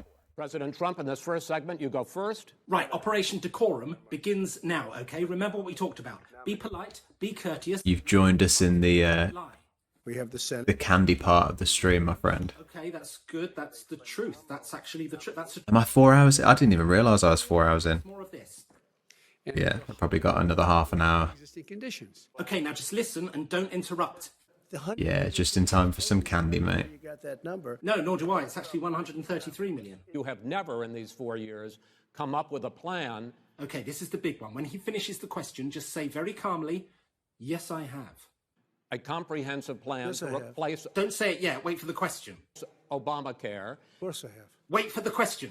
Well, I'll I give got you an rid of the opportunity. individual When I finish, I'm mandate. going to give you an Excuse me. opportunity. Wait for the question. Stop talking. It was the worst I part of didn't ask, Obamacare. sir. Please introduce your top lip to your bottom lip. Let me ask my question. Well, I'll ask Joe. No, don't ask Joe anything, you noisy old melon. That's what the moderator's for. The individual mandate was the most unpopular aspect of Obamacare. I got rid of it. I'd like and you we to- will protect Mr. people President, with I'm the pre-existing moderator of this conditions. debate, and I would like you to let me ask my question, and then you can answer. Go ahead. Oh, great. 2 minutes in and Chris Wallace is already talking to you like a dentist talking to a 4-year-old with toothache. Stay quiet and maybe he'll give you a lollipop. The second subject is COVID-19. Have you been preparing to get owned at Wikigame? By my Certainly have. Dr. Fauci said. We're going to do it. President Trump. Are you ready? That's the question. Yes, Anthony, I told him. Yes, I told him not to mention you. But you're his go-to guy for unsubstantiated... Bet you've been practicing for hours, I mean. It's not my fault. If you'd have spoken up during those daily press briefings instead of standing next to him... Once I'm set up next week, mouse, then... I look forward to it, mate. Hello? Be fun. Got a few streams planned out. Nice. No, I think Nice. You'll have to let me know. What are you doing? I mean, I have a mask. Well up for that. That's not a mask, that's a McDonald's napkin. Put it away before a chicken nugget falls out. Also, 11 out of 12 Scott UK judges attended Oxbridge. 11 of 12 are over 60 years old. Be specific. In 2017. Millions of dollars. Yeah, so it's not just an educational elite thing, it's an age thing then, isn't it? 11 out of 12 attended Oxbridge. And what does it say what the other one attended out of interest? I don't know what the other... What's the elitist Scottish school? I don't really know. In the Manchester. Okay, I didn't see that come in. Fair enough. deceitfully vague sense of the word. It was the tax laws. I don't want to pay tax. What? Take that back. Yes, you do, you big meringue. I'm going to eliminate the Trump tax cuts. Ask him why he didn't do it over the last 25 years. But why didn't you do it over the last 25 years? Because you weren't president screwing things up. Oh, that's a fair point, yeah. Are you willing tonight to condemn white supremacists? Yes. I would say almost everything I see is from the left wing. Just say yes. I'm willing to do anything. I want to see peace. Say yes then. Say you condemn white supremacy. Then do it, sir. Say it. Do it. Say it. Say it. Say it. Do you want to call them? What do you want to call them? Give me a name. White supremacy fascists, actual fascists. Please say fascism is bad. Proud Boys, stand back and stand by. But I'll tell you what. Stand by. Somebody's got to do something about Antifa and the left. No. You know what? When you hear it again, it is like there was no vagueness about it, was there?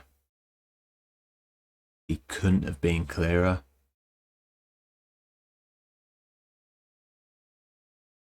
Stand back and stand by. And yeah, just completely dodges the opportunity to condemn white supremacy. Deliberately, so deliberately. Fuck me. Are we over this particular period of history? Don't know. Weak little shit. Yeah. Yeah, too right. Very cringe. Very, very cringe. Very 1930s feel. Yeah.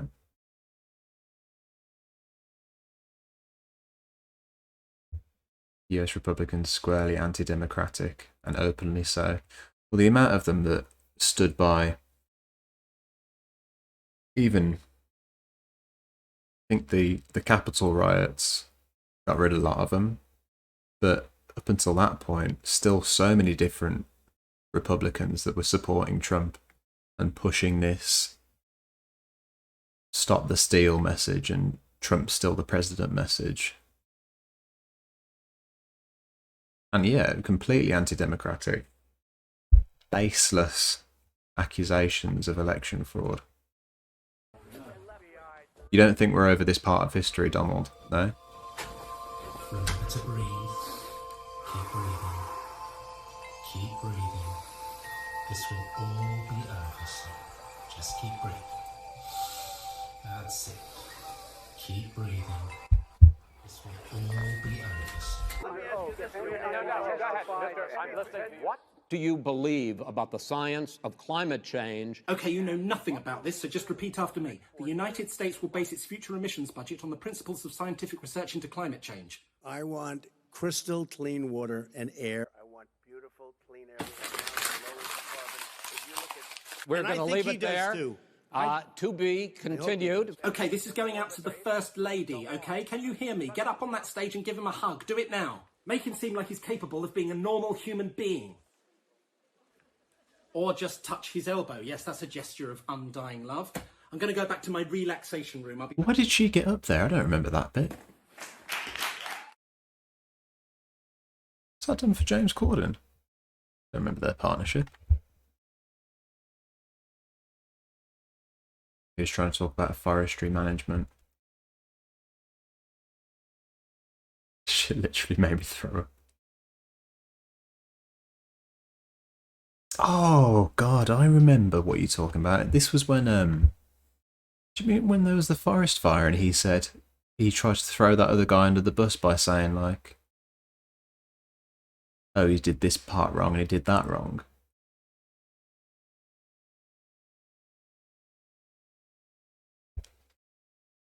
Making laws that allow state legislatures to override election rules. Yeah. Trumpism is only just starting. The US got lucky in that Trump doesn't seem to actually want power, just prestige and money. Much like Johnson. Yeah, I hope you're right. It's quite sad, isn't it, when you have to rely on Trump's laziness. But next up is someone like Orban, who isn't a brain-dead toff. Just clean up the brush, sweep the forests. Yeah, I remember that. Said they need to just rake the forest like the Finns do, or something to that effect. Yeah. Wasn't it like a press op? I'm sure.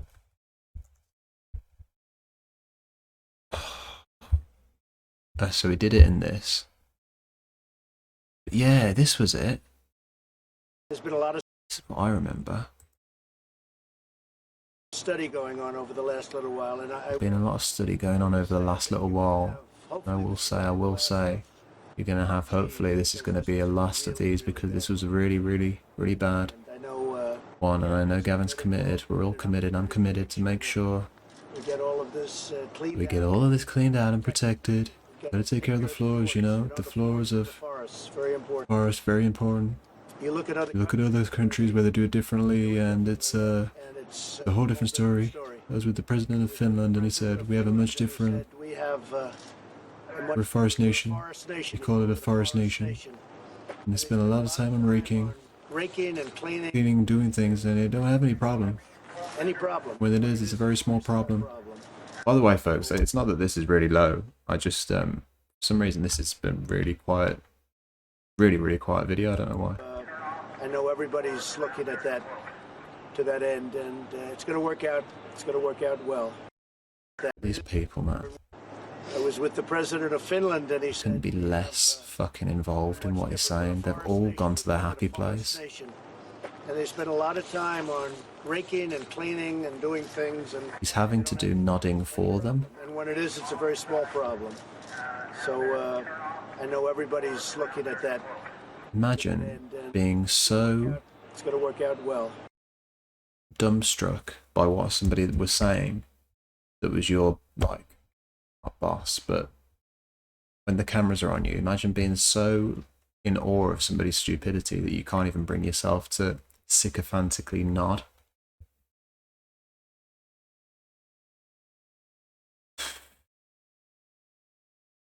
Oh, this is good, isn't it? Apparently. I haven't seen it yet.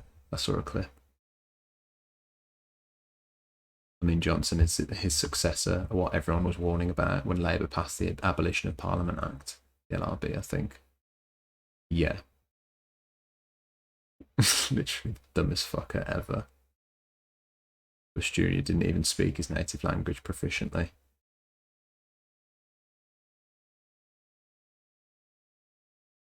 Now, we got a saying in Texas. Fool me once, shame on me. You fool, can't get fooled again.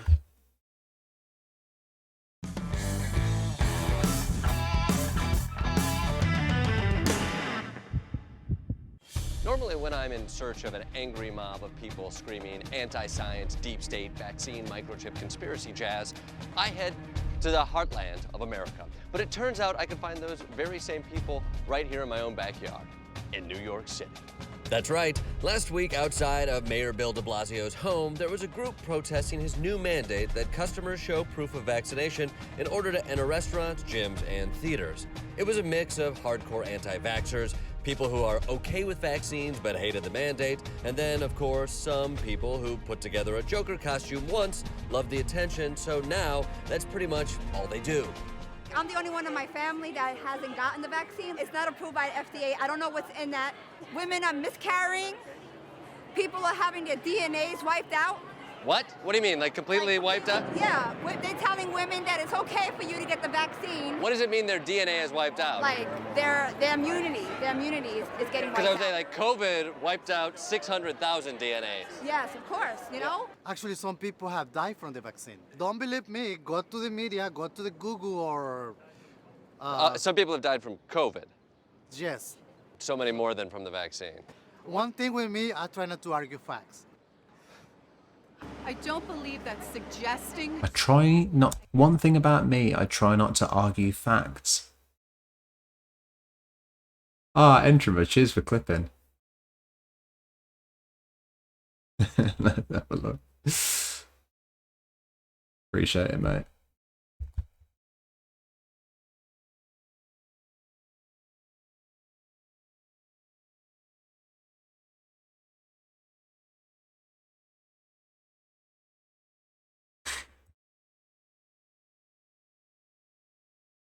We got a saying in Texas. Fool me once. Shame on me. You fool. Fool, can't get fooled again. We gotta say it. Was that even close?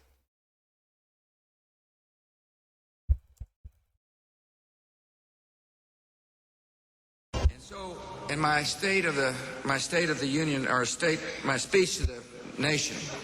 I didn't do this bit. I know the human being and fish can coexist peacefully. Wait, where is it? The military, which is the toughest job in America. Question asked. GYNs aren't able to in Tennessee. I know it's in Texas, probably in Tennessee. This is it. See, I don't think you can be. There's an old saying in Tennessee. I know it's in Texas, probably in Tennessee, that says, "Fool me once, shame on you." If fool me, we can't get fooled again. No, I forgot. I forgot the earnestness of it. Oh, hang on, what have we got?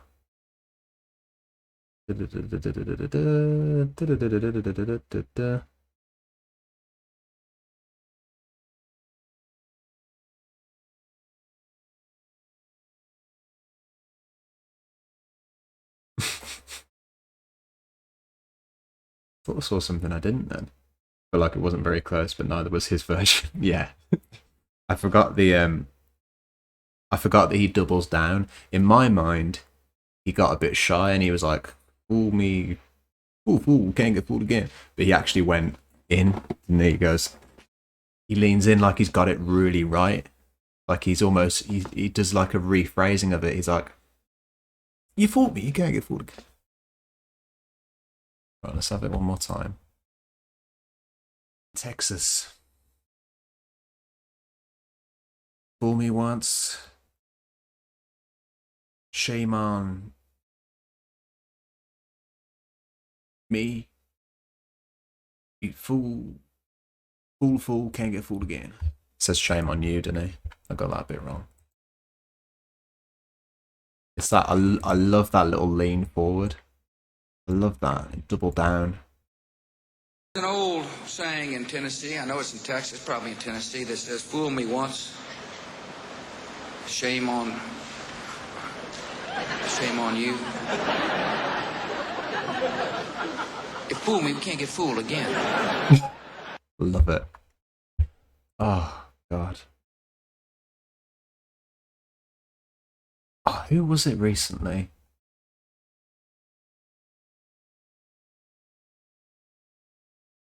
Who was it recently, though, that was talking about the danger of, like,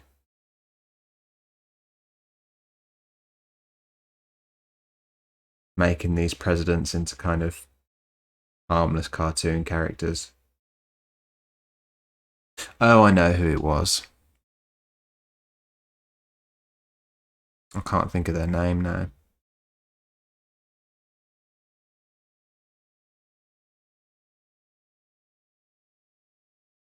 How you doing, Slippery?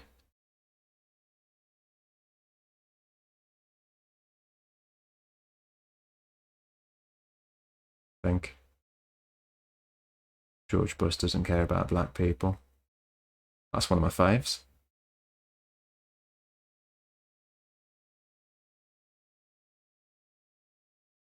Like how Trump's granddad was expelled from Germany on threat of deportation for draft dodging. Trump once said his dad is from the EU, but it was actually his granddad, and the EU didn't exist until many days later. He made a big deal out of his roots.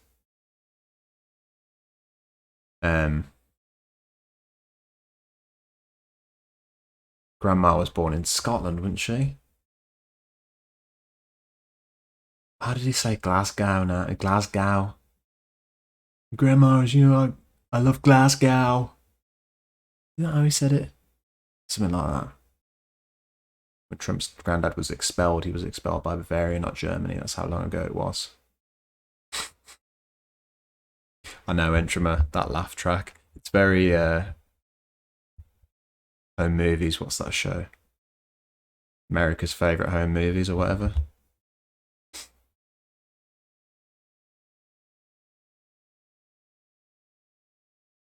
make fun of them to some degree, but don't forget they're pretty much all war criminals. Yeah, it was like, you know who it is? Somebody will know who it was. It's the guy who's got like messy hair. He's called Dan. No, he's called Cody. Cody Johnson, that's who it was.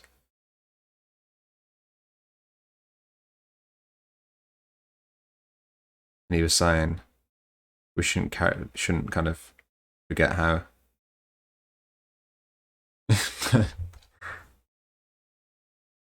not Dan Cody Johnston. Cody Johnston. Yeah, he's the real one. Do you know, I've told you about this, Entrama. I've told you who the real ones are. Can't remember if I told you this.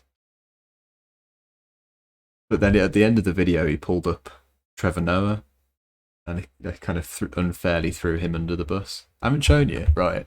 There's two. So if you Google Dan Cody, so I never come up for this. So the main Dan Codys in history have been the Great Gatsby's mentor, right? Dan Cody. So he's the one that taught him how to be like a chauvinistic arsehole. He's the one that, like, I think they toured around the world or something. And then there's this guy, NFL player. Rushing game as down he goes at the 25. You know, Jerry get something going to prove to the nation that they're not a goose egg team, but not as long as they have players like that last one, going with 5 sacks on 3rd and 15. There's the conservative play call. They're not saying his name. Smith in trouble again, and he is sacked on the play. Dan Cody and crew. Okay, maybe I should get that as a little. Should I get that? I know what I'm gonna do. That's a raid alert, isn't it? Listen. Oh no, but that doesn't make any sense because I can't tell other people what to put as their raid alerts. But if I could, I would make everybody use this as a raid alert. You ready? 21.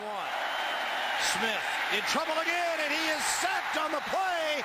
Dan Cody and crew. How fucking cool would that be? Dan Cody and crew. Is there anything I could use for an alert? Oklahoma State. And nailed from behind, the ball loose. Tatum Bell trying to scoop it up. Oklahoma's got it. 2nd and 10. You could try edit the video to put an arrow labeled Dan Cody on him. That'd be quite funny. I could do it as an intro video, couldn't I?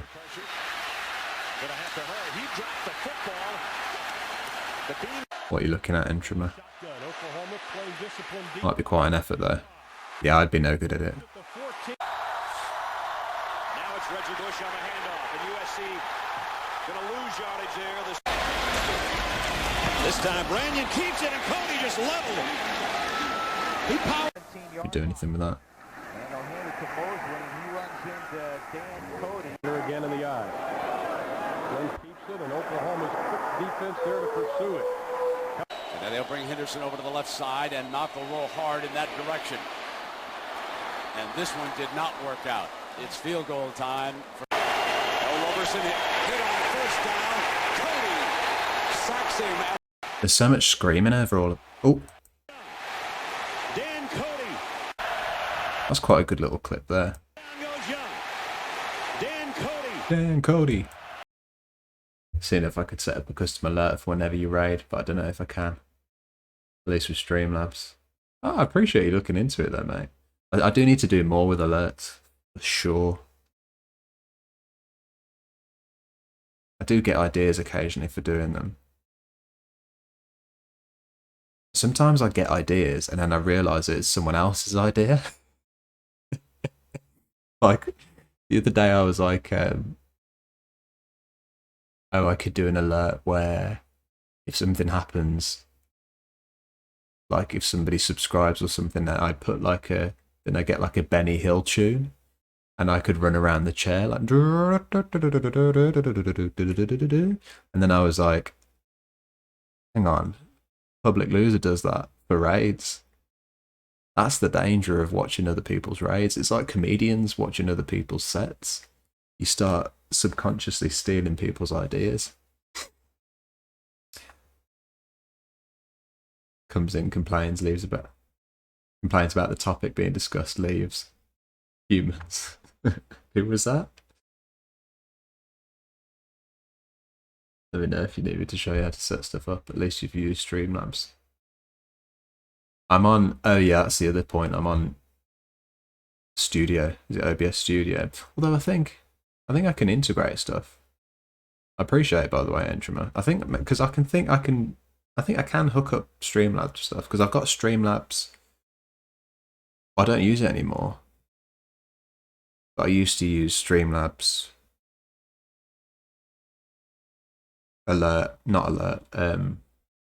goals, and my alerts are still Streamlabs. So yeah. I've got like a cross setup, got a hybrid setup.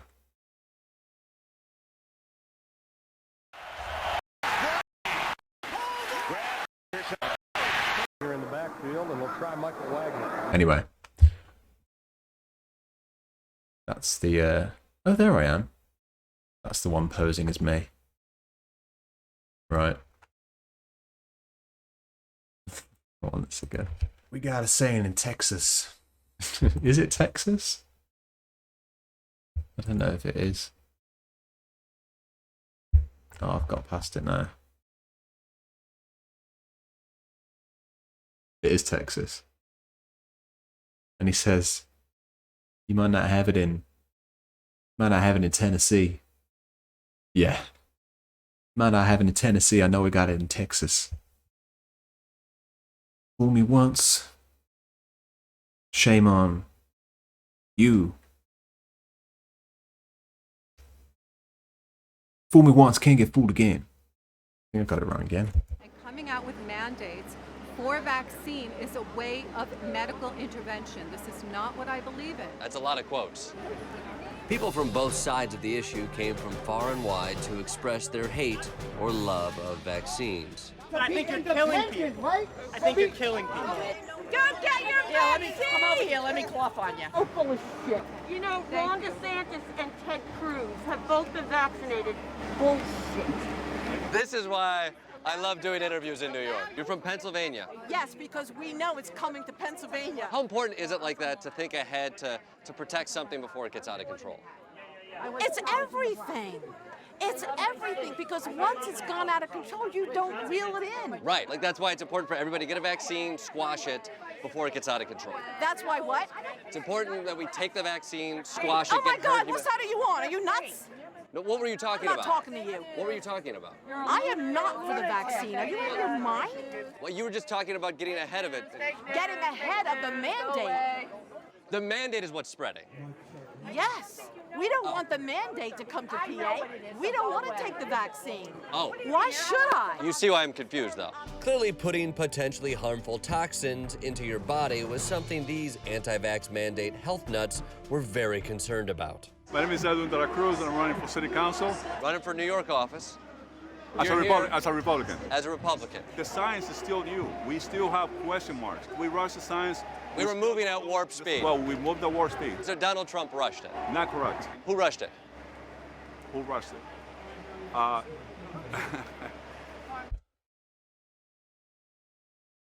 Didn't rush it. Didn't rush it. If you have two people in a room working on something, it takes infinitely longer than if you have 2,000 people in a room working on something. But this is something that nobody can get their head around. And I get why. Something happens quicker than you thought it would. You might be a bit suspicious, but it's because it's literally the greatest healthcare crisis that mankind has faced in the last fucking 200 years. So yeah, we put in a bit more effort into this. Not about fucking sides, exactly. Of course, it's going to be quick if rich countries are affected. Not like Ebola and malaria and TB. Everything got put into this. But, like the greatest conspiracies, right, they always have a grain of truth. And yeah, it happened faster than we thought it would. So they use that to argue that it's not trustworthy. Because people can't get their head around the fact that it needed to be that fast. And of course it was going to be that fast. Because everybody literally downed tools to get a vaccine going.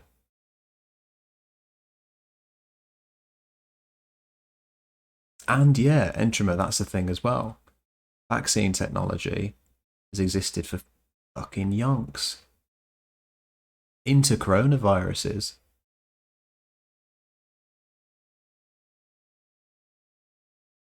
Yeah, all the money.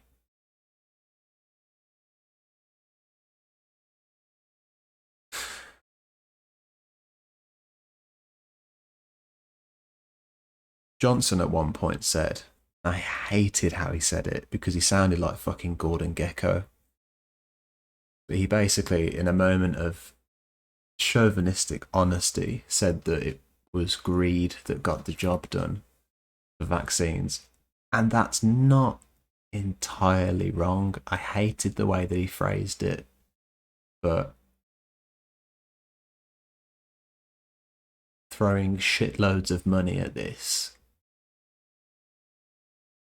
did help it get done quicker.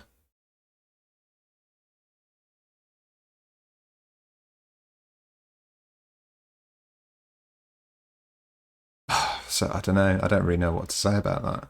But it's, you know, it's just one of those things, I suppose. Incomplete, but greed helped. Yeah. That's the thing. Monetary incentive.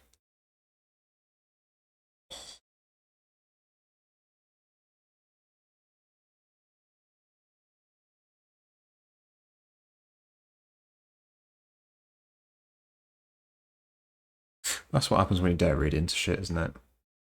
I can see at a glance how I could think to myself, yeah, that's happened really quick. I wonder if somebody's rushed it. You think that, don't you? Some people think that. But as soon as you realise, oh, there's so many incentives, just like you say, Entrama, there's so many things pushing this forward.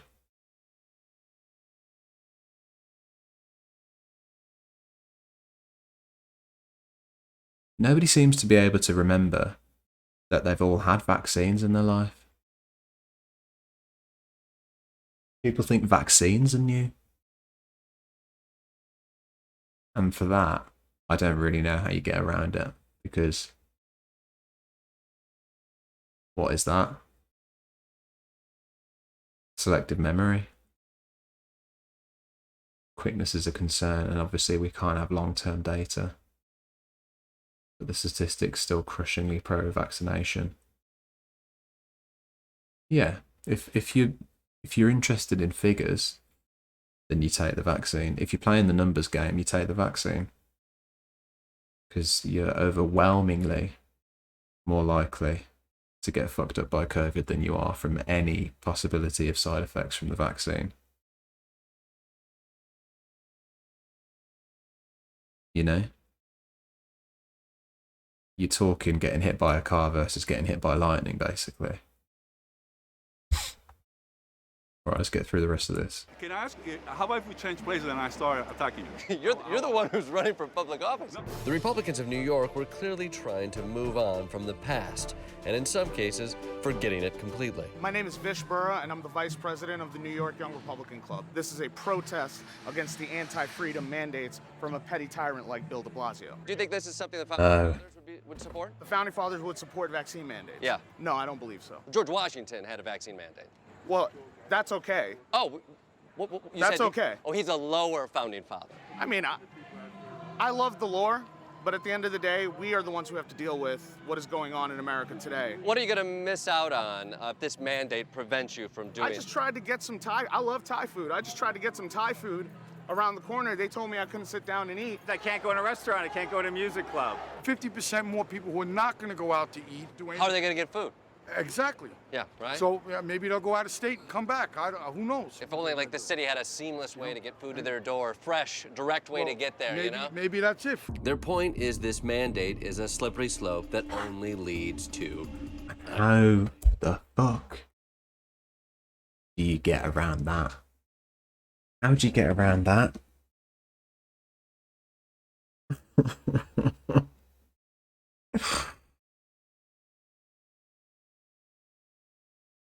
I can't go out to a music venue.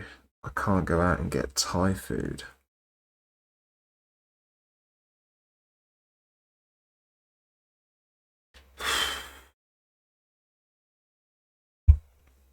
Anglerchain, how you doing? See you, mate.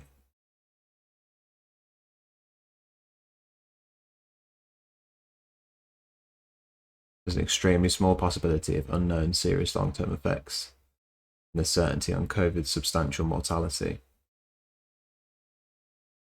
Yeah, exactly. Oh, God. Sorry, my legs just gone really numb. So you can either take a certainty of high risk, or you take that out by accepting a small or tiny or microscopic possibility of a smaller risk. Seems like an easy choice to me. It's an easy choice to me as well. Like I say, if you're playing the numbers game, you get the vaccine. If your real interest is going after the statistical option that's statistically going to make you more likely to survive, then you take the vaccine. Under every circumstance, unless you can't. Right? But you're almost never debating that person. I had a heart attack, they stuck a camera in my heart. There's a risk to that, but the risk of not doing it is much higher. Yeah. Thai food equals spicy. Fucking love Thai food. Absolutely love Thai food. You think Thai food is spicy? Wait until you try mayo. So many don't get it. It's 1937, and never again is now. Do not comply to showing your papers. This isn't Nazi Germany. Maybe you can help me out. I'm seeing signs that say vaccine mandates are fascism, and also signs that say vaccine mandates are communism. Which one is it? It's both. It's both. Those are diametrically opposed ideologies. I don't think it's communism. I think it's more like a dictatorship. Like we're living in like a Nazi Germany, and the only thing that's missing is the camps and the gas. That's what's happening right now? Yes. Because you can't go to a concert? I can't go to a concert. I can't go to a gym. Do you think that's what it was like in Nazi Germany? People were bitching about not going to a gym? Regardless of our differences, this was still New York. A melting pot crammed onto an island, then pushed into a subway car with a rat eating pizza. You're not left or right. You're a New Yorker, and we're in this together. I mean, I've heard the we live in a society line a million times, and we're over it. The we the people thing holds no sway for you. No, we the people is... Who are the people of the we the people that you are willing to support? It's definitely not the illegal immigrants that are bringing COVID over our border right now, that's for sure. I do not believe that vaccine mandates are constitutionally supported. Which is a bummer because the Supreme Court has upheld it many times. It's not my court. All right, well, enjoy. I hope you don't get sick. Good luck to everyone out there, and may you get the Patsy you, our founding fathers, said you deserve to eat. Inside, during a global pandemic. The freedom to get sick and die. Freedom to get sick and die. Hey, public loser, how you doing? So you caught me in a moment of contemplation there.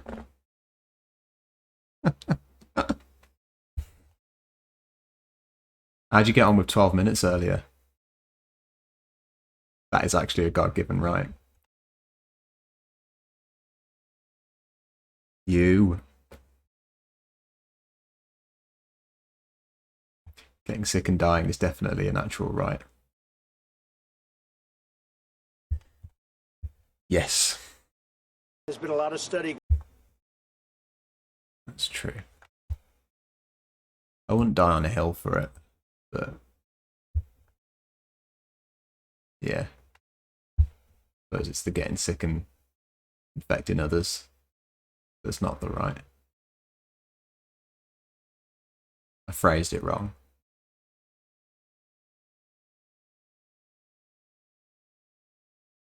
Twist 2. Here there's another.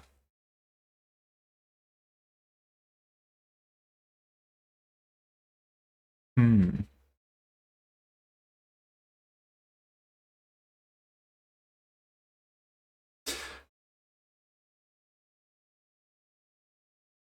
think I might have to watch your VOD. I want to catch up with where you are with it.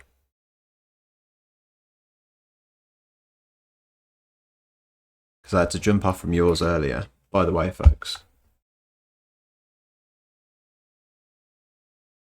do yourselves a favour and go and follow Public Loser.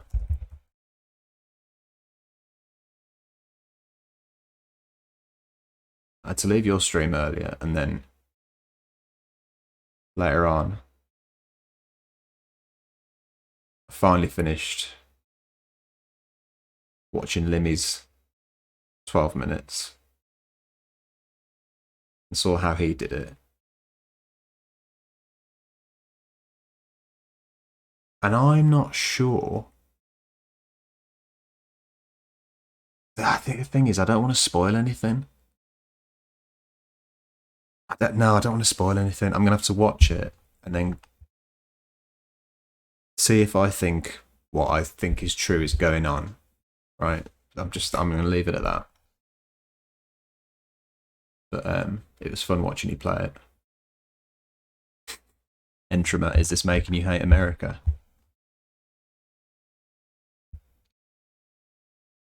I'm not gonna lie, it's not a great advert. It's New York as well.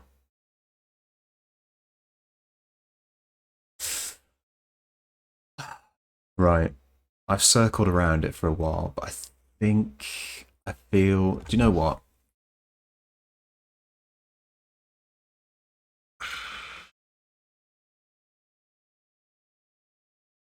I want to do what you folks want to do with this. Now I should catch up on the news with Afghanistan, but I'm happy to do it off stream if we'd rather stick with Candy. So I'll give you a poll. So here's your poll. What's next? Candy. And that will come in the form of a bit more comedy.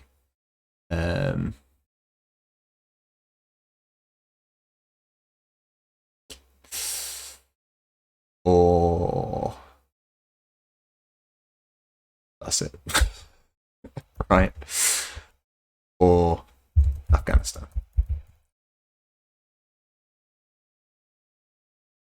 Candy in Afghanistan is, God. Seems like a poll that would get me fucking cancelled. Give you a minute on that one. Right, please vote, folks.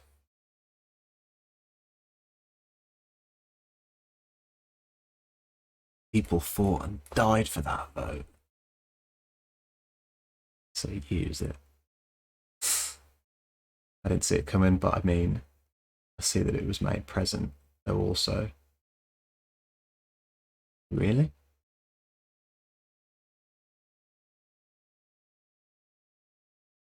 Good for the economy. Just let those that got out of the workplace die. They really did show their lack of humanity with this.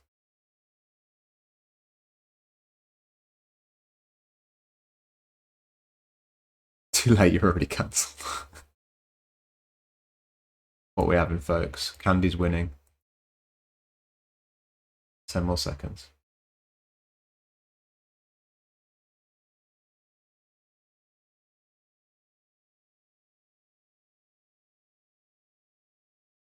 Oh no, it's a tie. We're going again. I don't care, we're going again.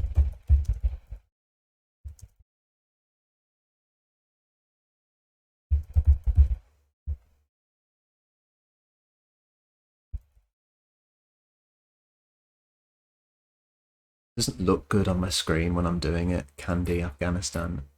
Right, anyway. Let's go again. Find it funny how people... I know that Scream statistics can be manipulated. Love to reference anecdotes. Yeah. Anecdotal evidence is not something that I'm a fan of at all. I'm horny for data. Just gonna put it out there. So, anytime I hear somebody said, my aunt's friend heard that this happens on YouTube, I'm like, you just kill me. Should I refrain so this just ends, or keep being stubborn? I choose stubborn. That's true. Graph curves are hot.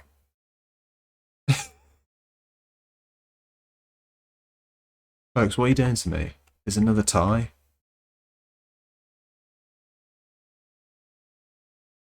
Do you know what? If you think that I won't keep doing this until we decide what's next, you're mistaken. I'm just going to say C or A this time, and you know what it means. So there you go.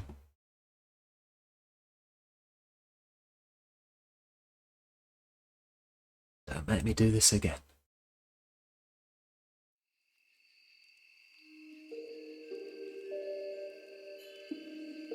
You missed it, Catbig. There it is. There it is again.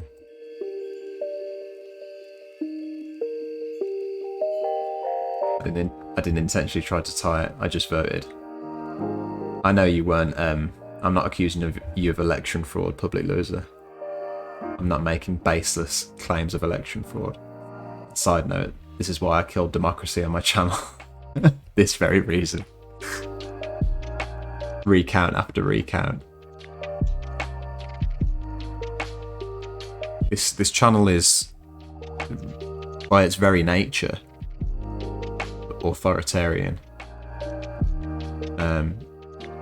In the sense that the book stops with me. But occasionally I do try democracy. Right, I just want that on record. I thought I'd just have a glance at the view account. Swear to fucking God that I think 3 people bolted as soon as I said that this was an authoritarian space. I hope you realise what I meant by that, folks.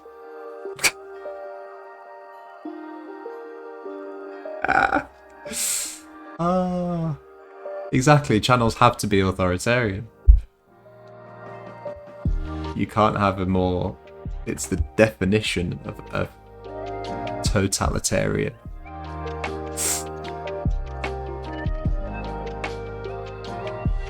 Demol, yes, you can quote me on that. I'm horny for data, folks.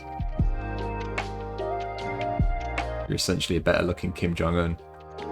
Yeah. That's what I've always wanted to be. Right, how did we end up? Alright, Afghanistan. Well, this channel isn't a House of Parliament. No, because a House of Parliament isn't democracy. Gotcha. Zing. Got him.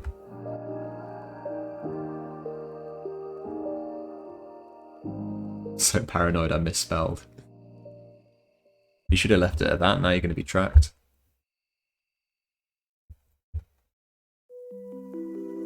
Right.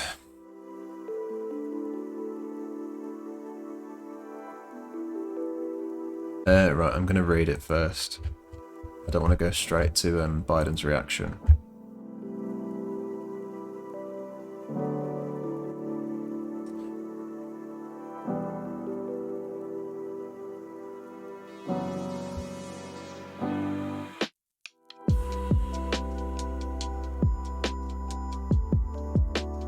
Okay, at least 60 Afghans and 13 US soldiers dead after Kabul airport blasts. Fuck. 2 suicide bombers and at least 1 attack by a gunman lead to deadliest day for US forces in a decade. Multiple bomb blasts and at least 1 attack by a gunman in Kabul on Thursday killed dozens of civilians and at least 13 US service personnel, and plunged the evacuation of Western forces from Afghanistan into deeper crisis. The US death toll rose from 12 to 13, was likely to rise even higher, a US official told Reuters. More than a dozen were wounded. The attacks are believed to be Islamic State assault on departing coalition troops and a challenge to the Taliban's grasp on power in Afghanistan. It was the deadliest day for US forces in a decade, and increased criticism of the President Joe Biden. In an address to the nation, Biden described the US service personnel as heroes and insisted we will not be deterred by terrorists.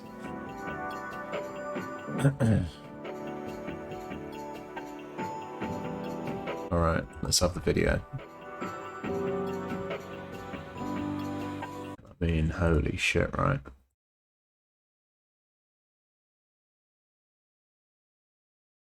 American, of course I don't understand what authoritarianism is.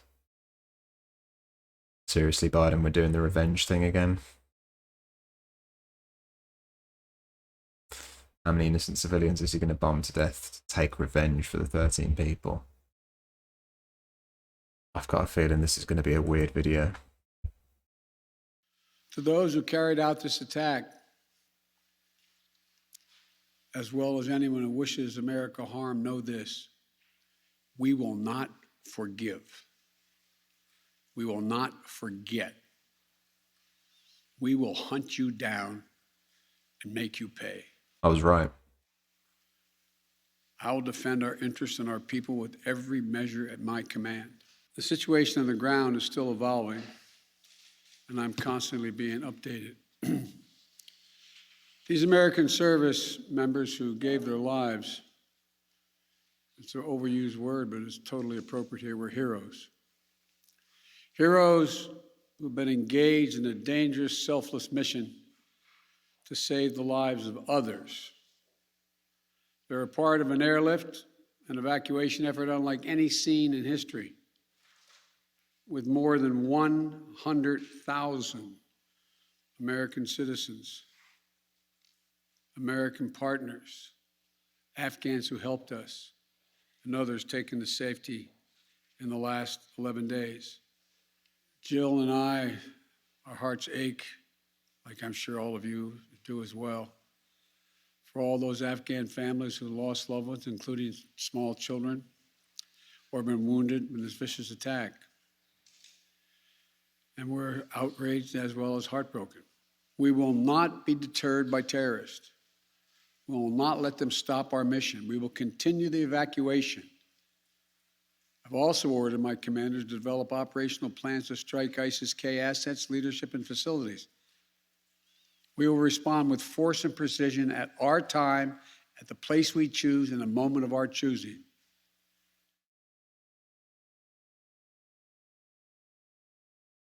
Right, back to war then.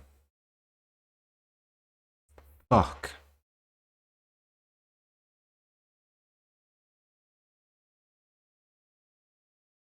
Does anybody know if this has affected the pull-out date, for lack of a better term? What does this mean for 31st of August?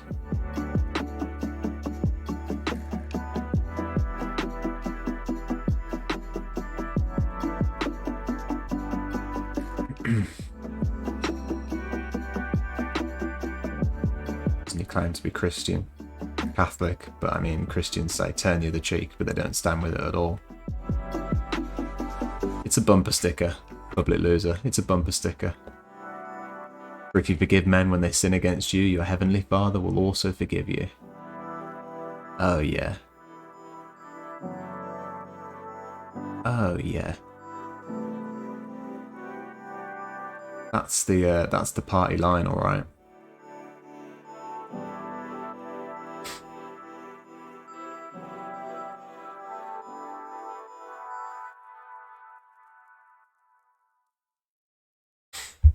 Right.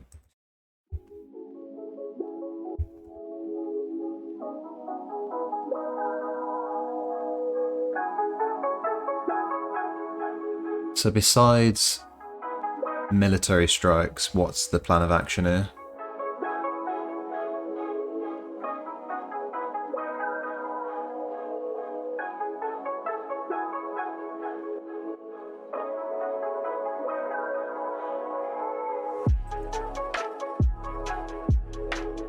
UK will continue with final stages of Kabul airlift.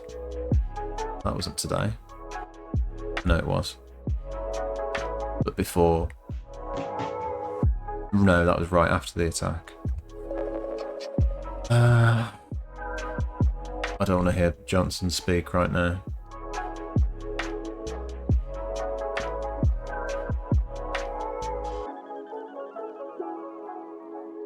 So this is, of course, remember, after Johnson pleaded with Biden, supposedly, to stay around and finish the job, getting people out of the country. And Biden refused. Again, according to what we know.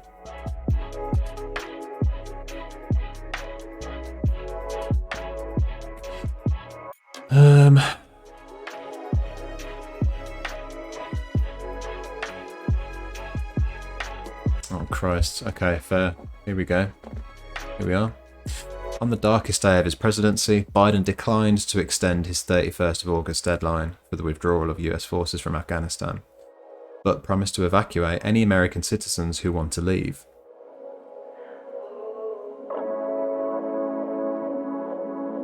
Okay. Okay. How does that work?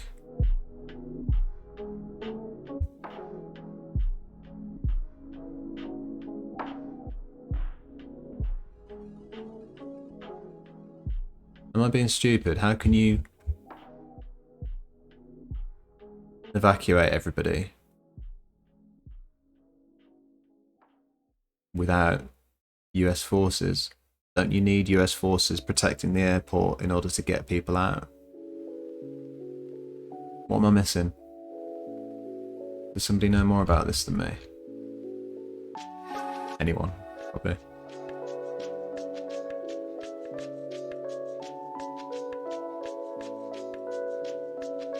The administration had believed it was beginning to shift the narrative in its favour after evacuating more than 95,000 people since 14th of August, the day before the capital fell to the Taliban.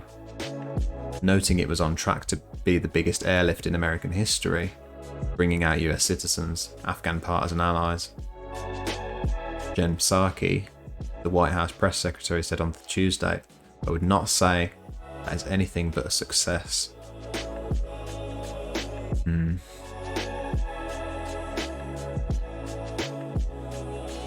Republican leader of the House of Representatives said, "Our enemies have taken advantage of the chaotic nature of the withdrawal. It is time for Congress to act quickly to save lives."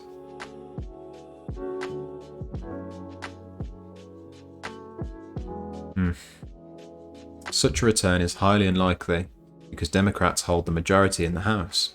Pelosi spokesman Drew Hamill said on Twitter, "Right now, American heroes are risking and giving their lives to execute an extraordinarily dangerous evacuation.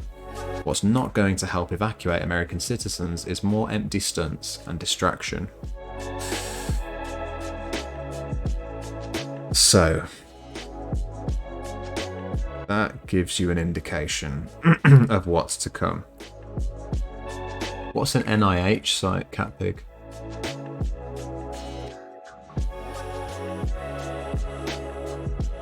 It would be too embarrassing a U-turn, wouldn't it, as well, surely?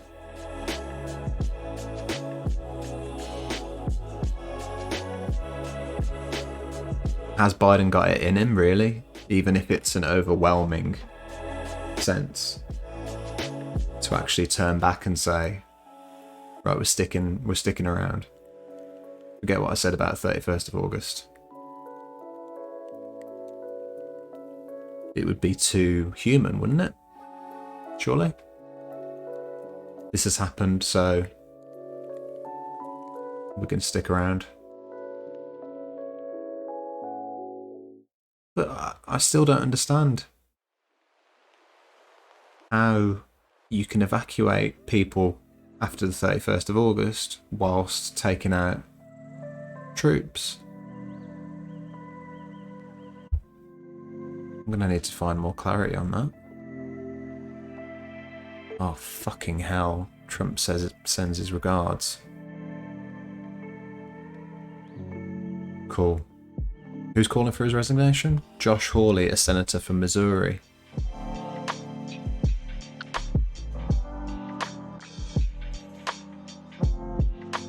Predictable, isn't it? Predictable.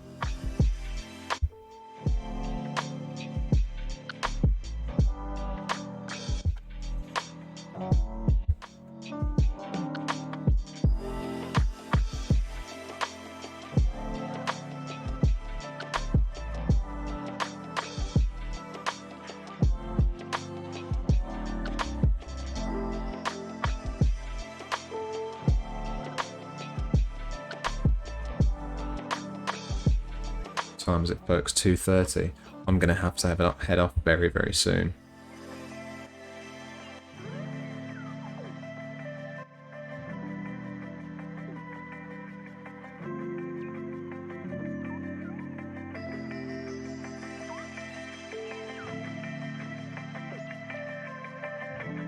Who's that? Demold? Hawley.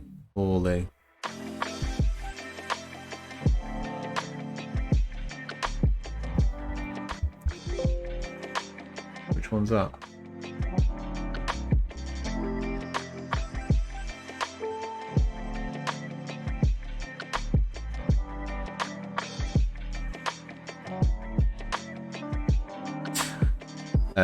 Yeah, I'm gonna wrap up, folks. Sorry to leave you with the serious. You know I like to start with the serious and leave you with the silly. But I really, really appreciate you coming and joining me for this topic. It's not easy. It's not easy to discuss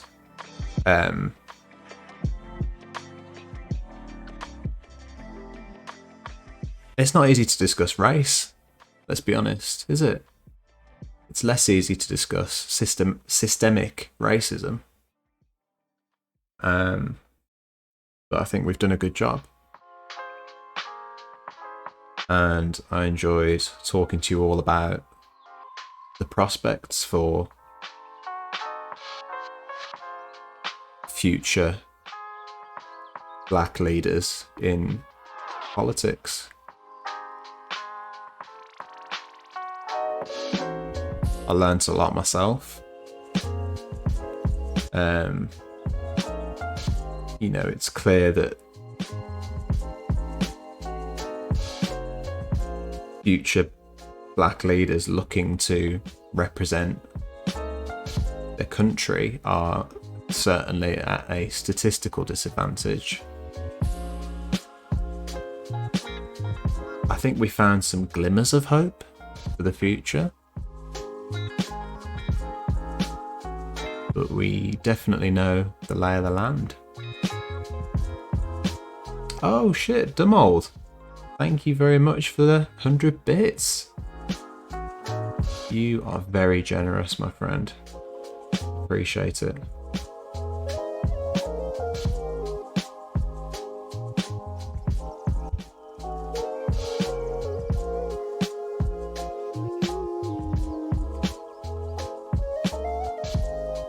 Oh no, public loser. I'm glad to see you. You caught the candy. And you caught the Afghanistan bit.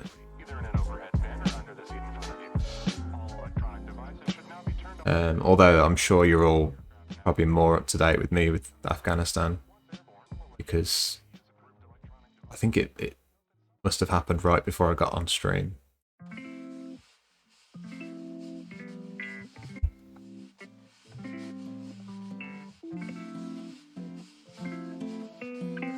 No, Demold, thank you. It's actually good that you're ending. I need to go to bed a couple of hours ago. Oh no, cheers for staying up and watching, Catpig. I was a few days behind on news for some reason. Yeah, I get like that. It depends what it is. Sometimes... yeah, sometimes I'm like embarrassingly behind. Considering, you know, like considering. And somebody will say something to me and I've kind of got to be a bit like, oh yeah, you know. I don't like to pretend.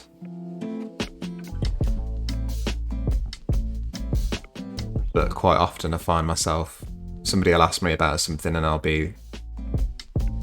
have to quickly look up what they're talking about and be like, oh, how did I not know about that? And then be like, oh yeah.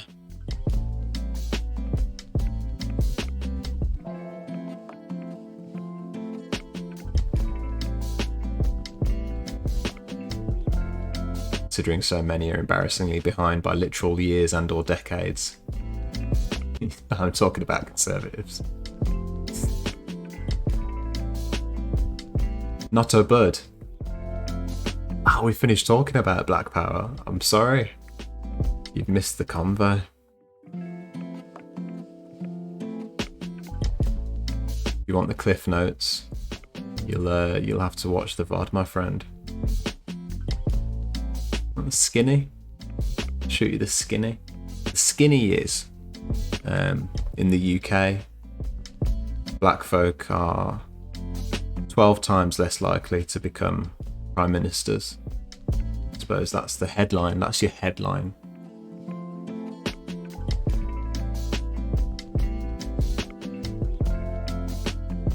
Plenty of non-conservatives who've slept through history lessons too. Oh yeah. Demold, it is 2:30 in the AM. I have a full of prepped up speech to prove a chat friend wrong on their stances on the Texas outage. I'm just not confrontational yet to do it. Oh god, that hits differently. Only a couple of weeks ago, I was frantically typing in a notepad file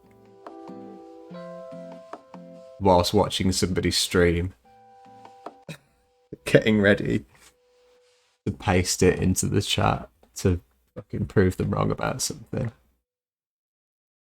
And of course we didn't. Nobody conceded in the end, of course. We fell out terribly because that's what happens, isn't it? Especially over text. They're so wrong on everything.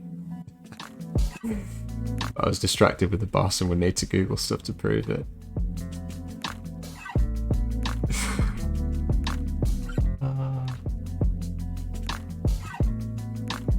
So immediately after stream I found out what I needed to prove it wrong. Oh man, I feel this so strong.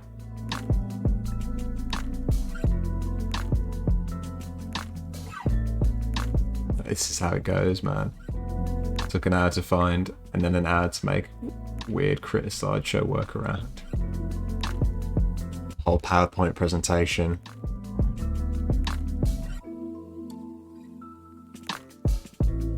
It's kind of life, isn't it? That's life, isn't it? You have an argument and then days later you think of the perfect response.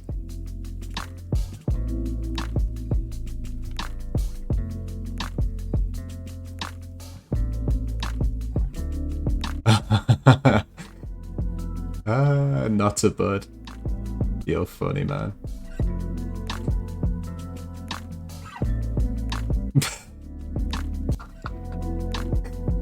Dude, you gotta read a history book, man. I'm too tired to argue with you, but your questions in your brackets show that you need to do some reading up. Maybe we can have this conversation again in the future.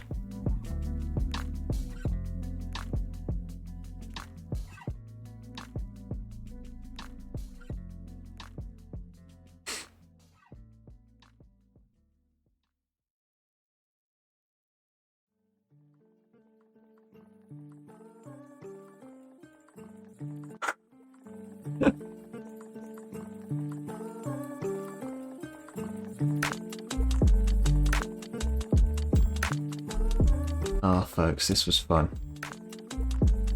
Right. Right.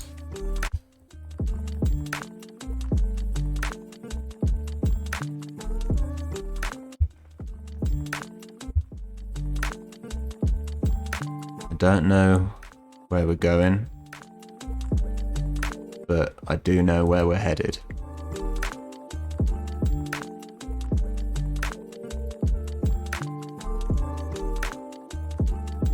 And that is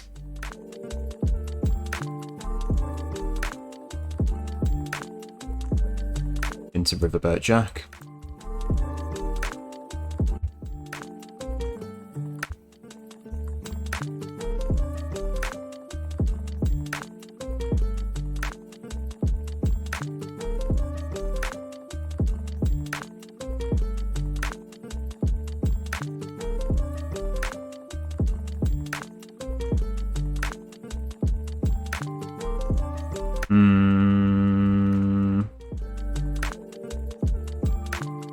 Right.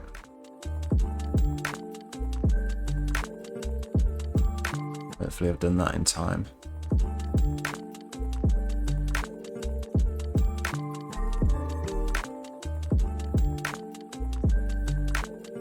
Right. I'm going to start the raid.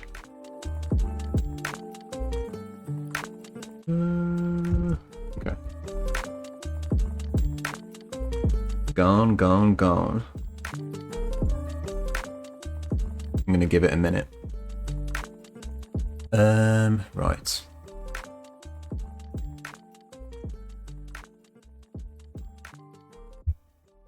Right, let's head over there.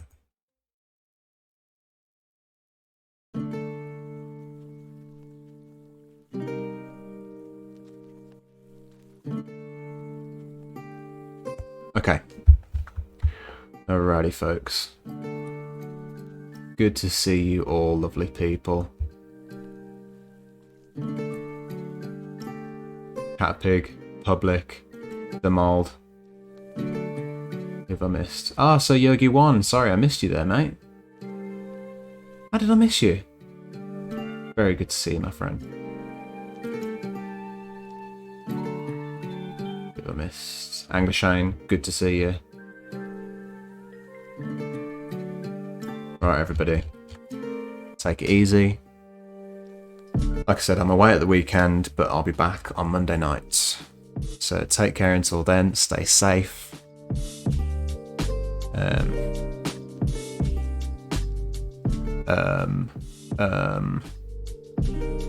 Yeah. Always a pleasure. Never a chore. Let's head over to Riverboat Jack. And scream as loud as you can when you get there that the British are coming. That'll make her laugh. I know it will. And make sure you give her a follow as well. Take it easy. Public Loser, Demold, Cat Pig, Anglishane, So Yogi 1. You're all lovely. Take it easy.